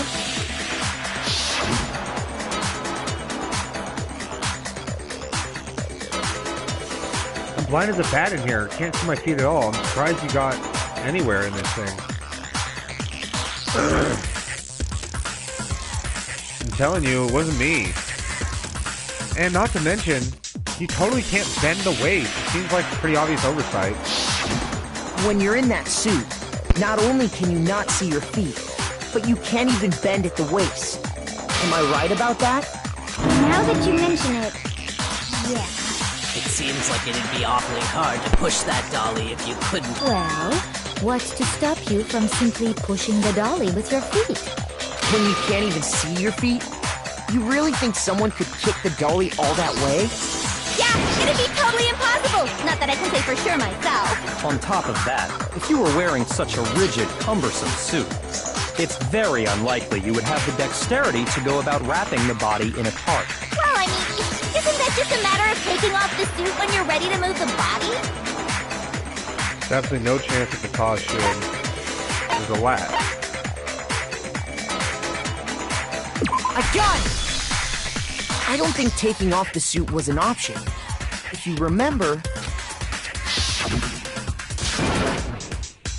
I don't know what's up with this thing. I can't actually get it off. A little help? How would you make something that you can't take off by yourself? I didn't make this stupid friggin' thing.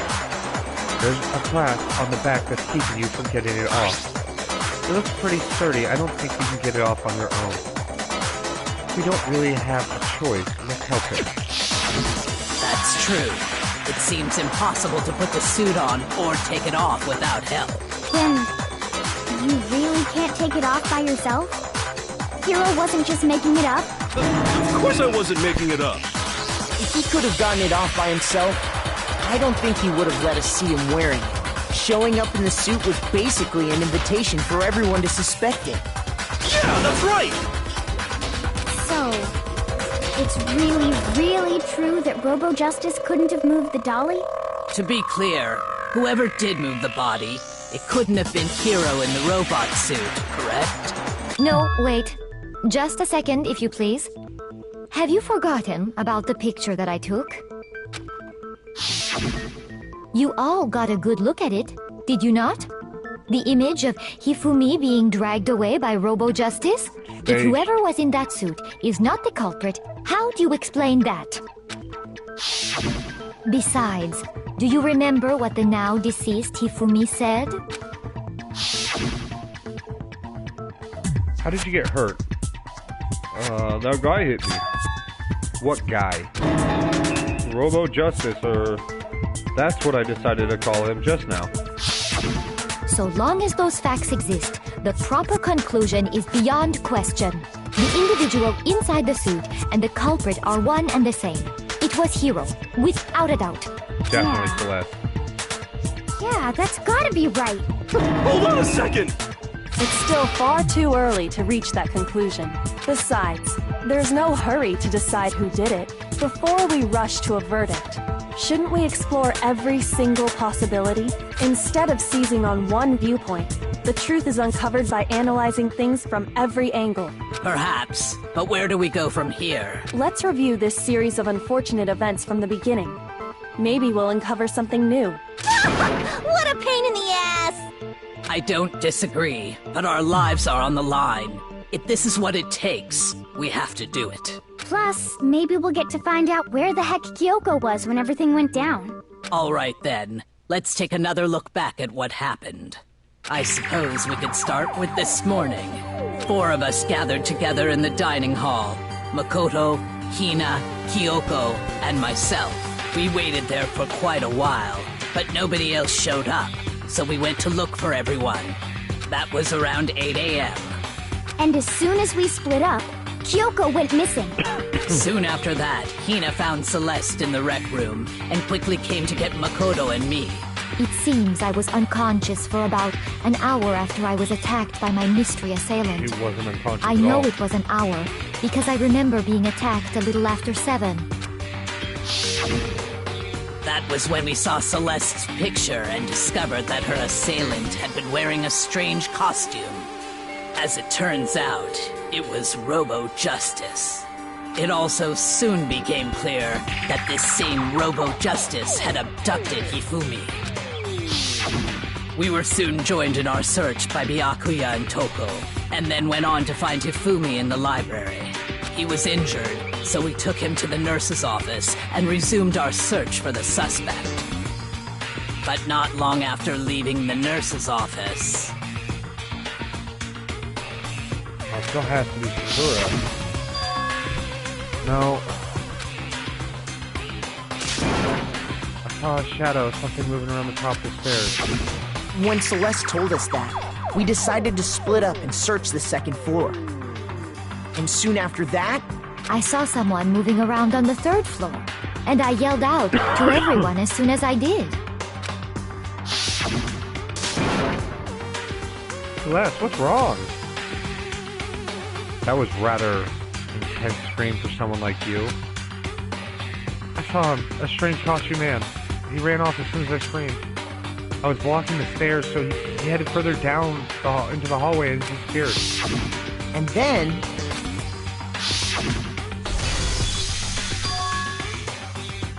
Huh? What was that?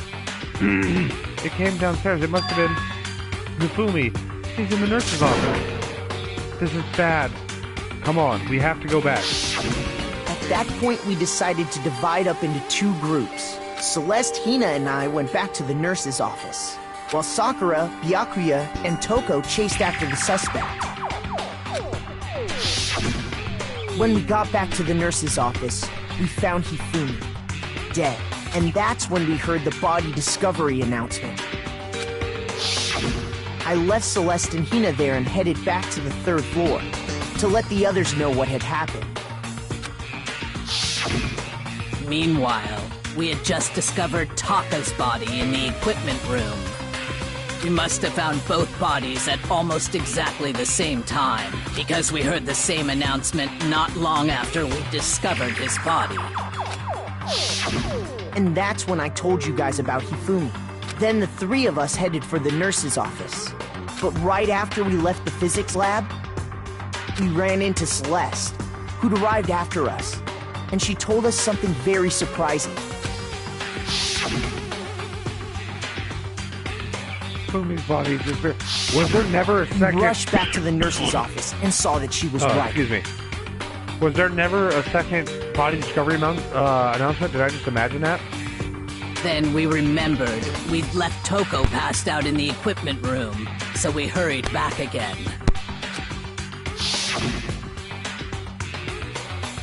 This can't be happening. Are we hallucinating all of this or something? But when we got there, we discovered that now Taka's body had also gone missing. Next thing we knew, we were searching the school for two missing dead bodies. And after some time... Celeste informed us that she'd found the bodies, and we all headed to the repository, which is where we rediscovered the corpses. I think that about covers it. I see. The whole thing sounds exceptionally complicated. It certainly seems to me that these are not a simple series of connected events. Okay, well, if that's true, then what? Rather than a single series of events, I think we have to consider each murder a separate situation. And from there, we can uncover the contradictions surrounding all of them. Now then, let's get started, beginning with what happened to Taka.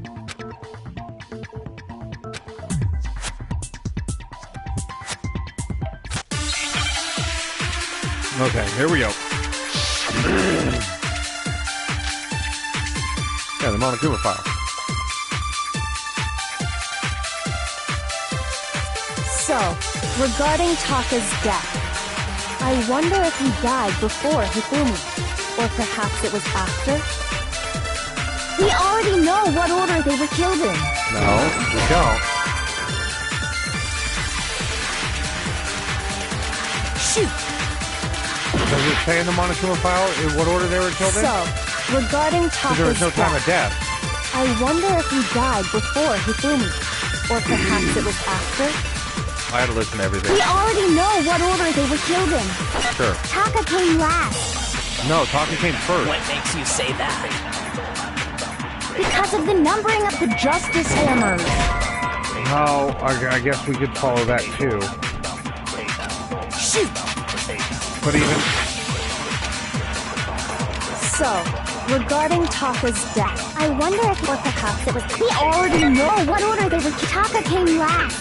What makes you say that? Because of the numbering of the Justice Hammers. It's true that Hifumi was killed with Justice, while Taka's death came from a swing of Justice Hammer 4.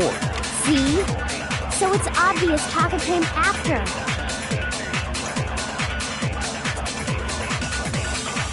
What did I miss?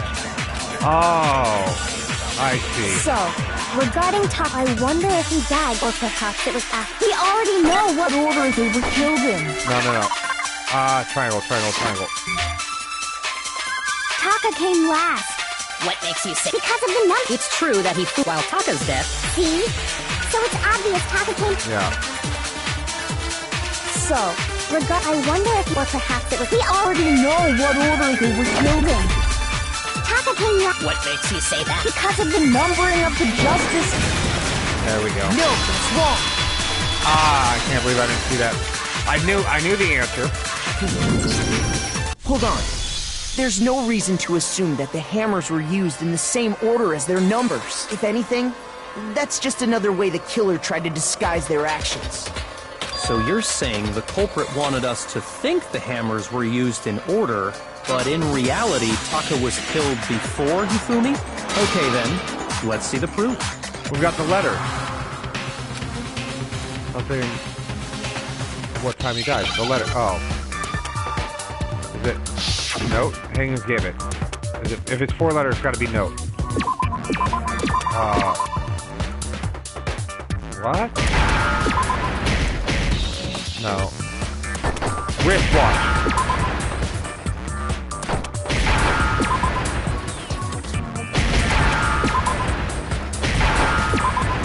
Give me an H. Give me an H. Give me an H. Got it. Now I understand. I got it. Taka's wristwatch. See? Look. It broke with the hands pointing just past 6 o'clock. It must have gotten broken when he was attacked by the killer. Because as of last night... Right. We're just gonna... We already know. So if it wasn't broken after 6 last night, then he must have been attacked around 6 this morning. And that would be his official time of death. But if that's true, then he was killed well before Hifumi.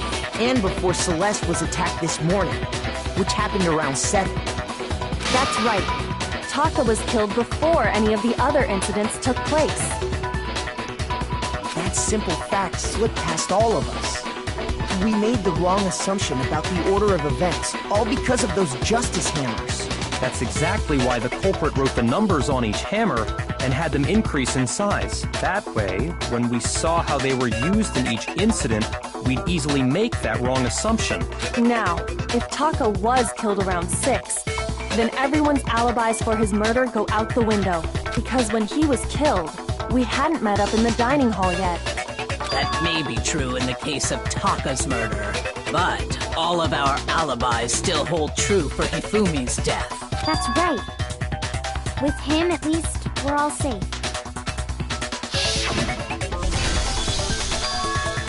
Huh? Right, we got that. When we heard Hifumi screaming, we were all together. Except for Hiro and Kyoko. Then we all ran down to the nurse's office, and that's where we found his body.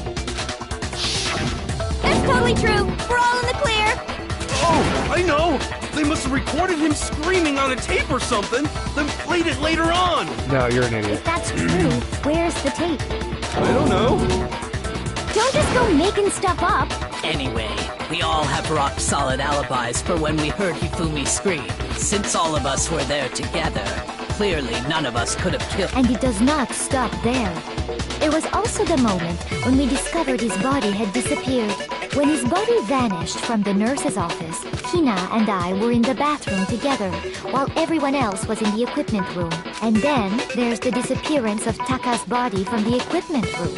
At that time, we were all gathered together in the nurse's office because of Hifumi going missing. Well, don't forget, I was passed out in the equipment room the whole time. Wait, then what if Genocide Jill did it? She could have dragged Taka's body out of there right then!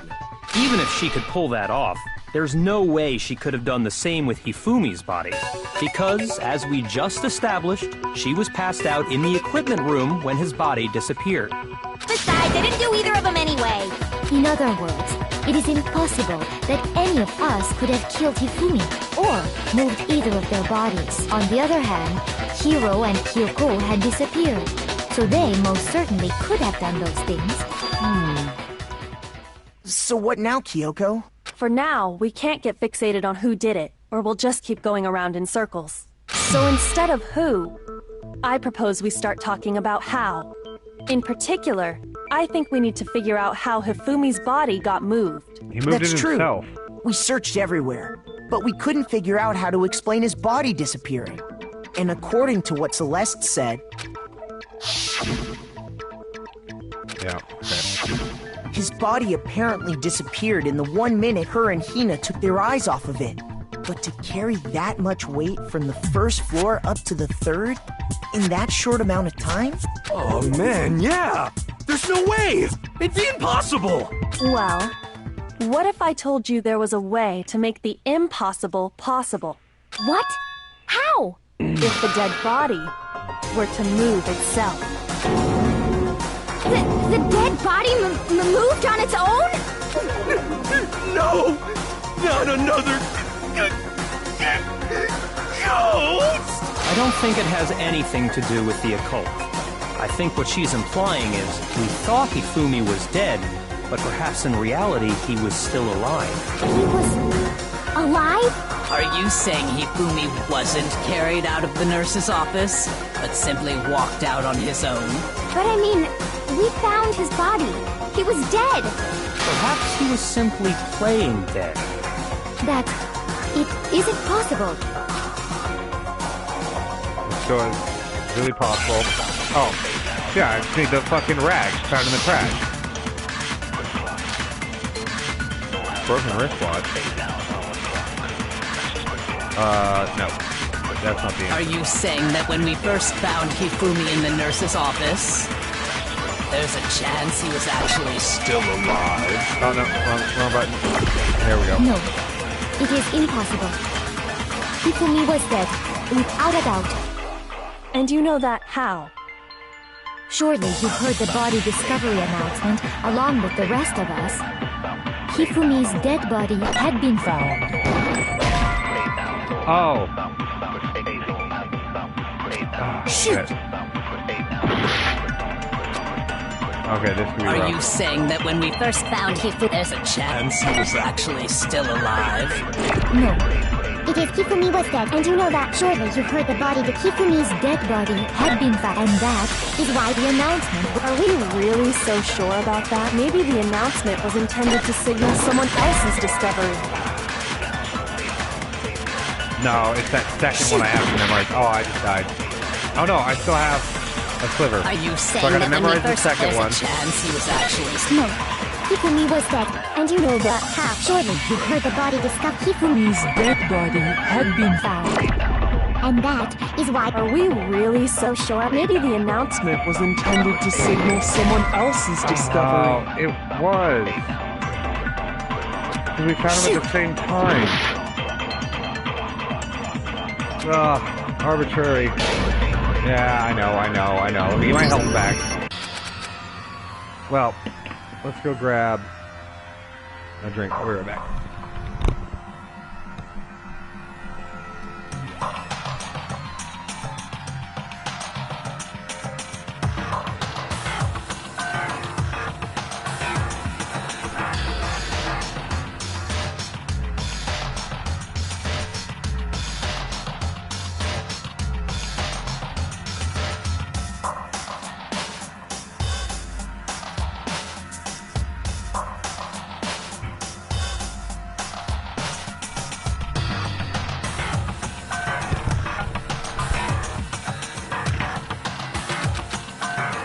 Yeah. I refuse to give up yet!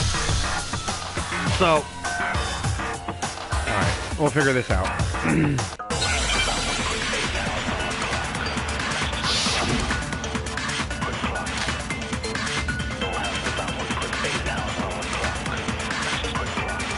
Are you saying that when we first found there's a chance he was actually still... No. It is Hifumi was dead, and you know that. Surely you heard the body, the Hifumi's dead body had been found, and that is... Are we really? Maybe the announcement was intended to signal someone else's discovery. Yeah. Dead body. I'm sure the body discovery announcement was only made once. Bodies were discovered almost at the exact same time. Are you saying that when we first found him, there's a chance he was actually still alive? Oh man, I gotta run through this twice now. Shoot! Are you saying that when we first there's a chance he was No.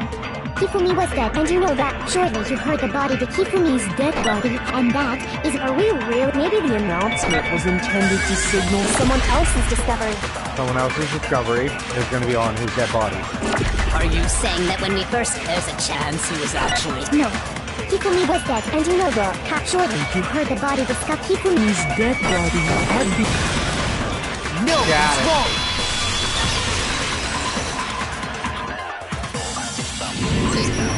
Was the body discovery announcement that was made really intended for Hifumi? Of course it was. The announcement played right after we discovered his body. Maybe. But that was also the same time that Taka's body was found. That's right. It wasn't long after finding his body that we heard the announcement. So there's a good chance we've made a mistake in there somewhere. I think we've confused whether the announcement was for Hifumi or Taka. First of all, if 2 bodies had been found, there really should have been 2 announcements. Maybe Monokuma simply got lazy and rolled them together into one. What do you say, Monokuma? Any comment? Well, it's a very sensitive issue, so I can't go into too much detail. But what I can say about the body discovery announcement is that it's only broadcast when 3 or more people find a dead body for the first time. That didn't answer our question, man. We're asking if you're a lazy bum. No, actually, that was plenty.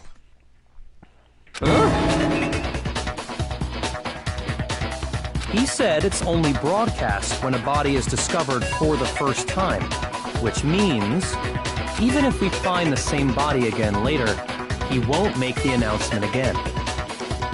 If that's true, then why was the announcement made again later on? Huh? Later on? Exactly. We heard the body discovery announcement twice.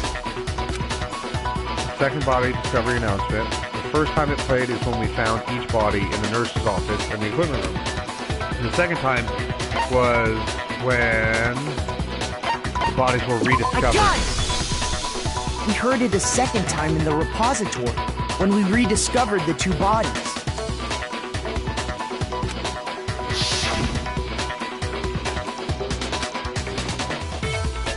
Because he wasn't dead yet.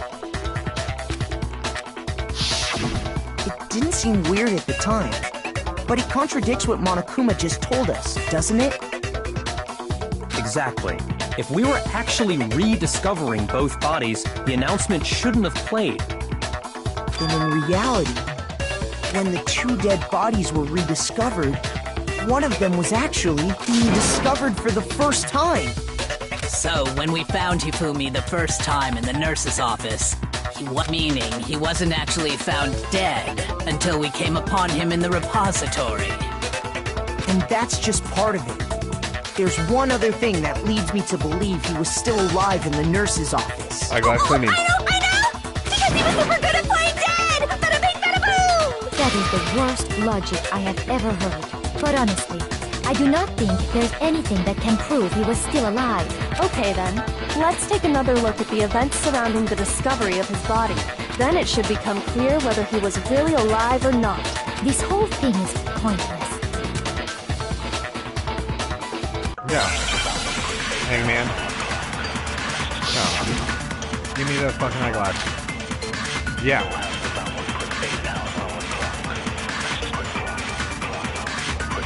Well, here's one thing we do know. The first time we found Hifumi's body was in the nurse's office. And then, while me and Celeste were in the bathroom, his body disappeared. And the next time we saw his body, it was in the repository. But when you compare his body before being moved and his body after being moved, other than the change in how it was positioned... Ah, I jumped the gun. Shoot! Well, here's one thing we do. The first time we found him, and then his body disappeared. And the next time it was in... But when you compare his body before... Other than the change in how it was positioned, there was no notable difference. What? What? No, it's wrong!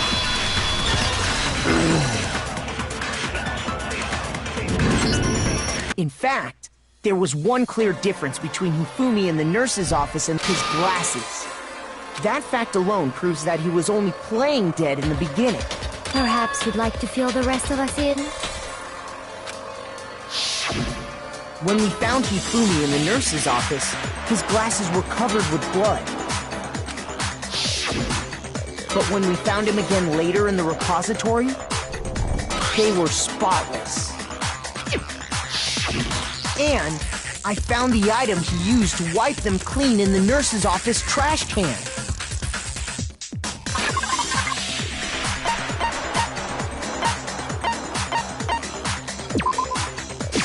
I got it! It was a glasses cleaning cloth featuring a certain cartoon mascot. One look at the bloodstain on the cloth should make things clear. This piece of cloth was used to wipe Hifumi's glasses clean, and the mascot on the cloth is the same one that's on the digital camera. And whose digital camera was it? Hifumi's, of course. The character was Princess Piggles. From Demon Angel Pretty Pudgy Princess, I think. I highly doubt anyone but Hifumi would have brought something like this to school. I see your point. And the only people here who wear glasses are... I wouldn't be caught dead using a tacky piece of garbage like that. A few tissues is all I need to keep my glasses clean. Then there's no question. It belonged to Hifumi. So what you're saying is... What I'm saying is, the blood on his glasses was wiped away using his own glasses cleaning cloth. Even if that is true, it does not mean he wiped the blood off himself. But who would benefit from a clean pair of glasses other than the glasses owner? That's a good point. Then it must have been him, right? So let's assume that Hifumi was still alive in the nurse's office. He pretends to be dead. Then when he's alone, he wipes his glasses clean so he can see. Then he stands up and walks out on his own 2 feet. And with that, the impossible task of moving his copious corpse becomes possible, wouldn't you say? But then, if he was just pretending to be dead, what was with all that blood? Was it paint or something? The fridge in the nurse's office contains packs of blood for emergencies. He probably used one of those. He figured if he was gonna play dead, he should go all out, so he just dumped it everywhere! But he got crazy with it and had to wipe his glasses off when he was done! God, what an idiot! And if Hifumi was still alive at that point, the disappearance of Taka's body is easily explained. It should be perfectly obvious who must have moved Taka's corpse.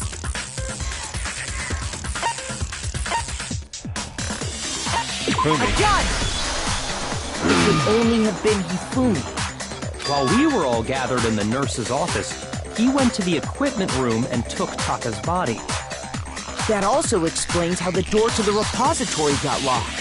The door was locked? Well, after the bodies disappeared, we all went looking for them, right? So me and Sakura headed for the repository. But when we got there, the door was locked. And the repository door can only be locked from the inside. Which means, when Hina and Sakura got to the repository, someone was already inside. And it could only have been Hifumi, who just finished stashing Taka's body there. He convinced us all he was dead. And when he saw his chance, he dragged Taka's body to the repository. So, Hifumi wasn't just another victim in this case. He was one of the assailants. He was an accomplice. But that means he took part in the murders. I just can't believe it. If you're having trouble, would you like me to show you one more piece of evidence? There's more? Oh, absolutely. The single biggest fact pointing to his involvement has yet to be revealed. You know what I'm talking about, right, Makoto? The item he took off of Taka's lifeless body?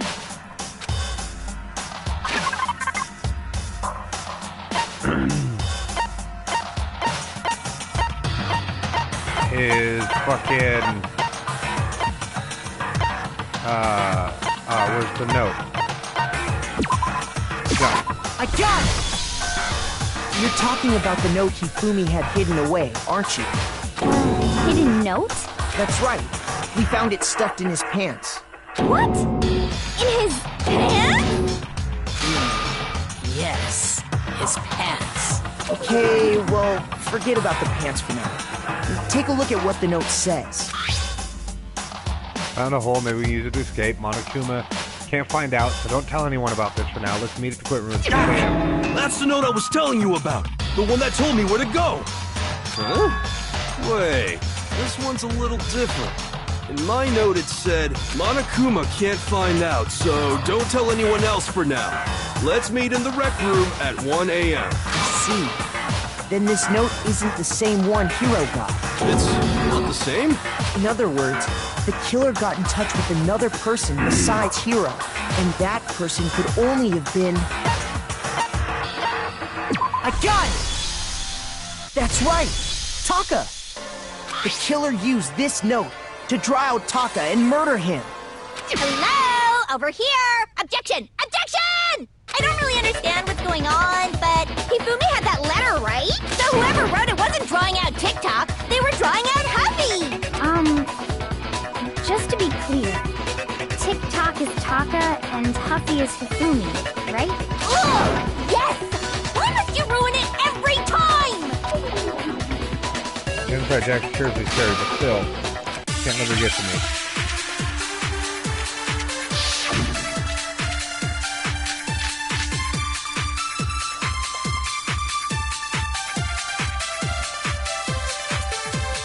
Huffy had the note, right?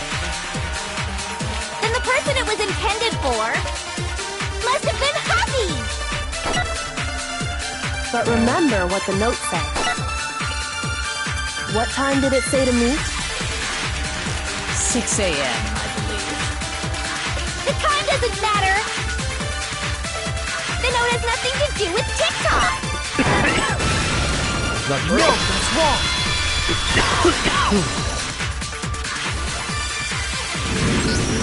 No! There absolutely is a connection. What the hell are you talking about? The note said to meet at 6 a.m., which is the same time Taka was murdered. We've already proven that using his wristwatch. But there's more. Look where the note says to meet. The equipment room, right? Which is where Taka was killed. I see. And the other was the rec room. Taka was murdered at both the time and place written in the note. I think that should be plenty to show that this note was definitely meant for Taka. Well, when you put it like that... No further objections! Then someone used that note to trick Taka. Just the same as me. The culprit really is a cold-blooded monster.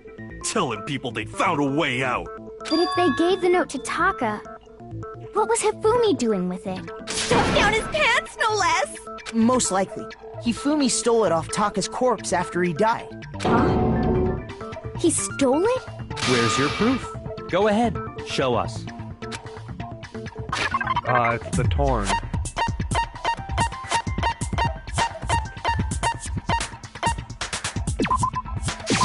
I got it! When I searched Taka's body, I saw that his lifeless hand was gripping a small scrap of paper.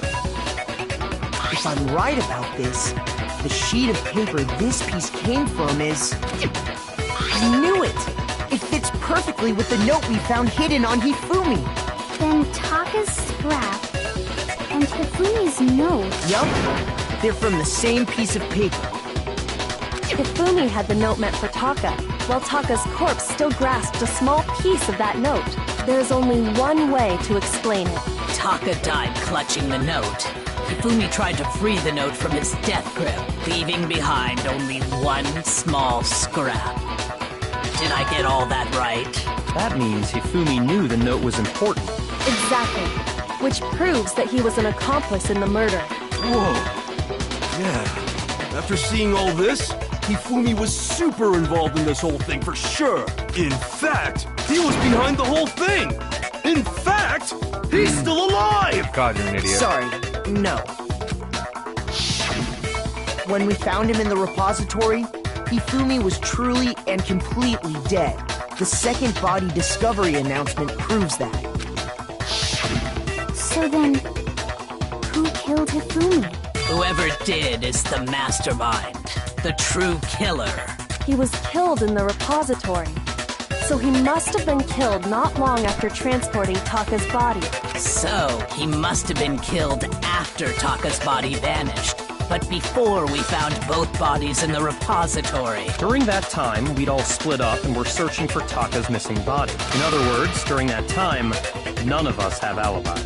Wait, but me and Sakura were together. Stop trying to steal the spotlight, you stupid walrus. Who are you calling a walrus? Anyway, when they were killed bothers me too. But there's something that's been bothering me even more. And what might that be? The weapon they used to kill Hifumi. The weapon? Yeah, because I mean, according to the Monokuma file, the way Taka and Hifumi were killed was almost the same, with them having similar fractures and all. But Justice Hammer 3 and 4 were still laying around in the nurse's office and equipment room, right?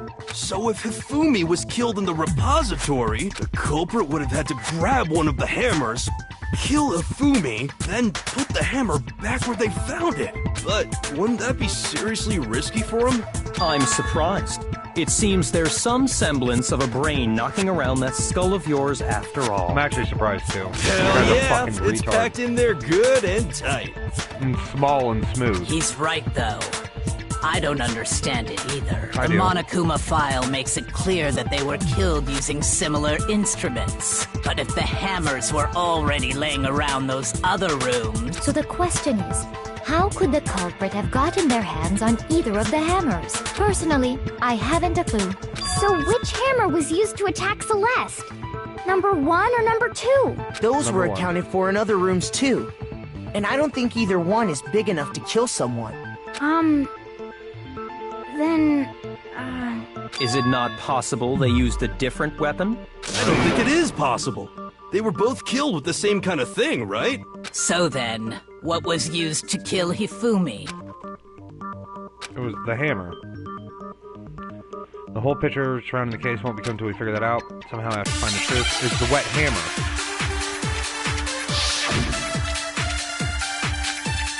Yeah, there we go. Spotless hammer. What was used to kill Hifumi? There we go. Oh, that's right. Not a green. What was used to kill him? Was it Justice Hammer 3? Maybe Justice Hammer 4? Well, whatever it was, there's one thing we have to figure out. How was the culprit able to move around so freely with the weapon? How did nobody witness them carrying it? Sounds like a Justice Hammer 5 is about to make Oh, its Justice appearance! Hammer 5 is the fucking... It's Justice What Hammer. was used? Was it just Okay. maybe Justice? Well, there's one. How was the culprit? How did nobody... Sounds like a Justice Hammer 5 is about to make its appearance! No? It should be... Damn it, it's the spotless hammer. What was used? Was it just maybe Justice? Well, there's one. How was the culprit? How did nobody... Sounds like a Justice Hammer. Check out murdergear.com/... Well, what they the murder weapon had to be one of the Justice. There we go. No, it's wrong. Let's go get another top up. The murder weapon wasn't a justice hammer at all. No, it was something completely different.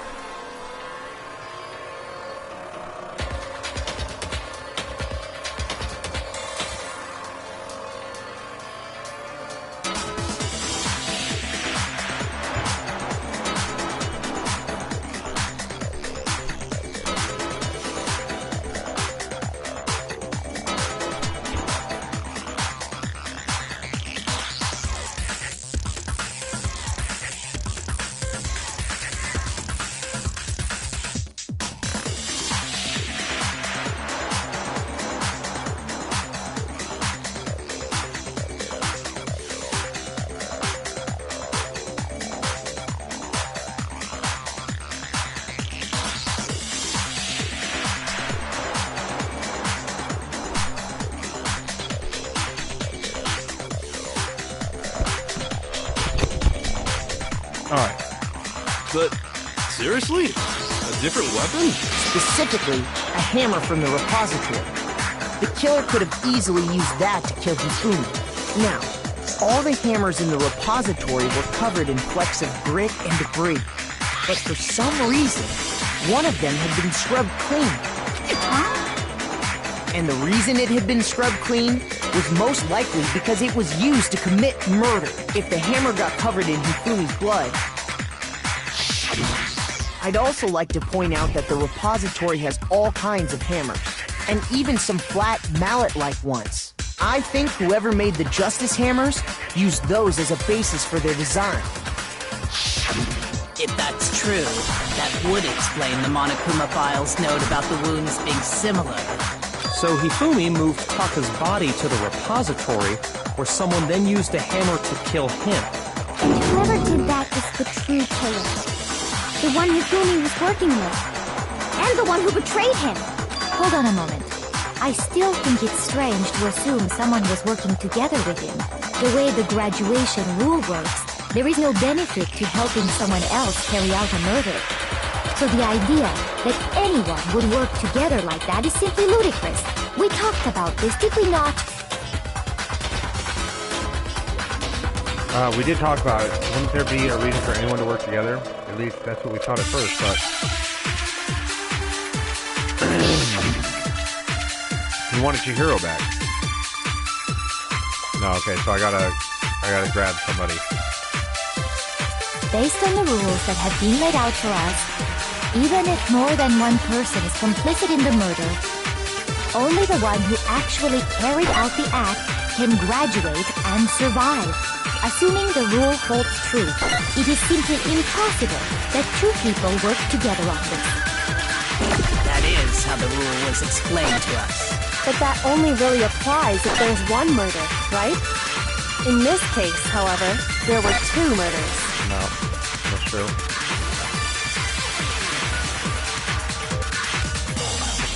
Based on the rules that have been laid out for us, even if more than one, only the one who actually carried, assuming the rule holds true. It is simply... That is how the rule was... But that only really applies if in this case, however, there were two murders. So we're gonna hit the impossible on the two murders. Based on the rules that have been... Even if more than one, only the one who actually carried, assuming the rule holds true. Yeah. No, it's wrong! You have to slow down and think about it. Since there were two murders, it's at least plausible that more than one person was involved. What do you mean? If there'd only been one murder, then yes, the idea of an accomplice isn't really worth considering. Naturally, if only one person can be saved per murder, an accomplice has no risk versus reward benefit. Risk versus reward benefit? The payoff for working together. The reward that balances out the risk of taking part in a scheme. There's no point in being someone's accomplice if there's no benefit to you. However, if there were some potential mutual reward for the risk, then cooperation becomes possible. You're saying that two people could act as each other's accomplices to commit two separate murders. I think that's what the true killer told Hifumi. They would each have an accomplice for their crime, and based on the case's events, Hifumi would have been the first one to act, murdering Taka. They made him carry out the first murder so he couldn't back out of helping them later on.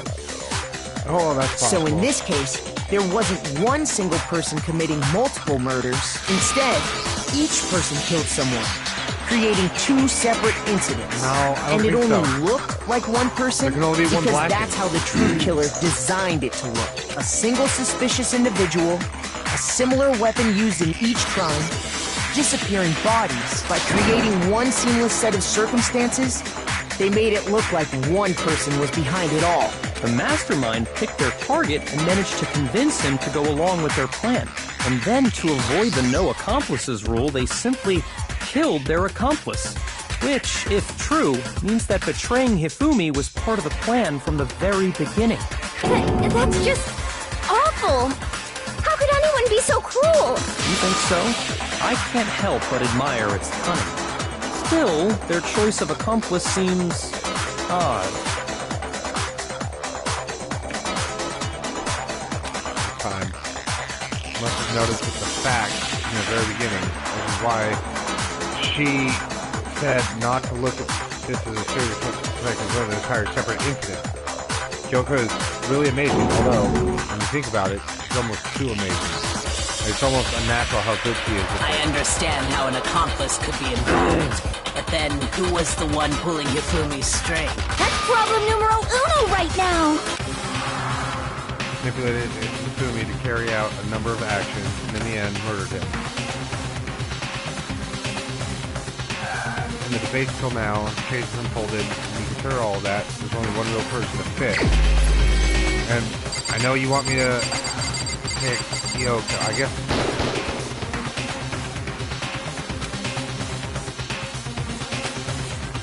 Let's put it that way, I don't really have one. In other words, so then you point out the real story. Oh my god! I was right the whole time, it is Celeste. I thought they were trying to point me to Celeste being Kyoko. Here's my answer. Damn. It was Celeste. So I'm the suspicious individual now, and I really do hate this kind of joke. A joke? I wonder. So what you are saying, then, is that I specifically chose to work together with Hifumi. The idea that I would choose to spend any amount of time interacting with him, It's a bet. that I would go within 10 feet of that shit from brains, that lazy, worthless, goddamn idiot! Pardonnez-moi. Just to be clear, there is evidence to support it. Is that so? It is. Throughout the investigation, there was certain behavior that was common only to the two of you. Considering what we've learned so far, it only further proves that the two of you were working together. I got it! The behavior they had in common has to do with the suspicious individual in the suit, doesn't it? The only ones who ever actually saw Robo-Justice firsthand were Celeste and Hifumi. Shush. The adults are talking now. Fuck you, Byakuya. Sorry. As he said, only Celeste and Hifumi ever laid eyes on the costumed individual. If we accept that Hifumi was one of the culprits, we can't help but suspect what Celeste has said as well. Are you saying everything they told us was a lie? After taking Hifumi to the nurse's office, we all began our search for this individual, correct? And not too long after that, do you remember what Celeste said? Saw a shadow, blah, blah, blah. Yeah, we remember. We headed to the second floor specifically because of what she claimed to have seen. And then we ran to the third Next, floor. to draw us all to the physics lab up on the third floor. She let out a blood-curdling scream. And when we'd all come to see what was wrong, what was it she said?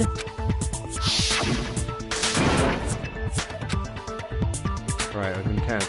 I saw him. Strange costume man. Once she'd done her job of getting us all up to the physics lab, it was time for her partner to get to work.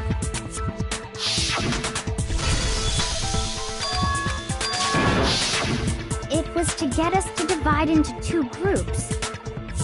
So that we would discover both bodies at the same time? In fact, Celeste was precisely the one who proposed that we split up. Yep, it's true. Well, if Celeste and Hifumi were working together, all those chance events suddenly become connected. And on top of that, that piercing cry of yours early on. That was to signal Hifumi, wasn't it? It was your way of telling him, we're on the third floor, everything's going according to plan. Why else would you let out a scream that could have carried across the sea? I just realized another strange thing. When we found Hifumi in the nurse's office, who we now know was only pretending to be dead,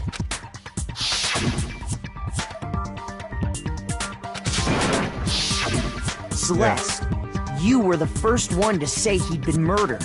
You wanted to make sure we wouldn't have any doubt in our minds. I don't believe it. Everything. The whole thing was one big act. It's a big bluff. Hina, you were with Celeste when Hifumi's body disappeared, right? Yeah. I was feeling kind of sick, so Celeste took me to the bathroom. Wait! Then that was... She wasn't worried about you.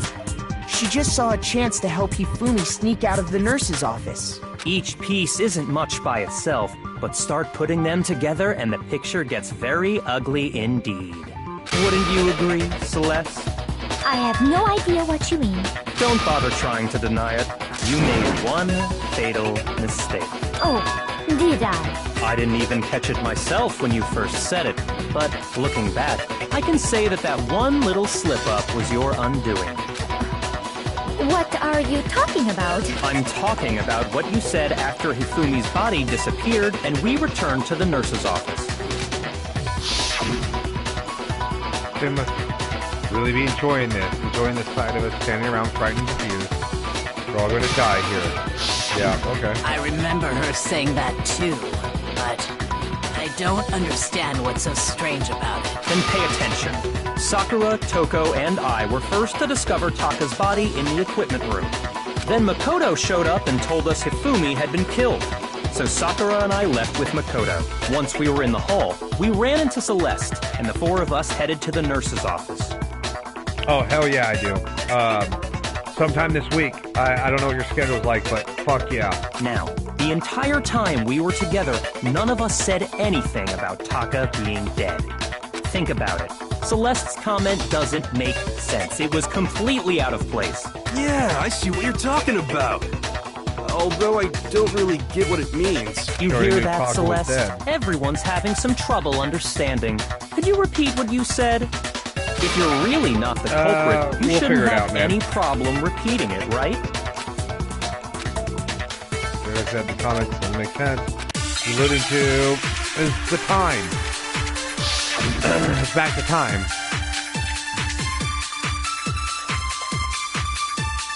It's Celeste. It's definitely Celeste.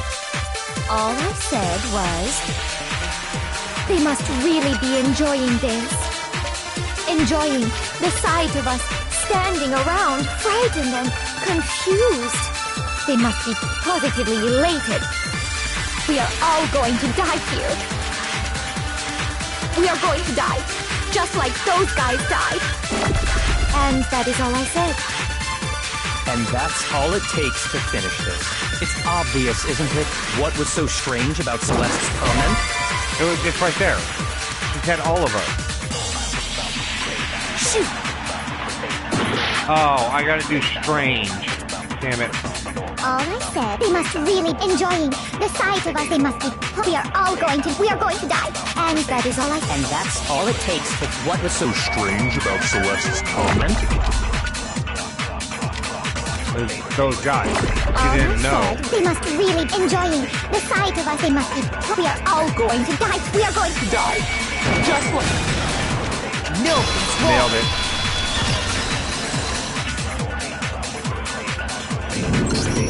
That's right.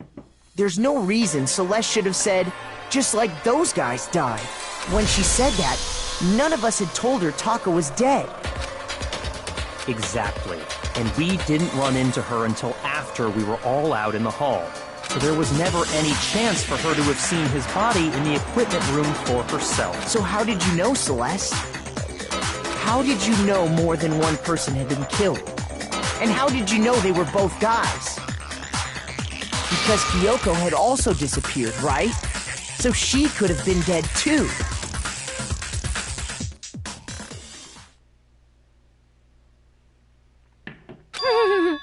You all have such vivid imaginations. You know that? Imaginations?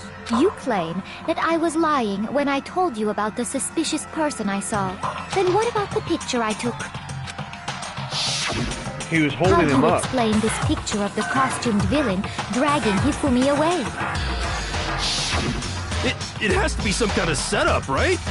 So let's put the suit on, and then she used the camera's timer to set up the picture. Have you so quickly forgotten?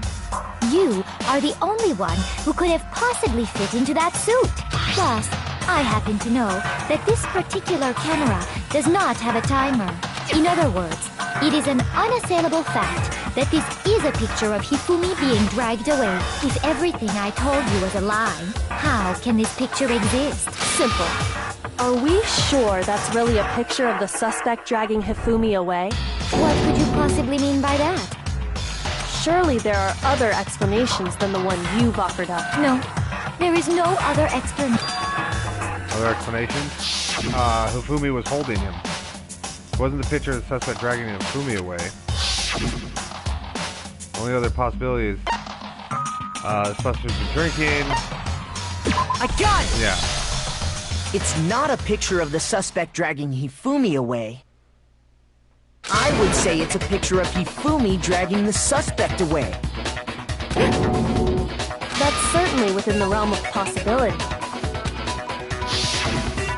The one being dragged off in that picture isn't Hifumi, but the person in the robot suit. We've simply been led to believe that it's the other way around. And the strange costume might only exist to lead us astray even farther. If you saw someone wearing something like that in this situation, of course you'd notice and be suspicious. That's what happened! You put me to sleep and made me out to be the bad guy in all this! Such a thing is utterly impossible. Hifumi was dragging him away? Ridiculous. Is it? I don't think it's ridiculous at all. Then shut your mouth and allow me to educate you. There's no way he was dragging the suspect away. But is that really possible? Alright, let's do it. I got a heart. Robot Justice Blueprint, that's what it is. You dressed me up in that suit after I passed out!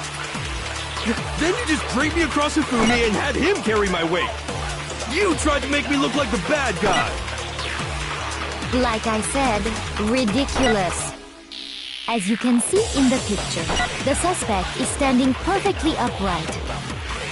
If the person inside the suit was unconscious, there's no way they could stand up straight like that. Ah, that was wrong.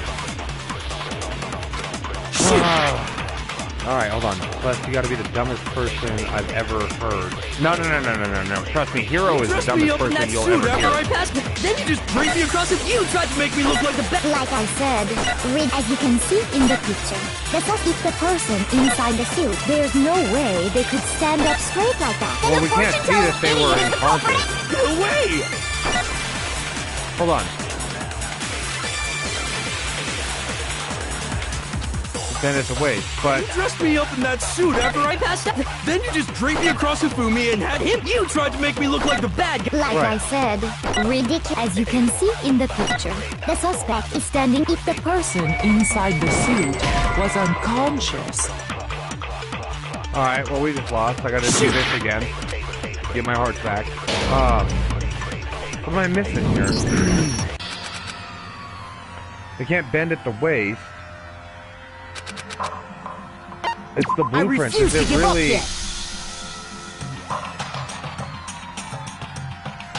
Yeah, I thought it would be standing up straight because they couldn't bend at the waist. Alright, we'll try... Oh, the Robot Justice costume. Robo Justice costume. You dressed me up in that suit after I passed out. Then you just draped me across it and you tried to make me look like the bad. Like I said, ridiculous. As you can see in the picture, the very first thing I thought, but it wasn't the blueprint. Inside the suit, there's no way they could stand. No, that's wrong. That's dumb. No. Even if the person inside the suit were unconscious, they could still stand up like that, because that Robo Justice suit had a certain characteristic. Right. Can't bend. That's right! They totally made a mistake when they made it, so it couldn't bend at the waist. I'm not so sure that was a mistake. I think the suit was designed from the beginning to be used the way it was.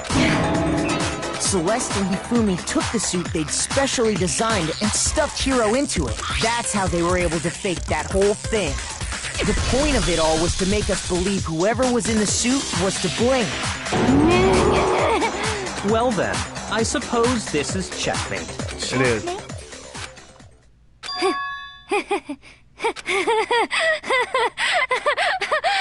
Don't make me laugh, you idiot! What do you mean, checkmate? Celeste? Clearly, you want to cram me into your little guilty box. Well, there's one little problem. Have you already forgotten what Hifumi told us as he lay dying? Who attacked you? Yeah, he says hero. When we asked him who had attacked him, his answer was quite clear, was it not? He said, and I quote, Yasuhiro. In other words, Yasuhiro Hagakure! Wait, but my name isn't really Yasuhiro! It's actually Taro! Your confusing statements don't make any sense. You're only making things more complicated. He did say Yasuhiro, but are we sure he was really pointing the finger at Hiro? What the hell are you talking about? I'll burn you alive! Kyoko, what do you mean by that? Celeste's last name. Think back to how Hifumi used to talk to us. How did he refer to each of us? Last name. I got it! That's right! Our last names! He called us all by our last names! Exactly. I know I heard him say Mr. Naegi more than once, for example. So if Hifumi did mean to say Hiro's name, he would have said his last name, Hagakure. I'm sure it was just incidental. By chance, his first name. Indecent? Don't talk. Random chance. Now isn't that a convenient explanation? No. There's no reason to think he would have said the name any different than normal. But he must have run out of energy before he could say any more. So Hifumi was trying to tell us the last name of whoever killed him? But the name he said doesn't apply to anyone here. Well, no. Hold on. There's one person it could apply to, and that's Celeste. She never actually told us what her real name is. What did you just say? To think you'd take your false accusation so far, I don't know whether to laugh or spit! Come on! Enough with your idiotic blather! Yasuhiro is a loser's name! Do I look like a loser to you? Do I? You're about to. I think I've earned the right to be a little on edge. Okay, then fill us in. What's your real name? Make sure your ear holes are wide open and listen up! My real name is Celestia Ludenberg. Could you please stop making me repeat myself over and over again? Won't give up. So then, make her accept it. Oh, battle time? Oh, argument time. E-handbook. It's fucking e-handbook. Hifumi was trying to tell us something. He wanted us to know the killer's last name. Yasuhiro. No, yes. No, that's true. Shit. I'm getting too ahead of myself. Way too ahead of Hifumi myself. was trying. He wanted us to know the killer's last name. Yasuhiro. If there's one person here who might have that last name, It would have to be you, Celeste. You haven't told anyone what your real name is. How many times do I have to tell you? My name Do it. is... Give it gold. Celestia Ludenberg, god damn it! How long do you plan to go on pretending? I'm not pretending. It's the truth. Then And show us since you have no way to contradict me, E-handbook. Show us your e-handbook. Yes.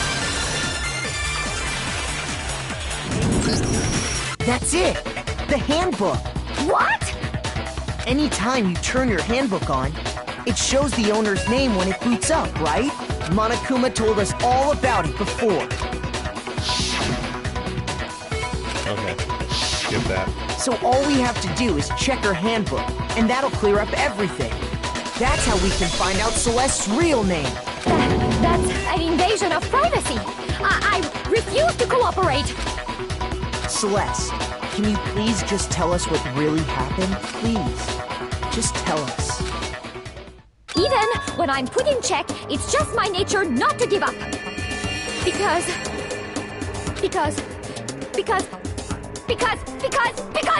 Bad bet, Celeste. Until the game's over, you never know what might happen. Fine then. Let me settle it. Let me go over the case again, from the beginning, and shed light on all your crimes. And that'll bring everything to an end. All right. We got it. We're to the end of it. All right. So, he met with Celeste. He's talking to Celeste. Oh, that's from a past deal.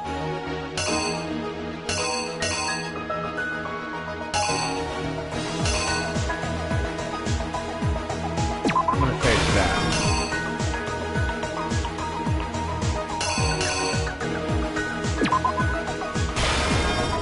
He was confused when he walked in on him.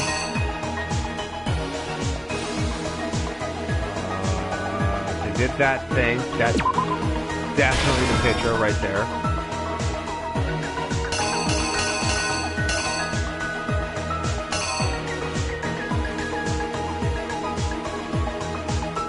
Hammer Justice 4, right there.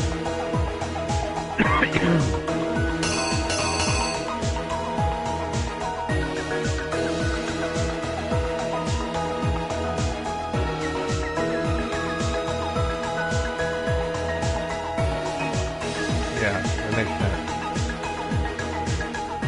Okay.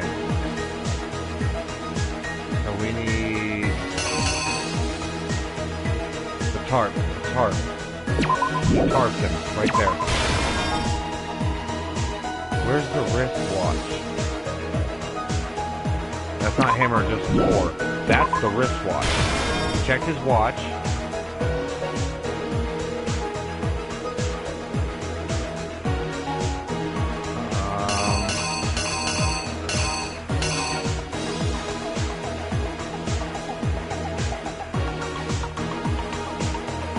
That was wrapped in the body. Oh boy, this is getting rough. I'm gonna need some help on this one. Okay, so he wrapped the body there.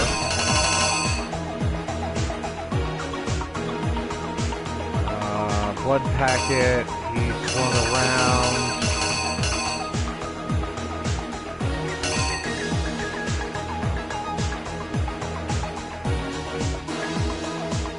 Justice 2 he got hit with.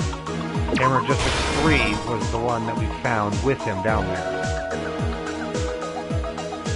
So it should be Hammer Justice 4 that took him out. Okay, so in the nurse's office. It's okay.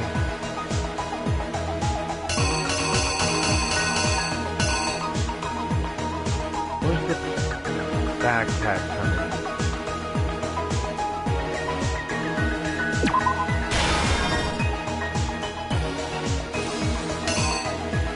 Right?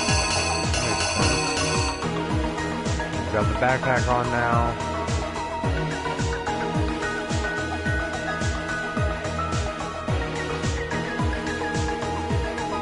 Pick it up, I took the picture.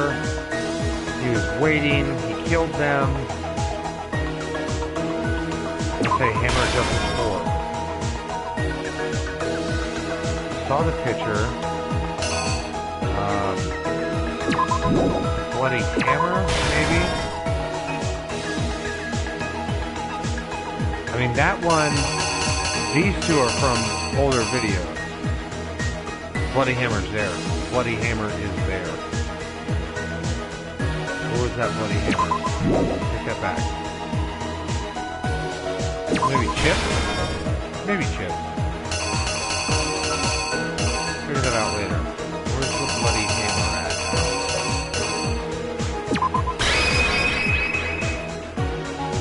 The killer is go for it. you! Before anything, the killer persuaded someone to help carry out the murder. Hifumi. With an accomplice, the killer was able to execute a number of otherwise impossible schemes.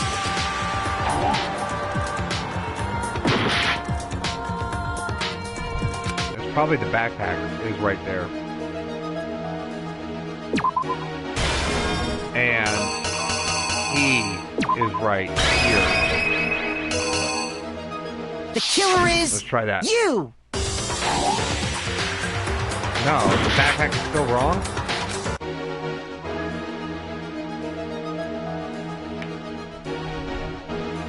That's gotta be 1 a.m.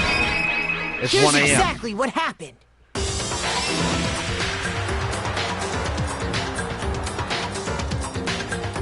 first, they convinced someone to meet them in the rec room last night at 1 in the morning. That someone they met with was Hiro. The murderous duo intended to pass Hiro off as the prime suspect. So when they met up with him, they drugged him, knocked him out, and stuffed him into the Robo-Justice suit. Next, Hifumi positioned himself to make it look like Robo-Justice was attacking him, while the killer used a digital camera to take pictures of the assault. They did all this just to create evidence that would put the suspicion on Hiro. When they were done with him, they shoved him, still unconscious, into the pool room locker.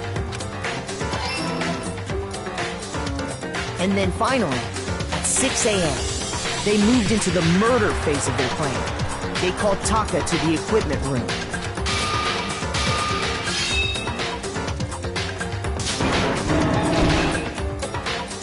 And that's where Hifumi killed him, making it the scene of the first murder.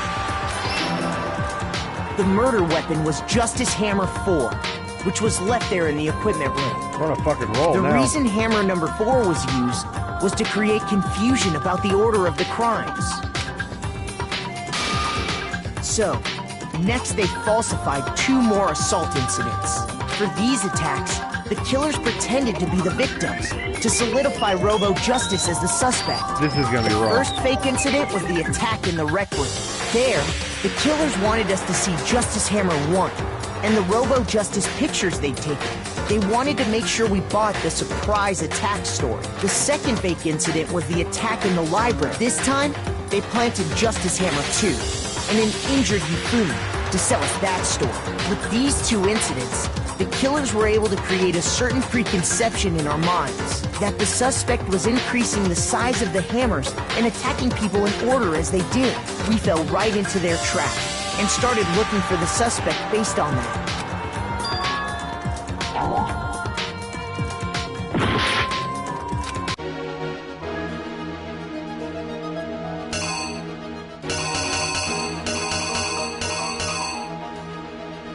Something else is wrong in the timeline. It was Justice Hammer 3. Which means... No.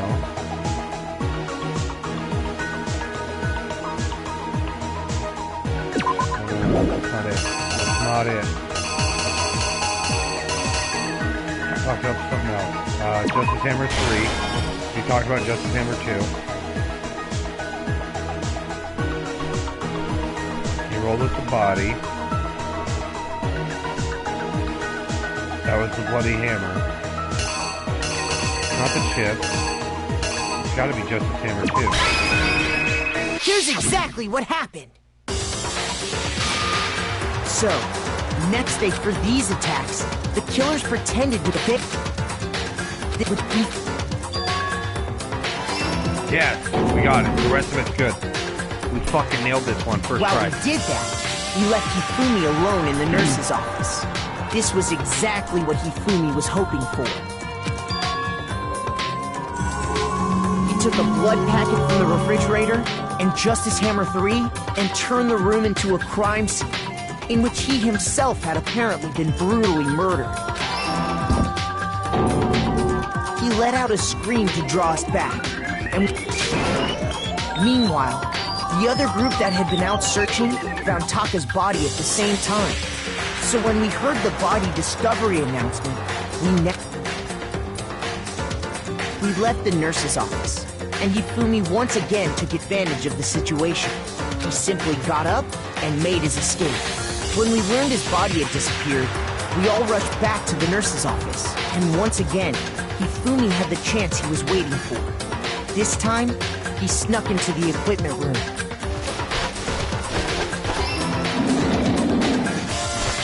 He wrapped Taka's body in a tarp and used the dolly to move it all the way down to the repository. That explains how each of the bodies disappeared. But even Hifumi didn't know what the true killer had in mind for their final act. Their plan all along was to kill Hifumi and get rid of the one person who could betray them. And they did it using an ordinary, everyday hammer from the repository. That should cover everything that happened in this case. And the villain behind it all is... Celeste.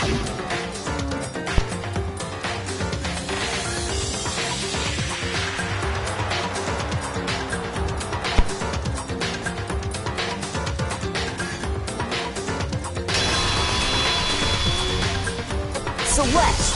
Sorry, you lose.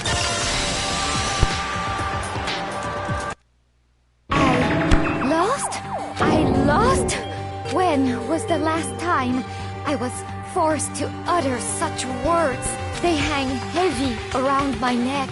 Then you admit it? You're the killer?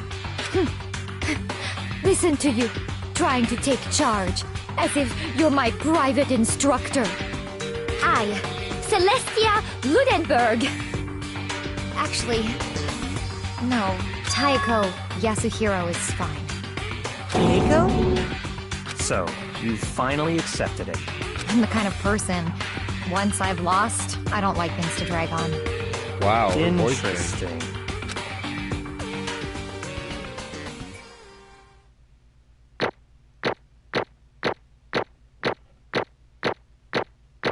Wow, I didn't do too bad.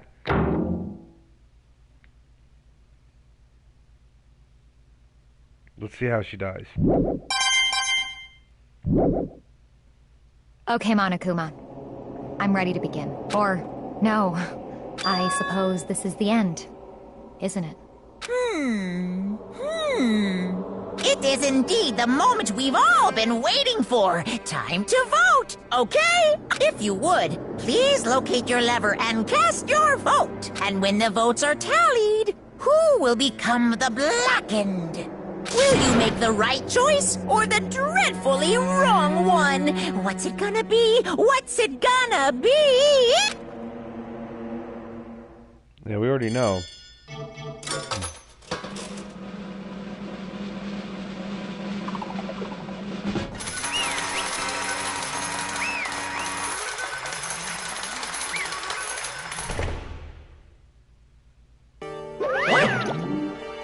It's basically a formality at this point, but once again, you're totally correct. The black in this time, the true killer who derived the whole stinking scheme was... Celestia Lunderberg, or precisely, Taiko Yasuhiro. Honestly. I lost. Well, that sucks. Guess trying to work with someone else was a mistake after all. Hifumi's ineptitude was beyond all of my calculations. I knew it. So, you really did approach Hifumi with this plan. But how did you get him to agree? I can't imagine he would have happily agreed to commit murder. I'm sure he relied on her specialty, lying. My specialty? Don't make me laugh. I didn't have to get him to lie to agree. So then? Then did you use, I know you'd figure it out, Kyoko. You're absolutely right. To get Hifumi to act as my accomplice, I used her. For everyone who's still left, to avoid mentioning it by name, but it was the one thing Hifumi and Taka were both super into. Does she mean talking about alter ego? Say what? What? What are you talking about? Just a second. Don't interrupt. We're in the middle of a very important conversation here. I'm totally out of the loop as usual. How sad. In other words... Then you're the one who stole it? Indeed. That's right. I see. And you used it to drag Hifumi into the plan you'd come up with. Right again. Last night, after we had our meeting about how it disappeared, I paid Hifumi a little visit. What are you doing here? Actually... I was hoping I could talk to you alone. It's about what was stolen. I know who did it. What? Are you okay with this? It was Taka. He stole it. So then... And I have proof. Would you like to see it? As it turned out, I found use for the digital camera. I'd taken, you know what, to Taka's room earlier and took pictures of it there.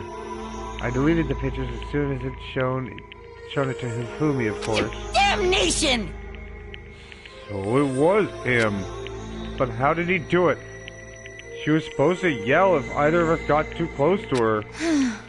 You are correct. This is why Taka forced me to steal it. Say what? As for me... Please, forgive me. He threatened me. He did? As for me... He came to my room last night unannounced, and then... It's hard for me to even say. He abused me. Oh, you're playing the rape card? What? And he took pictures. He said if I did not do as he asked, he would show them to everyone. You are playing the rape card! So I had no choice. Damnation! That's a crime. An absolute crime. I mean, he'd gone a little crazy, but... Say what? I never imagined he would go that far. It was amazing how completely he bought it. I can't express how enjoyable it was.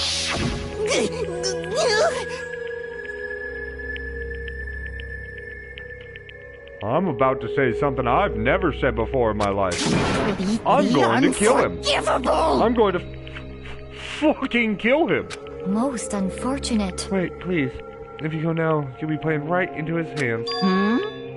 Actually... Taka is planning to use her to escape. And he's made you his target. What? Escape? You don't mean... Taka is going to try to kill you. Indeed. And all so he can keep her to himself. This is unforgivable. Bastard! Completely unforgivable! Honestly. Can we allow him to continue with these barbaric acts? Absolutely not. How could I? She... I swear I have to save her! Actually... Then I would like to join with me. It just happens I've come up with a plan. I've devised a way to reclaim what he has stolen and escape this dreadful school. And with that, it's complete. What are you talking about? Oh, nothing. Hifumi agreed without a second thought. The effect that item had on him was remarkable. The power of love, even love as twisted as that, can still drive people mad, it would seem. You disgust me. I see. I have another question for you. What was that strange costume Hifumi's creation? Indeed. Yeah, that was a real pain in the butt, too. All I asked him to do was make something to hide the face and general body size. I had no idea he'd make something like that. But it's my fault for picking him in the first place. But... So, why'd you decide to make me a suspect? Because you're stupid. That's it? Let's see. And in that regard, I made the right choice. I'm so glad your stupidity surpassed even my expectations. Life must have been tough for you and your parents, though. I feel like I could cry. Well. But when you were explaining your plan to Hifumi, how did you explain the part about him playing dead? What she's asking is, what was Hifumi supposed to do after that, assuming you had actually let him live? Are you okay with this? That's simple. After he did his part and pretended to be dead, once someone showed up, I told him to say he'd been seriously wounded. He was on the verge of death, but he just barely held on. Did he really believe that? Well, of course. That wasn't all there was to it. As I explained it to Hifumi, the plan was, while you were all questioning him about what had happened, I was going to murder someone else. At that point, Hifumi would have an alibi, so nobody could doubt him. I told him that, and he believed it. All seems very straightforward, stereotypical. I just matched that lie to the level of the opponent. In fact, Hifumi ate it up. He believed that lie wholeheartedly right up until the moment of his death. So in the end, So you had planned to kill him all along. But of course, there would have been no point in my plan for one who pretended to be dead did not end up dead himself. What the heck? How could a human life mean so little to you? Well... That's not a non-issue. I simply did everything in my power to win. Don't be mean! Now you sound like Byakuya. I wonder about that. Now, he derives his pleasure from the thrill of the hunt. In an aspect, we are nothing alike. Why? Then, what made you take things this far? What the heck? Was it really just for money? Are you talking about the $10 million Monokuma offers us? That is a lot of money, it's true. But that's not all there is to it. From the moment our new life here began, my only thought has been escape. But... all along you've been saying how we have to accept living here. You little bitch! Obviously that was a lie. Hey! So to take it, I hated it from day one. More than anyone. Oh, Senor. You little bitch! I wanted to get out. Every day was fresh torture. And you want to know why? Huh? This is fine. Because I had a dream. And accepting a life here would meant nothing less than giving up on my dream forever. Honestly. And there was no way that I could ever do that. In the underground world of gambling, I risked my life to make a metaphorical killing. As for me... and that's all that for that dream. And it was this dream Isn't of it yours. wonderful? To live in a European castle. Castle? And to gather handsome men from all over the world to serve as my butlers/bodyguards.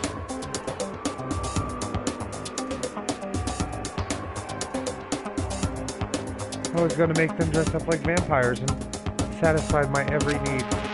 Once I obtained that, I would have created a perfectly aesthetic world of decadence. This is fine. Living the rest of my life, there was my only dream, my only goal. That's what life is all about. Combined with my own winnings, Monokuma's $10 million would have made that dream a reality.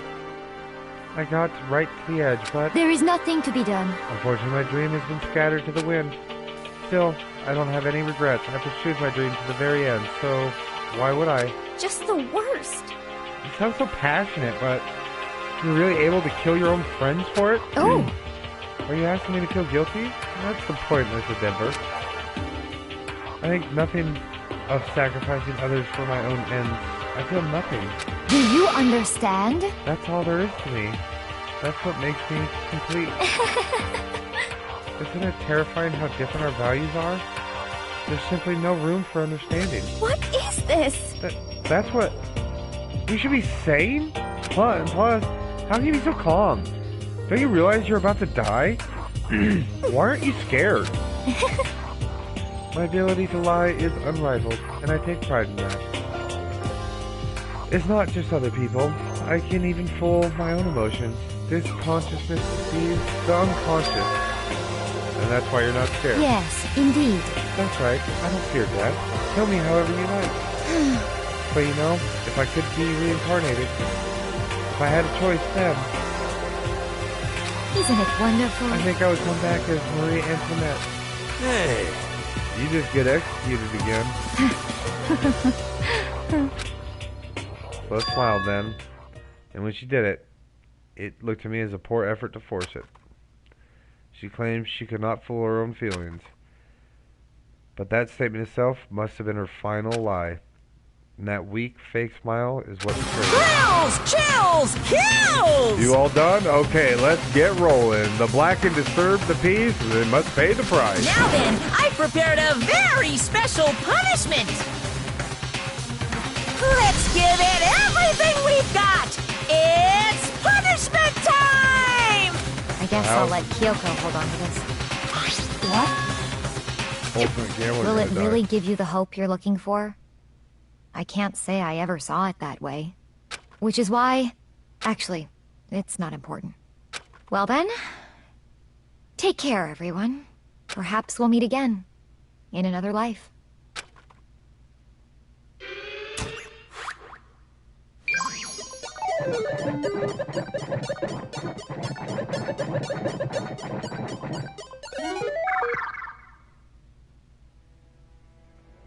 Watch another brutal killing.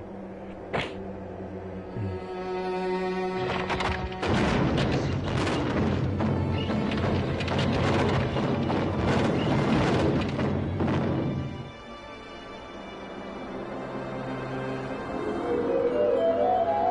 burning of Versailles a witch. No way, you're burning her at the stake?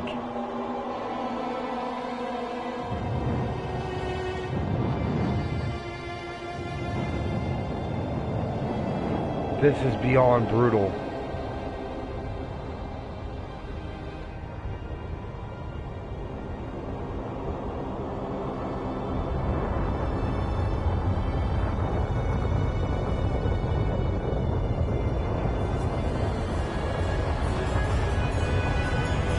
She's gonna keep smiling.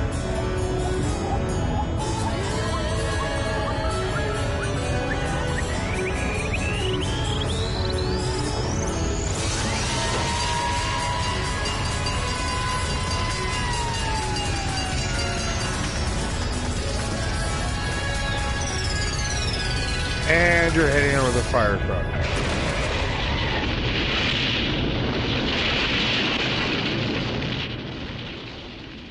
What the fuck?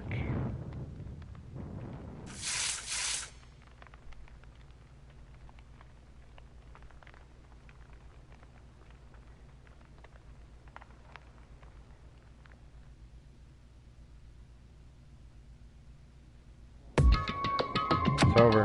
The third execution is over. Celeste's death is over. Celeste killed my friend, so I can't pity her, but I can't deny at one point I considered her a friend too. And for him just to come along and... Isn't it all just awful? Someone couldn't cut free the regrets from the outside world, so more people had to die. You guys are still young. You need to place more value in your lives. What are you gonna do? Jeez, here, and I thought you guys were gonna pass on the torch of hope to the next generation. Let me out of here! What do I care about hope? I know. Sorry, Elias. Throw in the trash. You just let me out of here. Too bad. You're all the embodiment of hope, whether you like it or not. It's my destiny to knock you down one by one. It's sad, yes it is, but that reality just can't be avoided. Don't talk like that. You're not responsible. How long are you gonna make us keep going through this? What do you want from us? God, I'm so sick of people asking me that. Give it a rest already. So anyways, Kyoko, did you get some kind of key type object from Celeste? Hey! So, what's the deal with that? What? What's the matter? So then... I'll answer your question if you answer mine. You... What did you do? What did you do to me? Ooh. What? Hey. Answer me. What did you do to my body? Ooh, how exciting. Oh, man. Oh, jeez. Oh, man. Oh, jeez. What do you mean? What did I do? I have no idea. I don't know anything about it. What was that just now? The mastermind did something to Kyoko's body? What does that mean? Hello. Okay, things are getting kind of awkward. I think it's about time to get out of here. Well? Meanwhile, you guys can go enjoy your school life. If you get lonely, give me a shout. Not that I'll do anything about it, of course. See ya later! Monokuma disappeared, leaving us all expressed despair, although it wasn't all despair. There was one small hope. Hey, Kyoko, Monokuma already mentioned it, but what's that key Celeste gave you? Most likely, it's the key to one of the dressing room lockers. Huh? What? Then that means... Celeste probably hid it there. Hey! I suppose sometimes it's easiest to miss what's right beneath your nose. Well then, we'd better go check. Indeed. Good idea. We left the courtroom and rushed to the dressing room. We approached the dressing room. Kyoko looked back at us and said, Hey. I'm going alone from here. Everyone else head to the dining hall. I'll check in with you later. What? Why? Exactly are you going alone? So... Do you have to ask? As she spoke, she glanced quickly at the surveillance camera. Come on. That's not what I mean. Why? What I mean. Why you? There's still a risk of a spy, you know. Then I'll go too. What? You? Please, let me go. Standing here arguing is just going to draw more attention to Goodbye. us. Do whatever you want. Thank you, Byakuya. Well then. Then it's up to you now. Yo! I'm gonna go to the dining hall, okay? So, Makoto and Kyoko are gonna go together? Does that mean what I think it means? Okay. Good luck, Makoto. Girls like her are total pushovers when you show a little backbone. I tried to forget what Hina said. Everyone headed to the dining hall, leaving me and Kyoko there alone. Shall we go? Well, shall we? Yeah. Okay, So then. we are... Nope. Going to go here. And we're going to save right here. And we'll pick this up the next time. Make sure that's saved. Let's save again. Guys, it's been fun. We're just going to pick this up on the next one. We got through 2 chapters this weekend. Well, almost 2. We're just on the verge of getting through 2. But we're definitely done for the night. And we'll catch y'all next time.